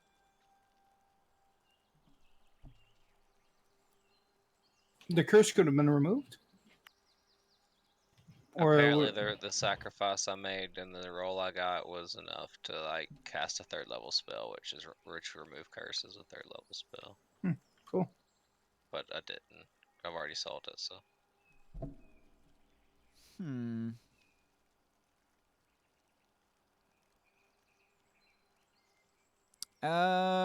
What would a creature? She's a fey creature, right?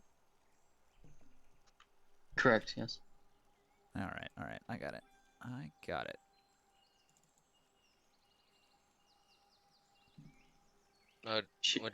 What'd you think of the owl on your shoulder, More Canada? Do it all right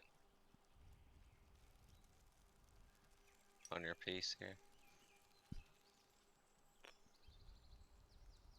I was looking at what level Commune is. Commune's a 5th level spell, since he wants to ask questions of the Raven Queen. What happens is a minion of the Raven Queen appears as if a summon fey spell was cast. You call forth Is a it a fey raven? spirit. It manifests in an unoccupied space that you can see within range. This corporeal form uses the fey spirit stat block. When you cast a spell, choose a mood: fuming, mirthful, or tricksy. The creature resembles a fey creature of your choice marked by the chosen mood. So, probably a raven. Do you want it to be a tricksy raven? Sure. All right. A tricksy raven appears. I say hello. The creature flies over and lands on your shoulder. It is your ally now. I pet it on the head and I feed it a piece of nuts and berries out of a ration pack. It shares your initiative. Hey, that is probably the best sign you could have got. Yeah. That's like the Raven Queen must like what you're doing because to have her summon a raven, which is the way she herself delivers messages, and it land on your shoulder. I have a feeling she I'm likes what very you're happy. doing. I'm very happy. I wasn't sure how she'd feel about you killing another god's cleric, but apparently she's game for it.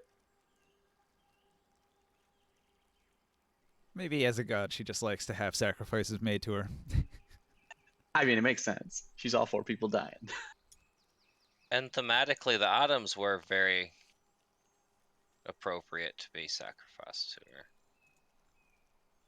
I guess. Probably not the one to speak on that.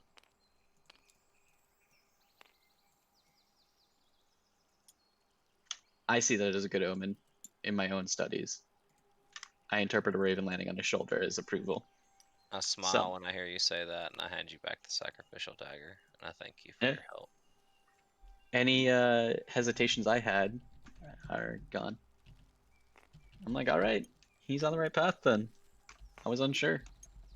Ask if you want to help build up the organization I'm building. I know you have a fondness for infiltrating guilds. Why not one more? Just being willingly invited this time. I mean, of course, knowledge is power. And I Excellent. like to be aware of what's going on. Well, I let you know. I know you knew that we closed up that cave, but I'll let you know that I plan to use that as kind of base of operations. So anytime he wants to go visit there with me, and we can maybe start fixing it up and maybe rearming the traps and guarding it better and getting people working in there and making us a profit and gathering information while we're off on adventures, might not be such a bad thing. There you go, Barker. This is its stat block here. I dropped it in the Discord. Awesome, thank you. Does it just last forever? Or Normally it's concentration for up to an hour, but it was cast by a god. all right, you got Fae Raven Pet. And because it's tricksy, the Fae can fill a 5-foot cube with 5 feet of it with magical darkness, which lasts until the end of its next turn. Neat. You can make darkness. That's perfect. Also, apparently, it can fight with a short sword. I'm not sure how that works. It grabs it with its feet. Right? When you see a raven flying at you with a short sword, you better run. You better get the fuck out. Can't run from death. Half the spell. What level was this cast at? 20 because it's a god? Yeah, something like that. So, okay, that gets 10 attacks. We're gonna say that it gets 1. It gets 10 attacks. It's a Yeah. level 3 spell. One's fine. I'm happy with that. Yeah, technically it is a 3rd level spell, yeah, so it would be a 1. It's fine. I'm good with that. This is great. Really, the only effect the god thing has is that she gave it a permanent duration. Yeah. Well, although the armor class, 3rd level spell, armor class 15, that's pretty good. Yeah. Defin is going to come back and we're all going to have a familiar. What And the fuck? 60 hit points? He's probably got more hit points than you. 40 hit points. Wow. Plus 10 for each spell level above 30. Above I 30. read that wrong. I thought that was 10 for each spell level, but no. So it's only 30. Yeah, 30. It's Still pretty good. That's still more than me. Yeah, it's still pretty good. I have 18. I have 18 HP. Oh, he can also At level teleport 3. 30 feet? That's useful. Yep. Mm-hmm. He's It's like- good. I like him. It's like run on crack. Oh, it says that that's a bonus action and you have to do both. So if you want to create the 5-foot cloud of darkness, you have to He do has the to teleport teleport to to it. a place. Okay. That's cool. So does he leave like a puff of darkness behind? Yeah, I imagine. No, He where he teleports and the lands. cloud poofs Cool. out of him and then he teleports away. It's awesome. Yeah, it's a pretty good thing to get from a sacrifice. Not too bad. Way better than I expected. And like I said, you could have used it on that cursed item because third level effect is remove curse. I like it. I like this better, honestly. Yeah. Dovahven is gone, anyways. It helps a lot when you have one of those ritual sacrifice items that gives you advantage. It Yeah, also helps for a lot if you're like an amazing cleric. If your religion check is off the charts and you have the item of sacrifice, you almost can't fail at this.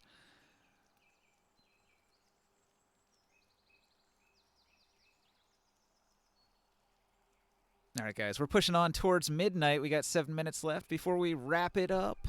Do you guys want to do any other last-minute D&D shenanigans?